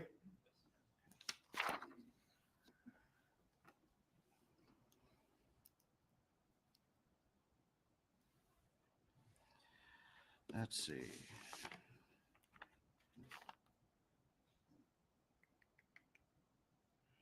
Looking for somebody with older children. Number 11, I'm going to pick on you again. Kids ever lie to you when they were growing up? Say it again. Absolutely. How did you determine if they were lying? I had pretty good kids, so normally they felt guilty enough to come tell me they lied to me, but typically as a parent, it's fairly easy to pick up on when your kid lies to you for the most part. The older they got, the more difficult that was, but. So your children are adults now. Correct. They ever lie to you as adults? Oh, I'm sure they do. Have you caught them yet? A few times.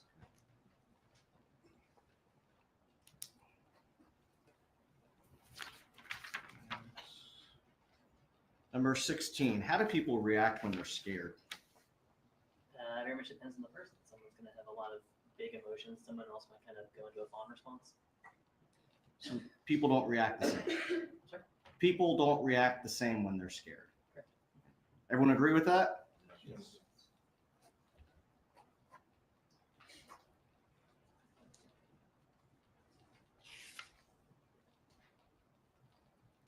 You know, I grew up in Miami, and I had a friend whose family was featured on a reality TV show after Hurricane Andrew.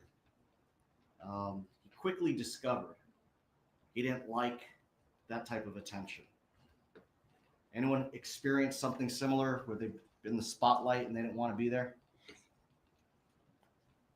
Number 16, you're shaking your head yes. You've been in the spotlight before, you didn't want to be there? Something like was on local news as a kid, didn't like that. I'm sorry, I couldn't. Yes, a little bit. Like when I was a child, I was on local news and got very shy during that. Okay. You wanted to get away, right?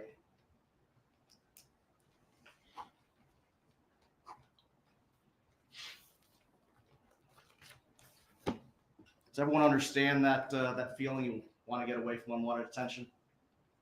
Yes?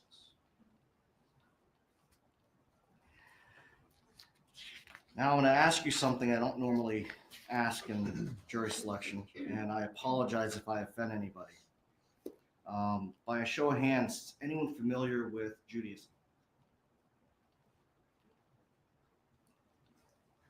Thank you.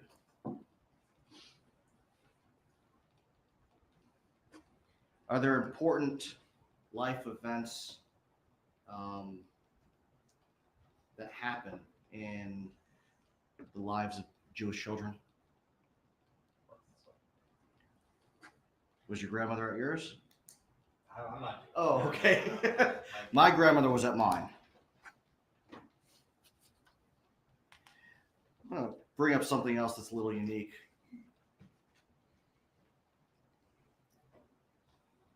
And who was familiar with Judaism? Okay.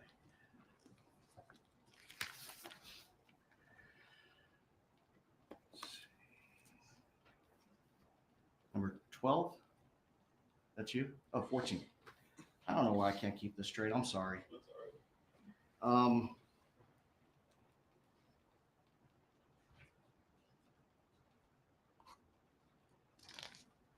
Actually, I'm going to skip that. Let's see.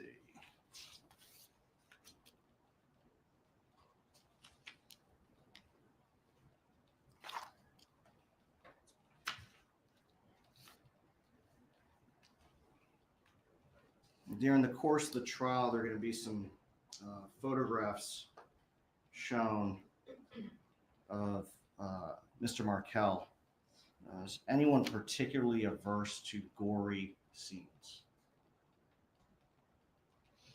Nobody? Number 9? Can you talk to us about that? I get fairly squeamish about that kind of stuff. I'm not passing out the sight of blood, but other stuff that are more gruesome is just a bit unsettling. Is that something that you wouldn't be able to review that evidence? I should be able to review that evidence. Should be? Yes, Or sir. will be? Will be able to.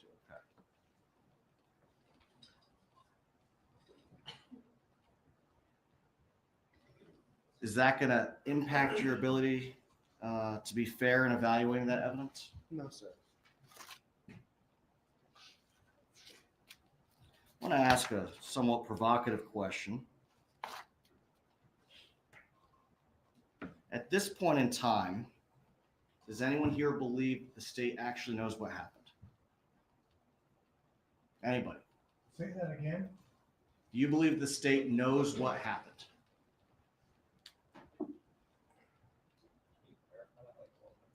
Sure.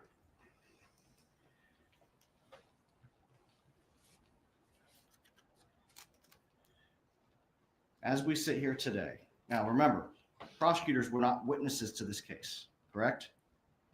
They are going to present arguments to you, correct? So as we sit here, do you believe that they know what happened? Or do they believe what happened? You understand the distinction? Does everyone understand that? Yes. Okay.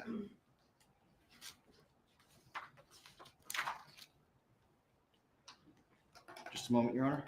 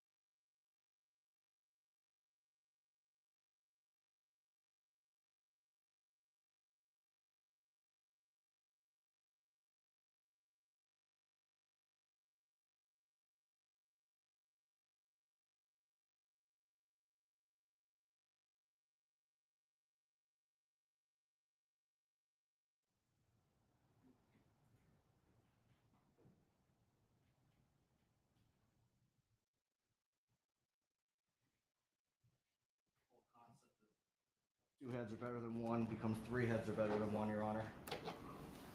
And nothing further. Kappelman, do you need to make any inquiry of juror 26?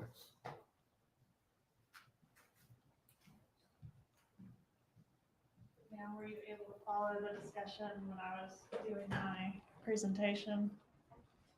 As far as we talked about principal theory, I gave my circumstantial evidence demonstration with the cheesy donut example. Anything that you felt like as you were sitting out there listening, oh, I would definitely interject at that point? Or has your mind been numbed so much at this point you can't harken back that far? I was listening to everything you were saying. one thing I would have interjected at the moment, I was thinking, I want to say this, but I don't want to say, I couldn't say it, but, you know, I would always consider a person's character. Then as to whether I believe them or not. So in the context of, oh, you're going to hear from some witnesses who've been convicted of felonies, who live a different lifestyle from you, that kind of thing, is that the discussion where you were having that thought? I try to be open-minded, and I think there are all kinds of people, not everyone, so I don't want to prejudge a person because I don't know what the circumstances are. That's why I try to ponder the evidence and decide from that point.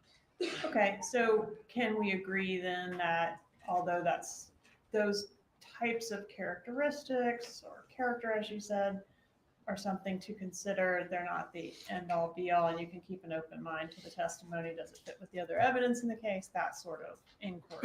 Definitely, I think considering everything is. Okay. As opposed to being the type of person that, oh, I hear they're a felon, I'm done, I can't hear anything they have to say. I think that's a very negative thing to think about. Anything else during my time up here where you were bursting at the seams to share something with me? Okay, thank you, nothing further. The parties at this point can join me in the jury room along with the court reporter. For everyone else that is going to remain in the courtroom at this time, I'm going to instruct you once again, do not discuss the case with each other or anyone else. If you do need to stretch your legs or use the restroom, you may do so, but you do need to return to this courtroom. We're in courtroom 3G. No one is to take a tour of the courthouse by themselves. Please come back to courtroom 3G as soon as you finish with the bathroom, using your phone or stretching your legs if you need to. If the parties can please join me in the jury room.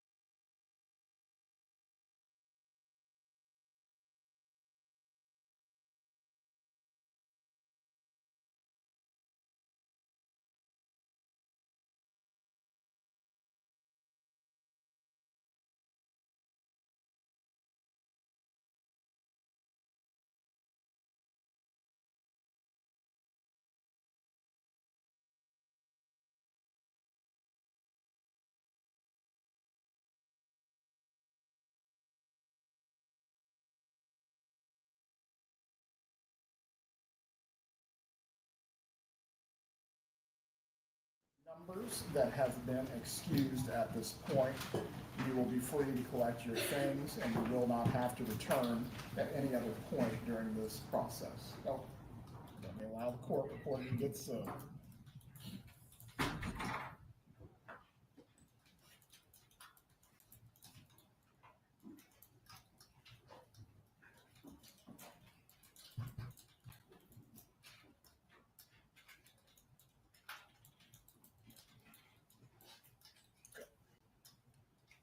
Madam Court Reporter, sorry to get ahead of you.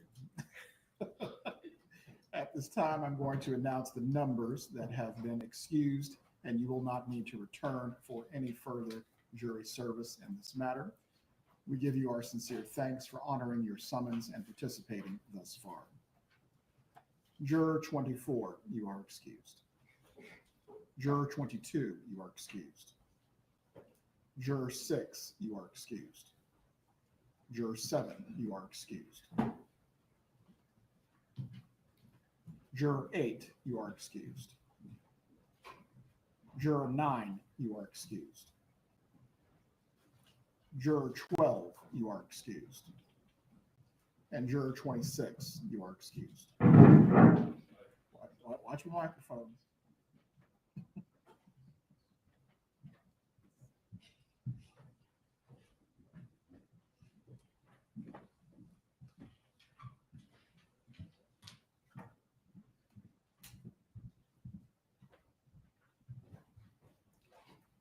Juror 19, you are excused. And Juror 16, you are excused.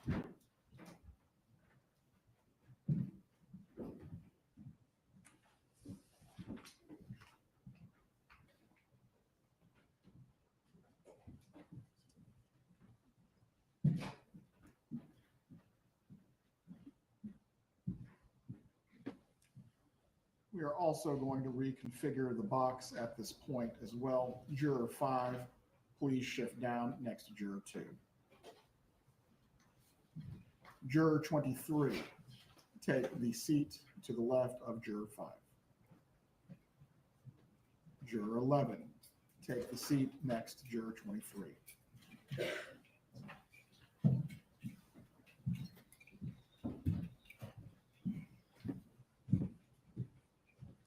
Juror 13, please come down to the first row and sit next to Juror 11. Juror 14, please take the last seat on the first row.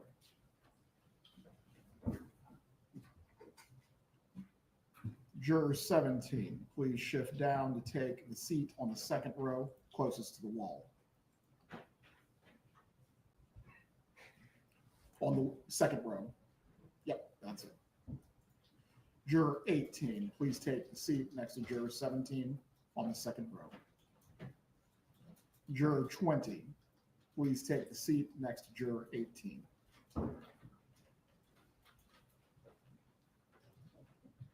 Juror 25, please take the seat next to Juror 20.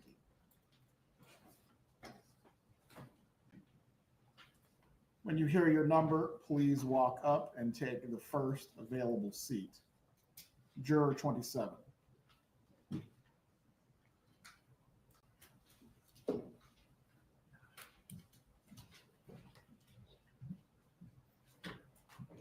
Juror 28.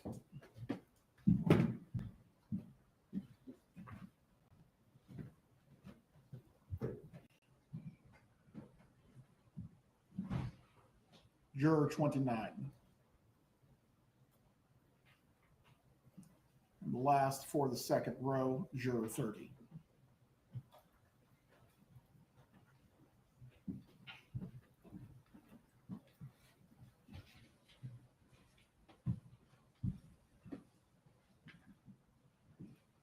The seat closest to the wall on the third row, Juror 31.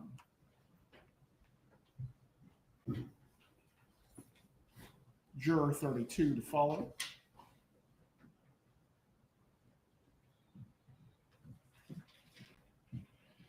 Juror 33 after that.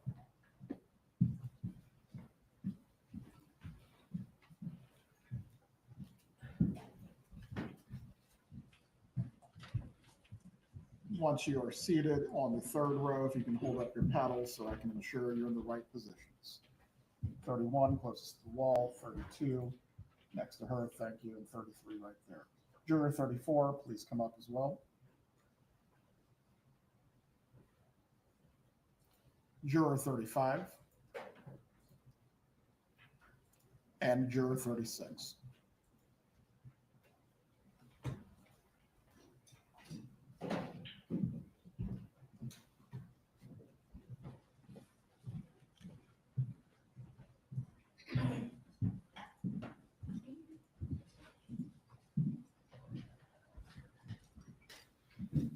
It will be another few minutes before we resume. If anyone needs to use the restroom, please do so at this time or stretch your legs.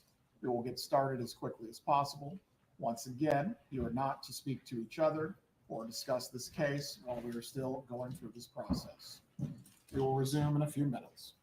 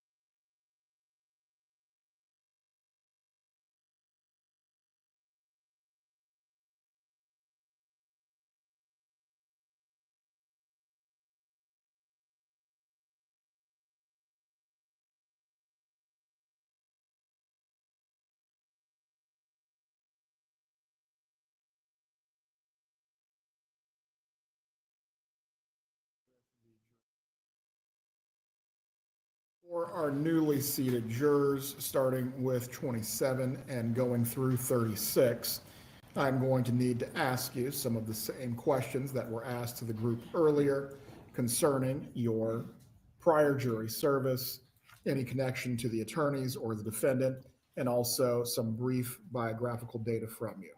Once we've accomplished this, the attorneys will each have an opportunity to speak with you as well. I am not going to reread the law to you concerning the presumption of innocence, the right to remain silent, and the burden of proof. The law is fixed. Nothing has changed with it. Does anyone have any questions concerning the law that was previously read for jurors 27 through 36? Please raise your paddles if you have a question as to what the court read. Very well. I'm now going to ask 27 through 36 as a group, have any of you previously served on a jury? Please raise your paddles if you have. Juror 28, please tell us where and when you previously served on a jury. Do you recall if it was a criminal or civil proceeding? Do you recall the charge or the type of case? Without telling us the verdict, did the jury reach a verdict? Yes. Were you the foreperson of that jury? No. Did anyone else have their paddle raised for having previously served as a juror? No other paddles are being raised in response. As to the attorneys on this matter, are any of you, and I'm referring to jurors 27 through 36, related by blood or marriage to any of the attorneys, or do you know any of the attorneys that were previously introduced this morning? No, sir. Right, no response has been given in the affirmative. Concerning the defendant, are any of you 27 through 36 related by blood or marriage to the defendant, or do you know the defendant personally? No, sir. Concerning the names of the potential witnesses that were read earlier today. As to 27 through 36, do any of you know the witnesses that were identified by the parties? No, sir. And now I will go through your biographical information. Juror 27, what is your occupation or type of work? Owner and operator of a online marketing agency. Right. You'll never get advertising better than this. Shout out that name. Go ahead, give us the name. E-Vision Media Group. E-Vision Media Group. What is your marital status? Married. What is your spouse's occupation if they work? Physician assistant at Capital Regional. Do you have children? Yes, 2. And what are their ages and do they work? 22 and 12. The 22-year-old does work full-time student at UCF and is working at student housing. And the 12-year-old is just at home? Just that. Yes, sir. How long have you lived in Leon County? 13 years. Do you have any close friends, neighbors, or relatives that work in law enforcement? Close friends, yes. Have you, any close friends or relatives, ever been charged with a crime? Yes. My brother was indicted, a federal indictment on fraud. Have you, any close friends or relatives, ever been a victim of a crime? Yes. My aunt was murdered 17 years ago, and a close friend of mine was also murdered. Thank you. A close friend of mine was also murdered. Juror 28, what is your occupation or type of work? I'm retired, environmental manager. What is your marital status? Widow. Do you have any children? Yes, sir. 26 on Saturday, Sunday. Works for Civic Tech. Right. How long have you lived in Leon County? About 21 years, sir. Any close friends, neighbors, or relatives that work in law enforcement? No, sir. Have you, any close friends or relatives, ever been charged with a crime? No, sir. Have you, any close friends or any relatives, ever been a victim of a crime? No, sir. Thank you. Juror 29, what is your occupation or type of work? Project manager for a civil engineering firm in town. Right. Once again, no better free advertising than what you have right now. DRFD, What is your marital status? married. What is your spouse's occupation if they work? She works with the Department of Health. Do you have children? Yes, 2, 8 and 12. They do not work. Do they owe you money? Probably owe them money, but no. How long have you lived in Leon County? All my life, 40 years. Any close friends, neighbors, or relatives that work in law enforcement? Have you, any close friends or relatives, ever been charged with a crime? Yes, close friend. Have you, any close friends or relatives, ever been a victim of a crime? My wife's uncle was shot and killed probably 10 years ago. Right. Thank you.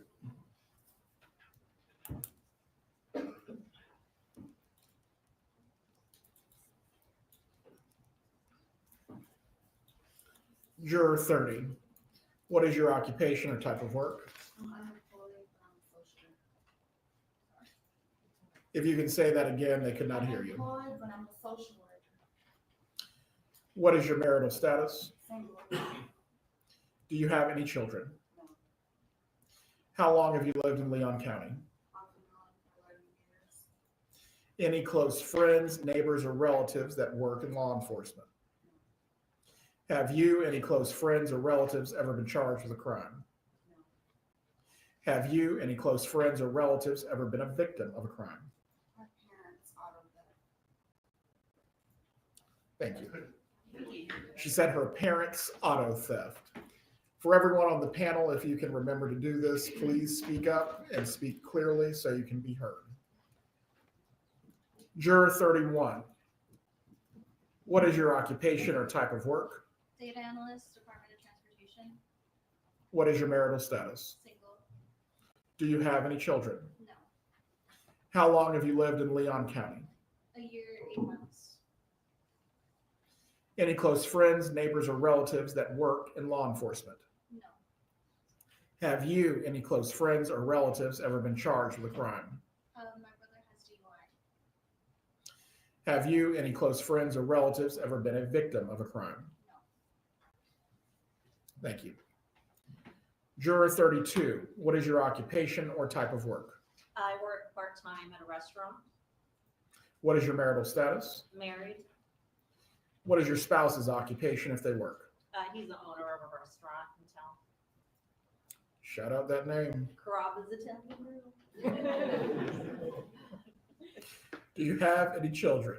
Yes, sir, 2. I have a 17-year-old and an 8-year-old. Right. Does your older child work? He does not. How long have you lived in Leon County? 8 years?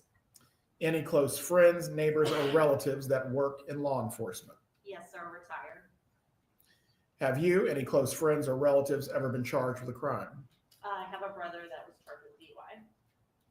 Have you, any close friends or relatives, ever been a victim of a crime? Yes, we had a masked individual try to break into our home earlier this year. Thank you. Juror 33, what is your occupation or type of work? Deliver and install appliances. What is your marital status? Single. Do you have any children? 1, What is your child's age? 9. I assume they don't work. How long have you lived in Leon County? Day I was born. Any close friends, neighbors, or relatives that work in law enforcement? Yes. Have you, any close friends, relatives, ever been charged with a crime? Yes.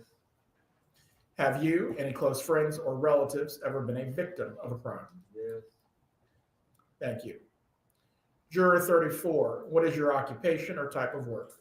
I operate our 2 family-owned businesses for the record reporting and bouncers of Tsllahassee. What is your marital status? Married. What is your spouse's occupation if they work? He is a law enforcement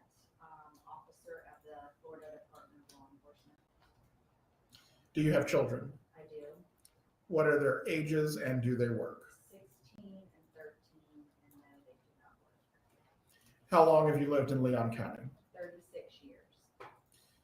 Do you have any close friends, neighbors, or relatives that work in law enforcement? Other than my husband, Have you, any close friends or relatives, ever been charged with a crime? no, sir. Have you, any close friends or relatives, ever been a victim of a crime? No, sir. Thank you. Juror 35, what is your occupation or type of work? Delivery truck driver. Couldn't hear that, Your Honor. Delivery truck driver. What is your marital status? Married. What is your spouse's occupation if they work? Customer service coordinator for a truck company. Do you have children? No. How long have you lived in Leon County? 3 years. Any close friends, neighbors, or relatives that work in law enforcement? No. Have you, any close friends or relatives, ever been charged with a crime? No. Have you, any close friends or relatives, ever been a victim of a crime? No. Thank you. Juror 36, what is your occupation or type of work? Excuse me, I'm a little under the weather. I'm a fiscal specialist for the state of Florida. I actually work for People First. You're not contagious, are you? I hope not. It's Go- just go- on go. this cold air. Go ahead and put that mask on then. But I want to try to hear you. What is your marital status? I'm single. Do you have children? I have one son, the age of 10. And I assume he does not work. No, sir. How long have you lived in Leon County? I would say, I've been in Tsllahassee for the last 17 years. I had went back to Fort Pierce, Florida for a year or two for school, and then I came back. So I've been, Any close friends, neighbors, or relatives that work in law enforcement? no, sir. My step grandfather was a state trooper, but he's retired now. That's the only officer that I'm aware of. Have you, any close friends or relatives, ever been charged with a crime? Not me, thank you God. But yes, I had my dad, my sister, and my brother. This was years ago. I'll say back in 2004 was my dad, and then 2005 and 6, my sister and brother. Have you, any close friends or a relative, ever been a victim of a crime? Not me, a friend has been. And that was basically, she was a minor, and I had to basically be summoned to vouch that someone violated. Judge. I'm If you sorry. can Okay. repeat that, go ahead. So it was I'm just saying, a friend of the family. I was subpoenaed because she was minor, and I witnessed her being abused, and I'll just put it that way. Thank you. You're welcome. Once again, for our newly seated jurors, I am not going to read the jury instructions concerning the burden of proof, presumption of innocence, and the right to remain silent. These concepts are static, they are fixed. The law has not changed on these matters since we've started the process. Is the state ready to inquire? Yes, sir. You may. Thank you.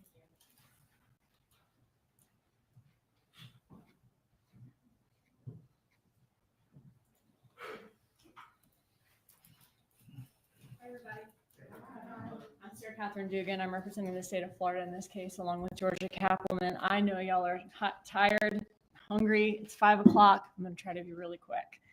I want to go over just a couple of concepts with our new folks to see if y'all have any strong feelings about any of them. But if any of our original folks that are here in the first and second rows, if you have anything that you want to add, change your answers on, an idea that popped into your head, just raise your hand and let me know. All right, so Ms. Kappelman talked about reasonable doubt.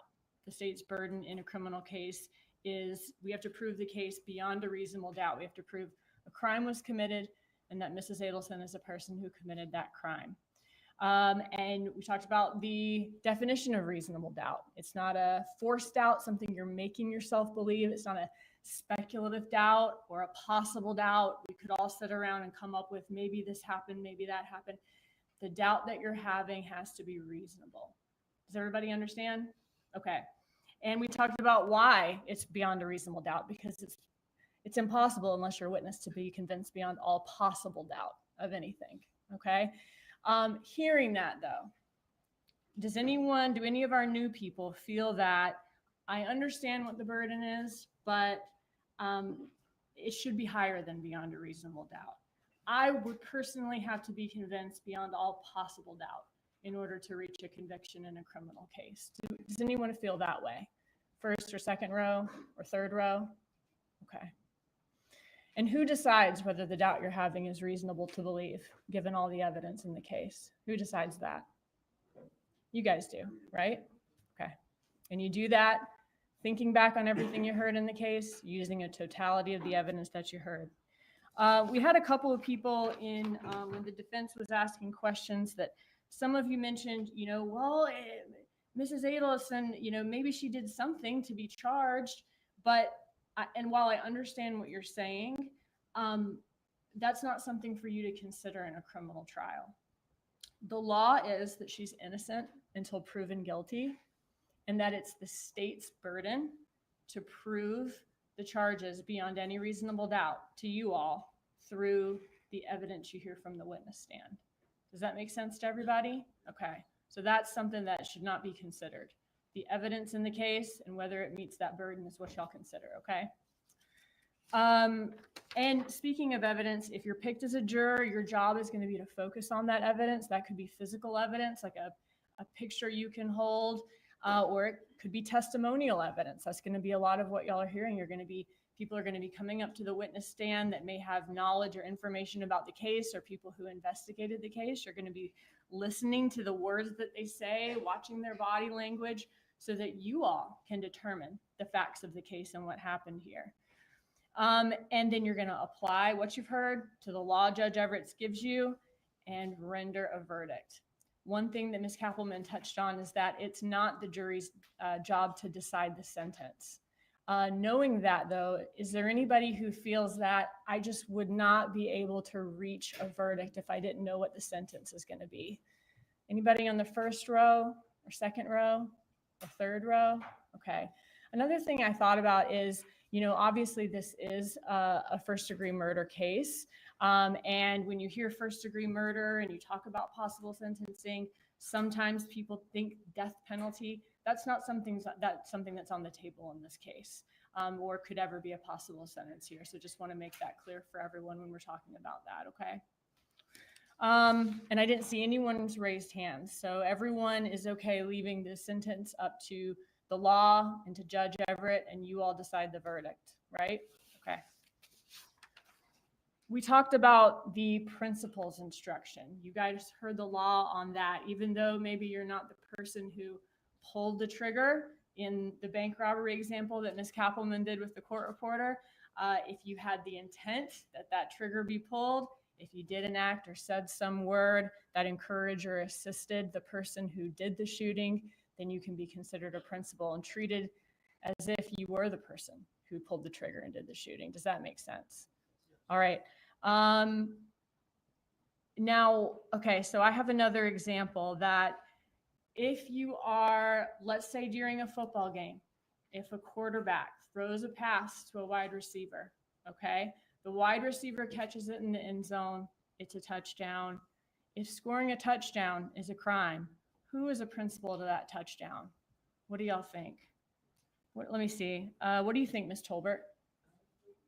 After what you just said, I'm confused. Like, I will say, I guess the guy catching the ball would be the one in trouble. Wide receiver. Catch the ball to make that touchdown happen. He wants it. He's running, trying to catch it.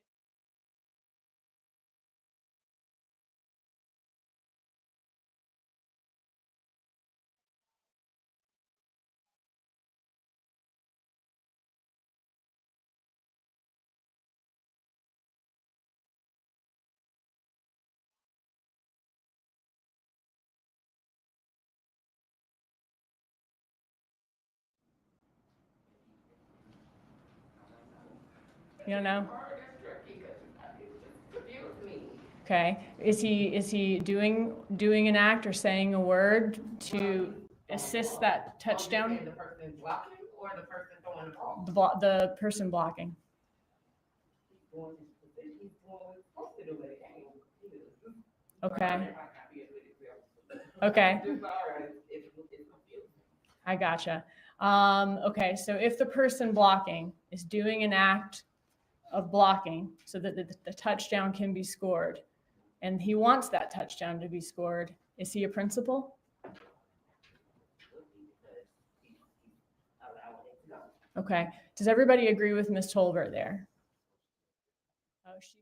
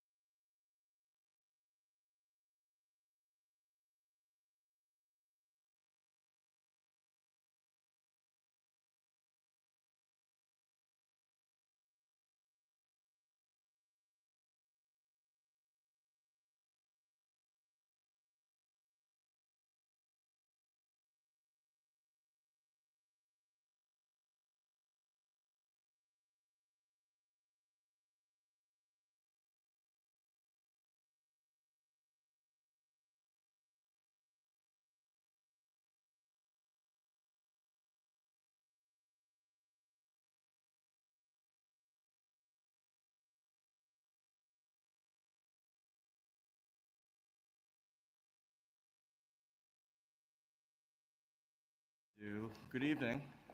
What I'm trying to do is go through my outline to pick out the key topics I want to address so that we're not here for another hour, hour and a half. Figured that you guys have other places you would like to be at this hour, as do we. Did everyone hear when I discussed the concept of implicit bias earlier? Yes. Yes? You all agree that you will make a conscious effort to be aware of that if you were selected as a juror and in your deliberations? Okay. By a show of hands for the new ones, anyone in a leadership position? Okay, we got quite a few. Mr. Oh, I'm sorry.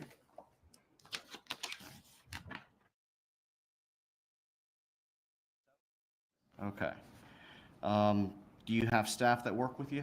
Yes, I have 2 staff that work with me right now. That Okay. I've been owner operator for the last 13 years, so I've had a staff of 10 at times. Okay. How do you, when you're a leader, try to draw out other people so that everyone is involved in a conversation? You want to set up a process or a system to do that. I'm You want to set up a process or system to do that. I think it's the easiest way out front to get everybody drawn in, kind of let everybody know. Let's have a system where we delegate, everybody has a time to speak or give their thoughts, and then we collectively come back. And so, as a leader in that type of scenario, you would make sure that everyone's voice is heard. Yes, absolutely. Okay. Even the ones that don't really want to speak. Everybody has to be heard. Everyone has to be heard. Correct. Okay.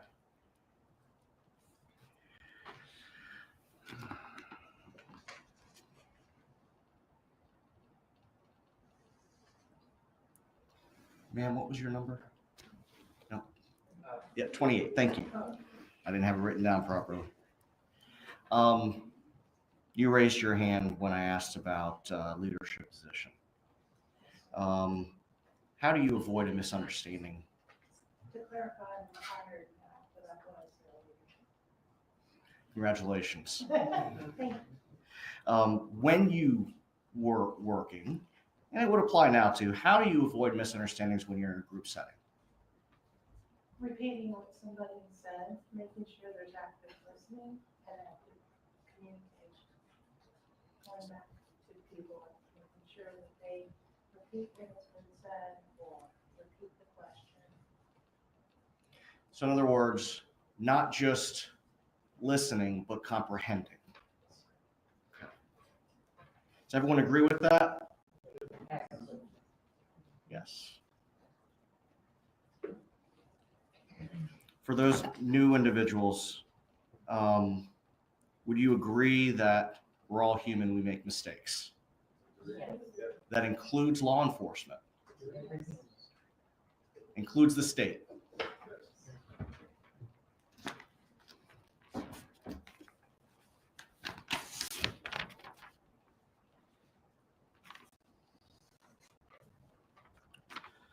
Number 32, you said that your family was recently victim of a home invasion type of incident? Yes, sir.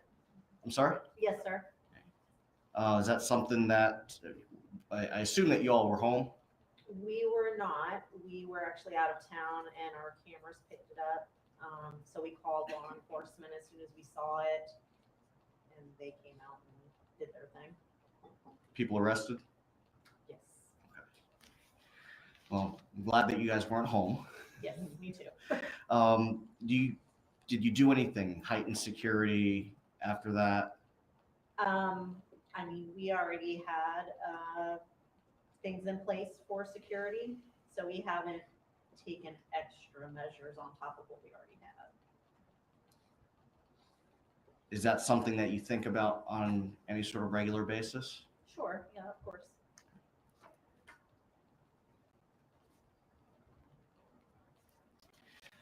Now, would that or could that be something that you would think about if you were selected as a juror in this case? No, I think they're two different situations.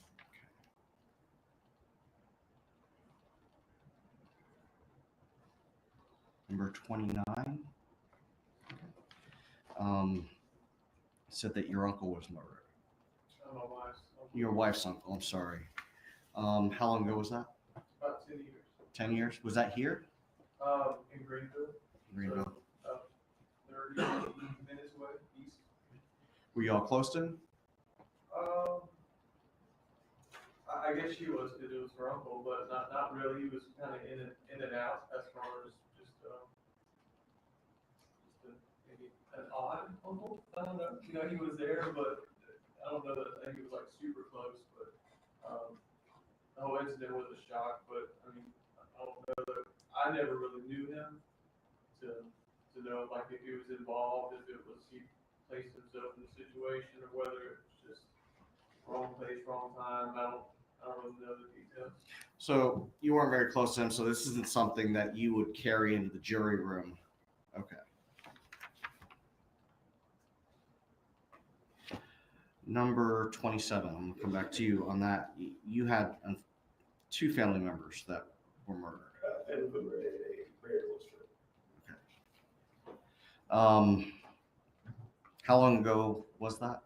I thought the 17, but it's actually closer to 20 years ago. And your friend? 6 years ago. You still think about him? Yes, my close friend, very much so. I was like that with my aunt when we were close, but my friend, we were actually best friends. Sorry. Yeah. Obviously, my client is charged with murder.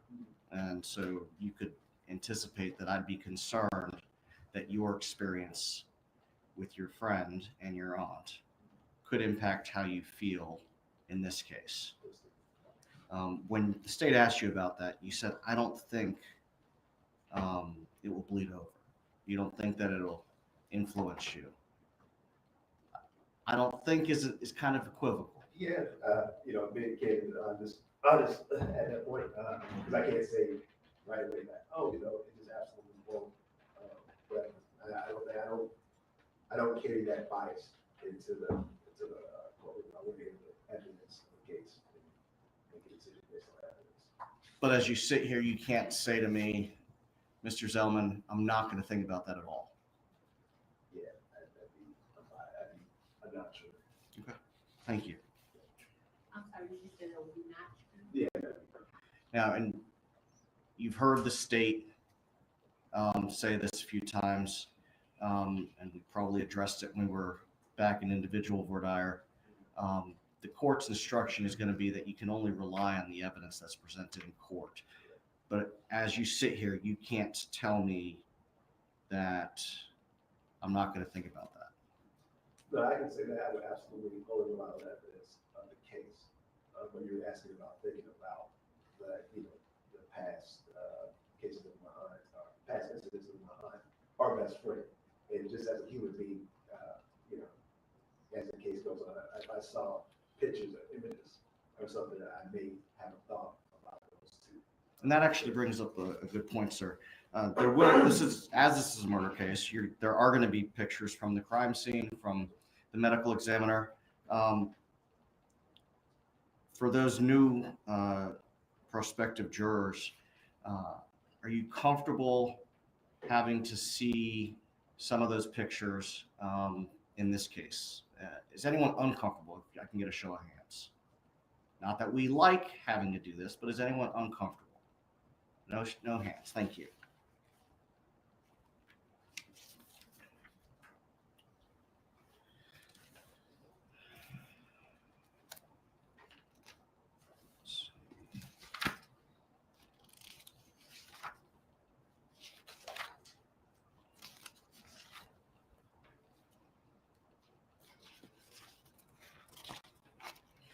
I'm going to go through briefly some of the hypotheticals that I used to discuss the burden of proof. It's, beyond a reasonable doubt. Did everyone hear the bank robbery hypothetical that I addressed earlier? Yes.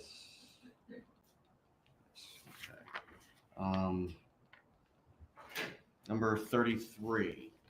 So with that hypothetical, the first one, where the witnesses to the bank robbery identify the defendant, the surveillance video depicts the defendant, and the defense attorney gets up in closing argument and says, the state didn't prove it wasn't my client's twin brother.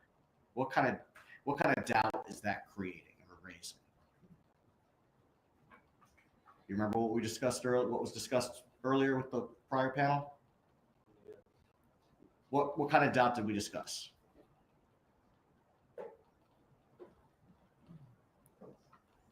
Anyone else remember? Number 27.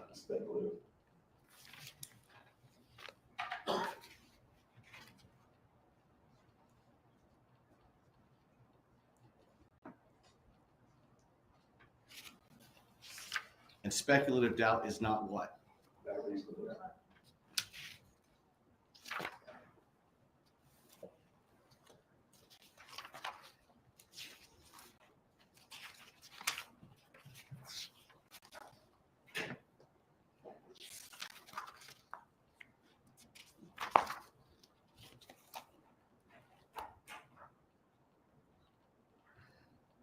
Has anyone ever had a knee-jerk reaction? Jump to conclusions? Okay, I'm going to pick on number 30. You ever jump to a conclusion before? You realize that you were wrong?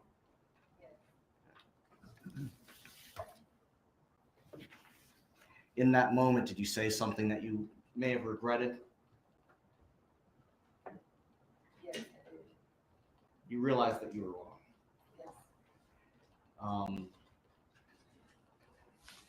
Everyone else have similar circumstances happen?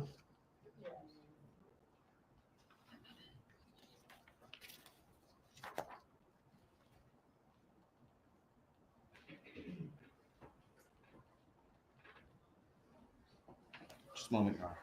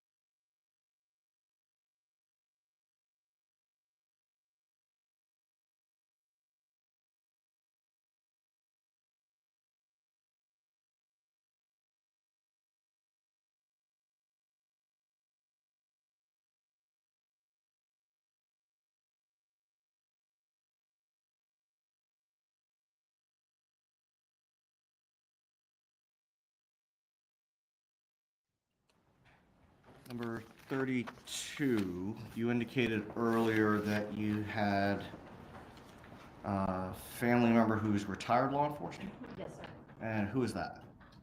My husband's uncle is retired with Leon County Sheriff's Department and worked, I'm sorry. and also worked for the governor. Okay. You close with that individual? Yes. Do you hold is their opinion of you important to you? Sure, yes. Now, would you have any concern if you were selected as a juror in this case, heard all the evidence, and returned a verdict of not guilty, how your husband's uncle would feel? No. Okay, thank you. Same question for number 34. No concern? It's your husband. No concern at all.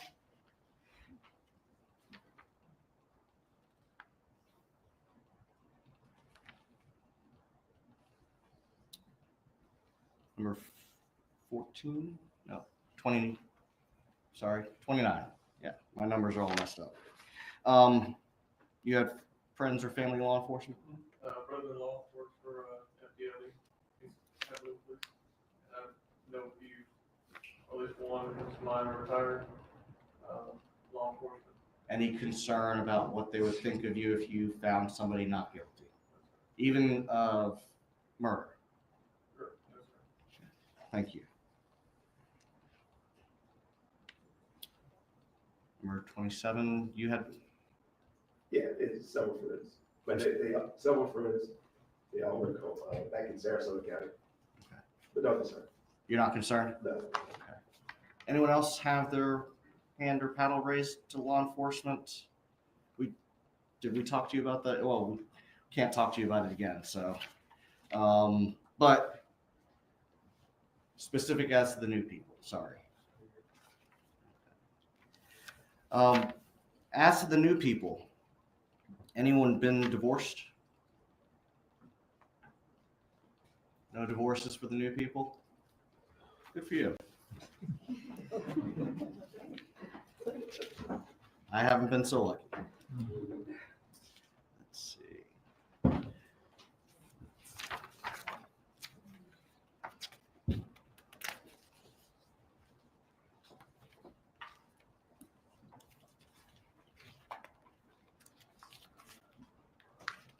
For the new people,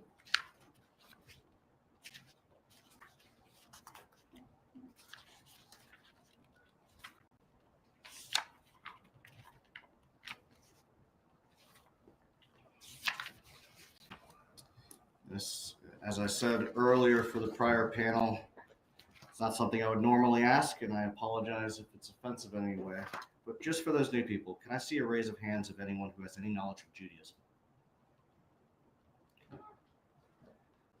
There's certain events in our culture that are important in life events, correct? Yes. Can you give us some examples? Referring to Judaism specifically? Yes. Bar mitzvahs is what comes to mind.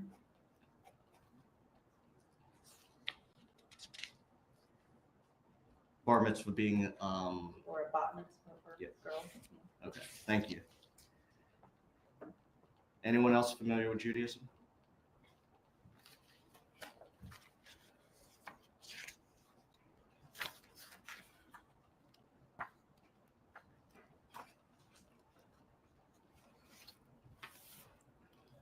Number 35.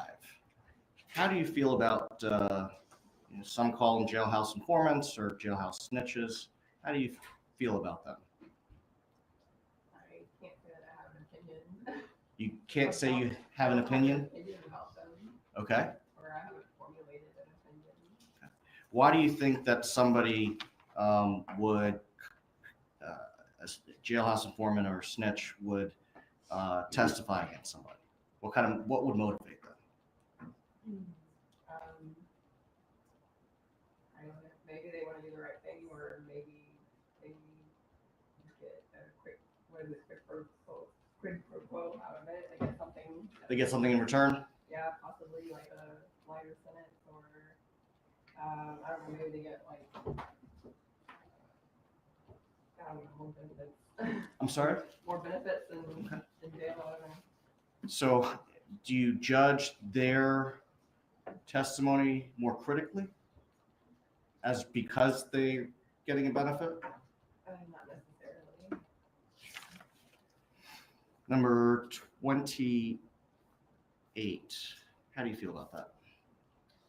I don't have an opinion on it, really. The fact that they might be getting a benefit, is that something that you would consider in weighing their credibility? I think I'd be more cautious of listening to what they present. Does everyone agree with what number 28 said? Be more cautious in what they say? Yes. Anyone in the new group disagree with that?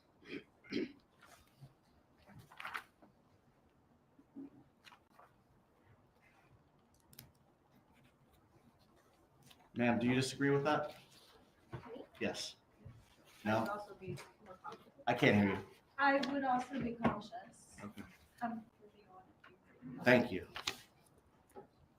Good use of your paddle. Just a moment, Your Honor.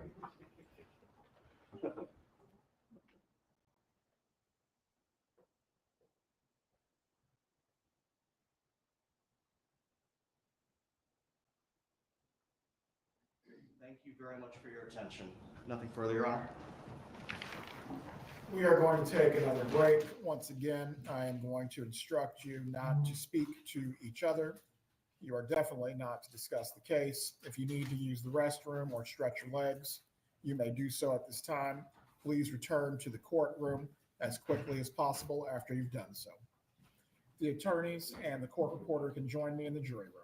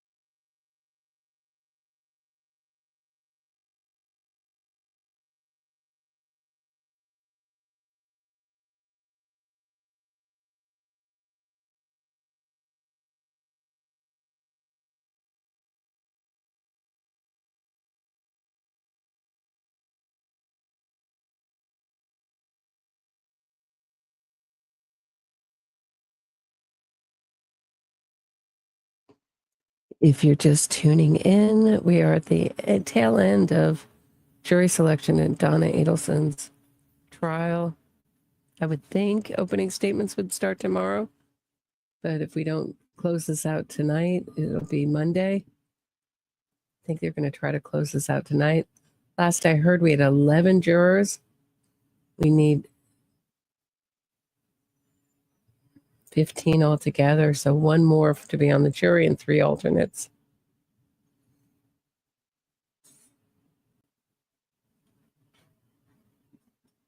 Hey, Sherry. No, I've been listening. I've just been listening.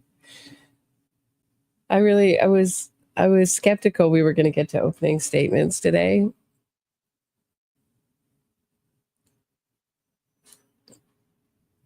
So I've moved that link till tomorrow morning.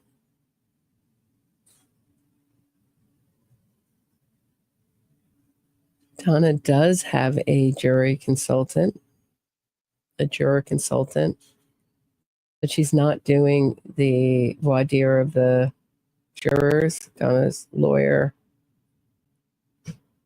Judge Zellman, has. So I think he might do, he's obviously going to do closing arguments then. And maybe Jackie Fulford is going to do opening. We'll see how it goes. I think Sarah Dugan is going to do opening tomorrow. And Georgia is going to do close, just like they did in Charlie Adelson's trial. That's what I was thinking. Sarah Dugan has taken over voir dire. We saw Georgia Kappelman in the beginning of the day. Excellent at voir dire, very likable, gets right to the heart of the issues. But what Josh Zellman seems to be doing is trying his case and arguing his case during voir dire. That's what I see him doing. Mostly.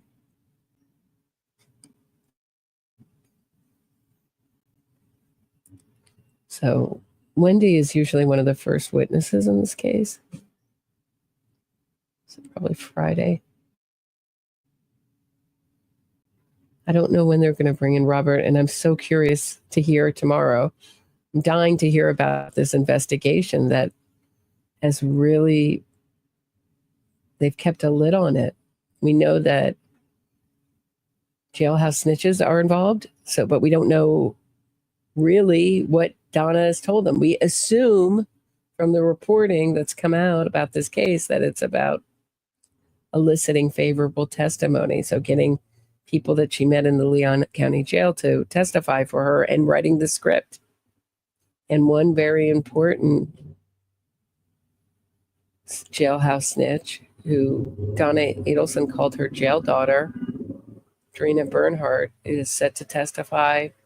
But we have 2 others. We have Patricia Bird is going to testify, possibly, and Mickey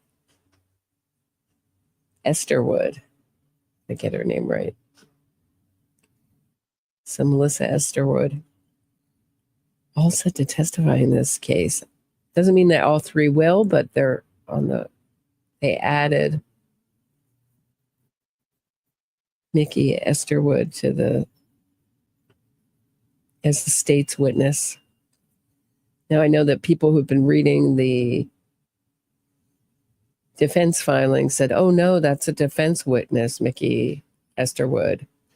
Because in the defense filing, they said that Mickey Esterwood said that Drina Bernhardt was manipulating Donna Adelson. But she is actually a witness for the state. So we'll see how that goes. It could be more than that. We know that Harvey's phone was tapped. There's a second bump in this case. An FBI investigation where Harvey's phone was tapped. The allegations were that Donna's lawyers were letting her use their Apple devices and other devices to contact Harvey so that Leon County couldn't hear what she was saying. And there was also allegations, Court TV reported it, doesn't mean it's true.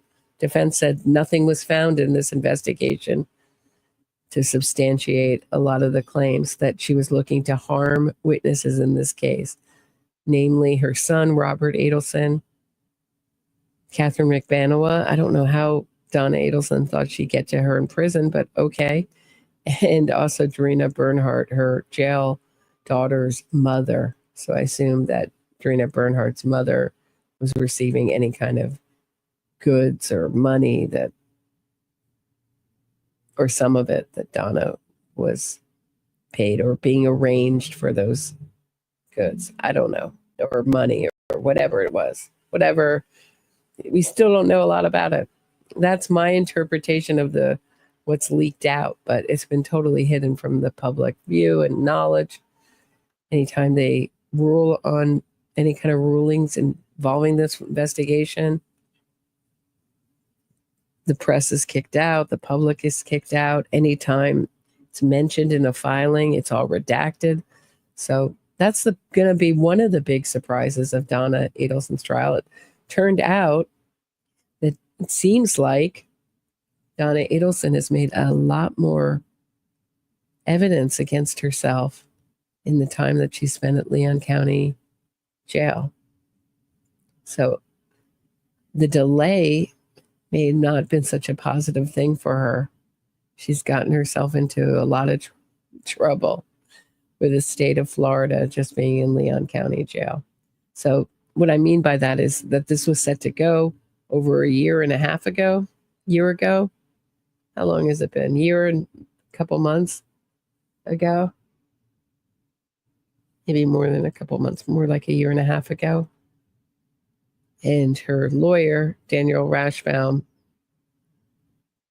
had to resign because, of course, he represented Charlie Adelson. Why that wasn't ironed out beforehand, we don't know. But we were in voir dire the first day of jury selection, and the whole trial collapsed and had to be delayed.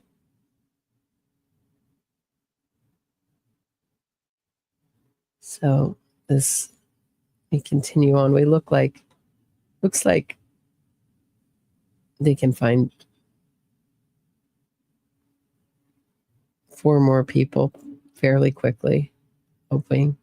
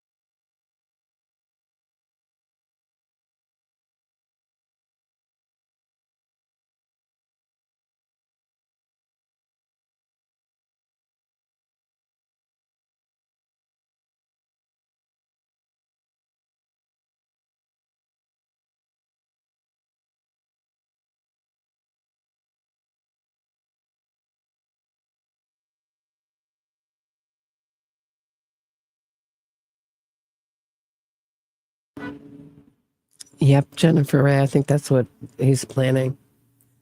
If they're staying late to finish the jury process, so we can start opening statements tomorrow.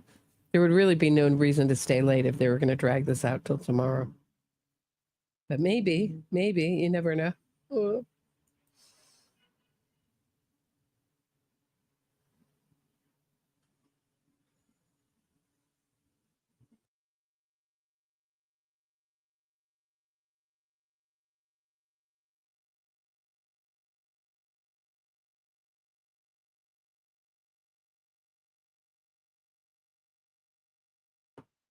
I just find it very interesting that Donna had no trouble hearing during any of her hearings, but during jury selection, she's wearing full headphones to hear. So if she continues doing this during the trial, so I can understand maybe she can't hear the jurors as well because they're really not mic'd very well at all, seems. But if she's wearing those headphones in trial, I call shenanigans, which is I think she will because she wants to play up her age. So she's been limping, saying she can't hear, wearing headphones. She seems to be dressing purposely dowdy and grandmotherish.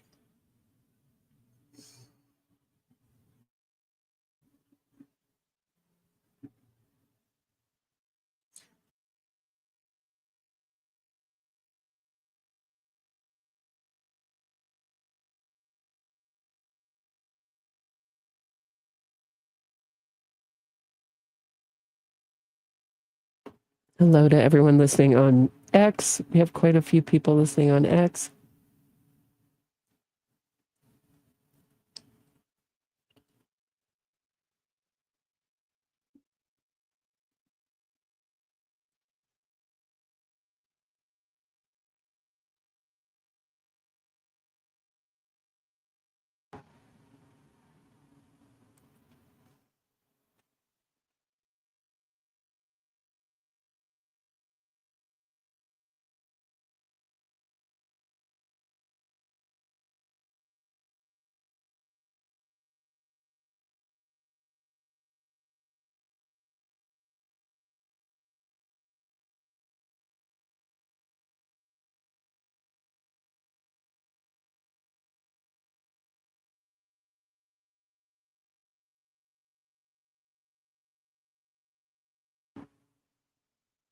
A little music while we wait, maybe?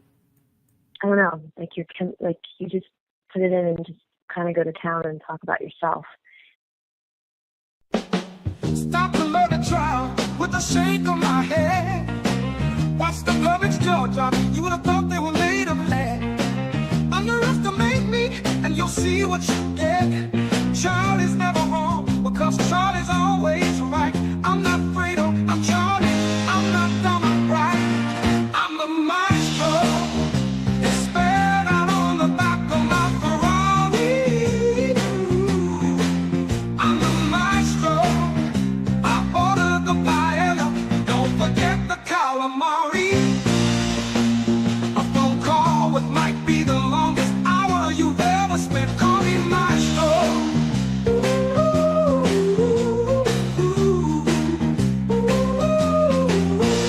Lucky girls get to hear me talk about myself as I go to town. Leave them unsatisfied, but they would still come round. I got staple money in my safe, I'm ready to spend. But that was all before I got done for murder. Now I'm doing lava in the state pen. I'm the maestro. It's spelled out on the back of my Ferrari. I'm the maestro. I ordered the paella. Don't forget the calamari. Oh, got staple money in my safe, I'm ready to spend. But that was all before I got done for murder. Now I'm doing airport.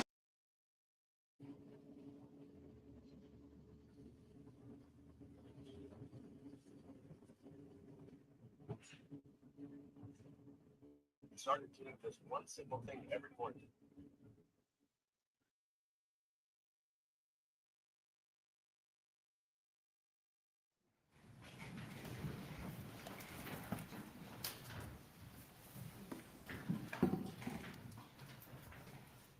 To our currently seated prospective juror panel, we have been able to select a jury at this point. I did want to extend to everyone, thank you for honoring your summons and attending this process today. Although it has been time consuming, it has been very valuable in moving this matter forward, and we are not able to do our jobs without you. So with that, again, we give you our thanks. When I read the following numbers, you are to remain. Everyone else is excused at this time, and you will not need to return tomorrow or at any other point. Juror 1, you are to remain. Juror 2, you are to remain. Juror 5, you are to remain. Juror 23, you are to remain. Juror 11, you are to remain. Juror 14, you are to remain. Juror 25, you are to remain. Juror 27, you are to remain. Juror 28, you are to remain. Juror 29, you are to remain. Juror 31, you are to remain. Juror 34, you are to remain. Juror 35, you are to remain. And Juror 36, you are to remain. Everyone else is excused at this time. Have a good evening.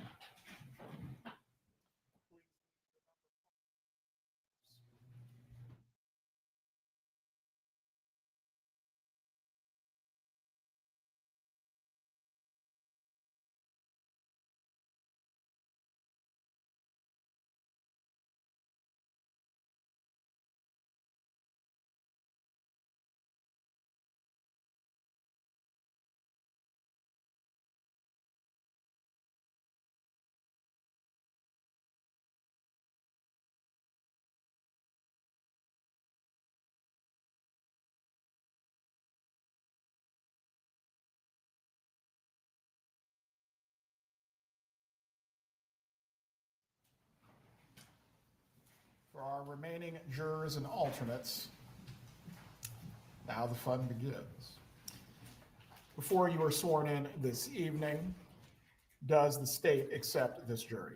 Yes, Your Honor. Does the defense accept this jury as well? Yes, Your Honor. Mrs. Adelson, do you accept this as the jury to try your case? Yes. Members of the jury, the first official act that I'm going to ask of you is to stand up, raise your right hand, and be sworn to take the oath of a juror. Raise your right hand.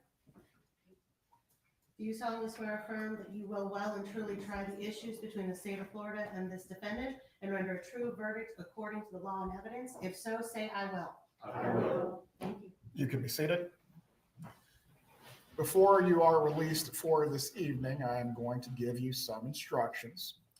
At this point, you are the selected jury in this case. The instructions that you received before concerning not discussing this case, not seeking out any information about this case, or reviewing any other news or speaking to anyone about this now applies specifically to you. Does anyone have any questions concerning the court's prior instructions on what the prohibitions are concerning information in this case? Number 5. We tell our employer how long we're expected to be here. Yes, you may. But as far as any other discussion about the case, that is not to take place. 36. Yes, sir. Would there be any kind of form that I could present to my employer? Because I for the state of Florida, and they are very particular about, you know what I mean. Do you need me to call somebody? I mean, and I left today. So you know that open There will be a form that will be provided to you from the clerk that outlines the fact that you've been selected for the jury and the length of the trial. Any other questions concerning that matter? All right. I believe earlier when we went into individual voir dire, we discussed that we would be working more or less a standard day.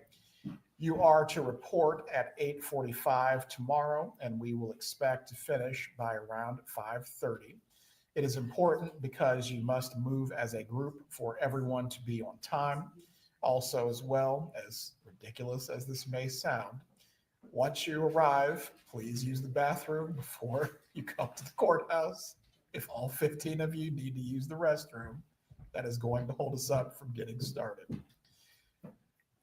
The bailiffs are going to provide you information for parking throughout the duration of the trial. Also as well, this is the courtroom that we will be in for the duration of the trial.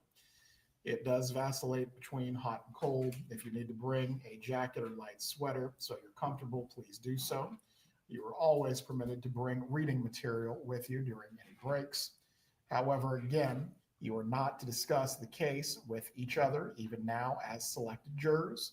You may discuss any other matters that are unrelated to the case during your service. You can talk about the weather. You can talk about how many wins you think FSU might get this year, but you can't talk about the case. Does anyone have a question concerning this? Yes, sir. Sound like a kid, but what about food? Can we bring food? You can bring food. I will also have some snacks that are back there for you. Went to Costco, bought them myself. Hopefully you like them. If you don't, you always have money and you can obtain what you need. Any other questions? There are no bad questions before you are released. Number two. Is the start time at 8:45 every morning?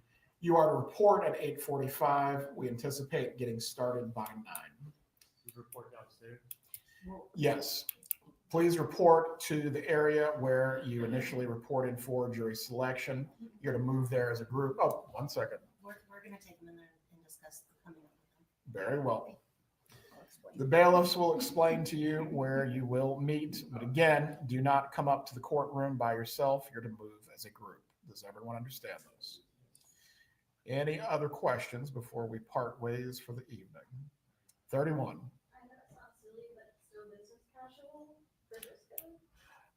I'm not going to tell you what to wear. Wear something that you'll be comfortable in the courtroom with. Beyond that, I'm not going to critique your dress code. I'm not the principal at the high school. Yes, ma'am, 35.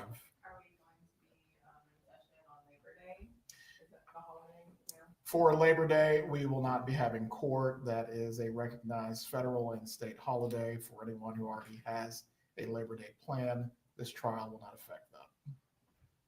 29.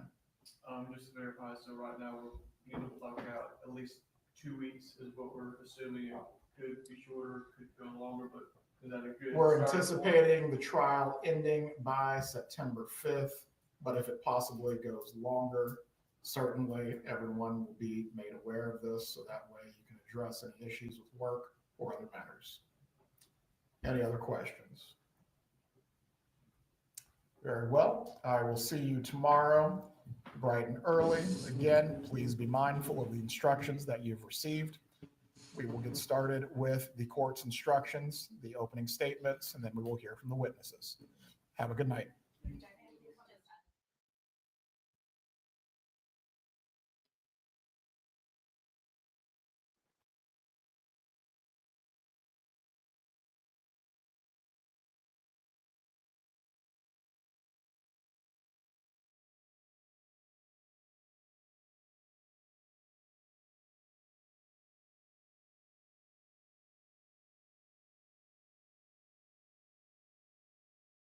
Okay, that is it. All I could think of when Donna Adelson is asked, "Are you happy with the jury?" is cut to Charlie Adelson saying, "Are you happy with this jury?" And then cut to his phone calls. I didn't have a chance. I wasn't gonna. They're so stupid. The jury, Tsllahassee, complaining about the jury for hours with his mother afterwards. Cut to Donna Adelson post conviction, if she does get convicted, to her say blaming the jury again. I'll just cut back. I'll be the first one to make a video. Are you happy with the jury, Mrs. Adelson? Yes. She's happy now that she thinks maybe there's a chance. But we did see that she did have a jury consultant in court. It seemed, I don't know if my perception is different because Charlie Adelson's jury selection process was released, or I saw it after his conviction. But this seemed difficult, just a much more difficult, longer process altogether.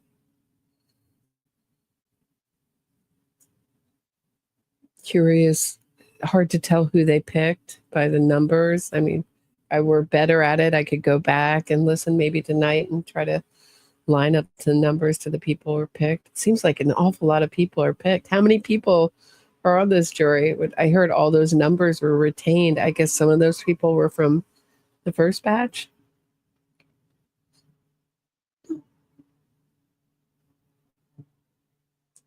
So that is what I have for today. I'm not going to do a wrap up tonight. I'm going to take it easy. I got to go feed my girlfriend's cat a couple blocks away, and I'm not going to do it. Just seemed like too much material to even wrap up, but fascinating day. Now I understand why I don't think the beginning of jury duty, jury voir dire is so interesting till you get to this process. I find interesting. Of course, I'm jealous of the snacks. When I was a juror, we got no snacks, no lunch, nothing, not even a cup of coffee. Well, we did get a cup of coffee when we deliberated, but like a Keurig kind of cup of coffee. But besides that, it just seems very organized process in Tallahassee. Altogether, well done. Very organized, careful way this jury was picked.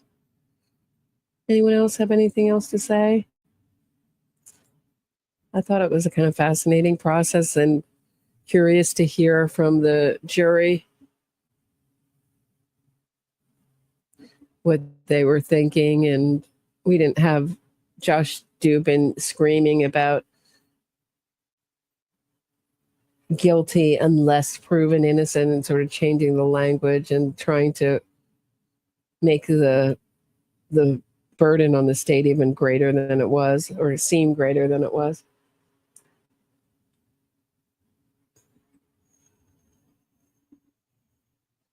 Yeah, and we heard this morning that they're not allowed to bring up the name change of the children. I think this is in opening, but they're allowed to cross Wendi on it. So I think that's been the ruling in every trial on this case. All right.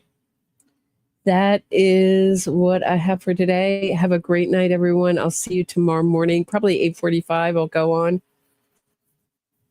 for opening statements. I'm so curious to hear about this investigation. We may not hear about it in opening statements. I would think we'll hear a little bit about it. But and I'm curious the way, I think Sarah Dugan's going to do it. Where are we on that? I think we're at 50-50 last I checked. Let me check before I go. Hold on. I know this is a long goodbye, drawn out goodbye, but just want to check where I am on I'll just end this. Let's see. Kappelman. I think you guys are wrong. I think it's going to be Dugan. 52-48. That's where we are. Maybe you'll be right and I'll be wrong, but I really do think it's going to be Sarah Dugan doing the opening, but we'll see. The way they did it in Charlie's trial. I'd be shocked if Georgia Kappelman does both. She's got to do the closing because she's excellent at closing. I wouldn't be surprised, though, if Josh Zellman does opening and closing. And Fulford, this is Donna Adelson's defense, Fulford just does cross-examinations because she's so unlikable. I can see that happening. Who knows? All right, have a great one. I'll see you tomorrow morning early for opening statements in Donna Adelson's trial. Have a great night, everyone. I'm off to feed my girlfriend's cat.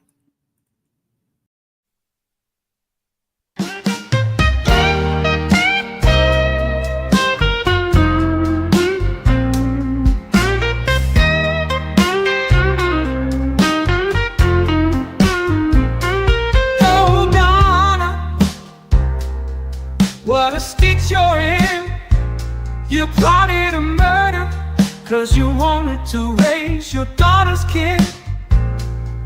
Tallahassee is just a stop on the way to civilization. Miami is where all the fancy people are at. The TV is a power 5.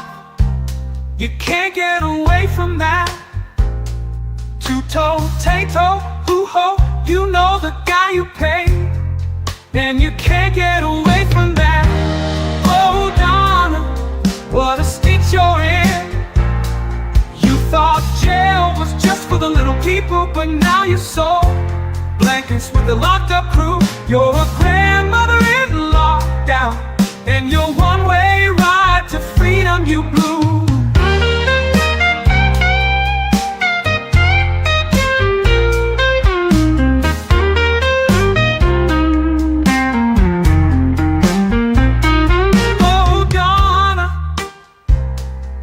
What a stitch you're in.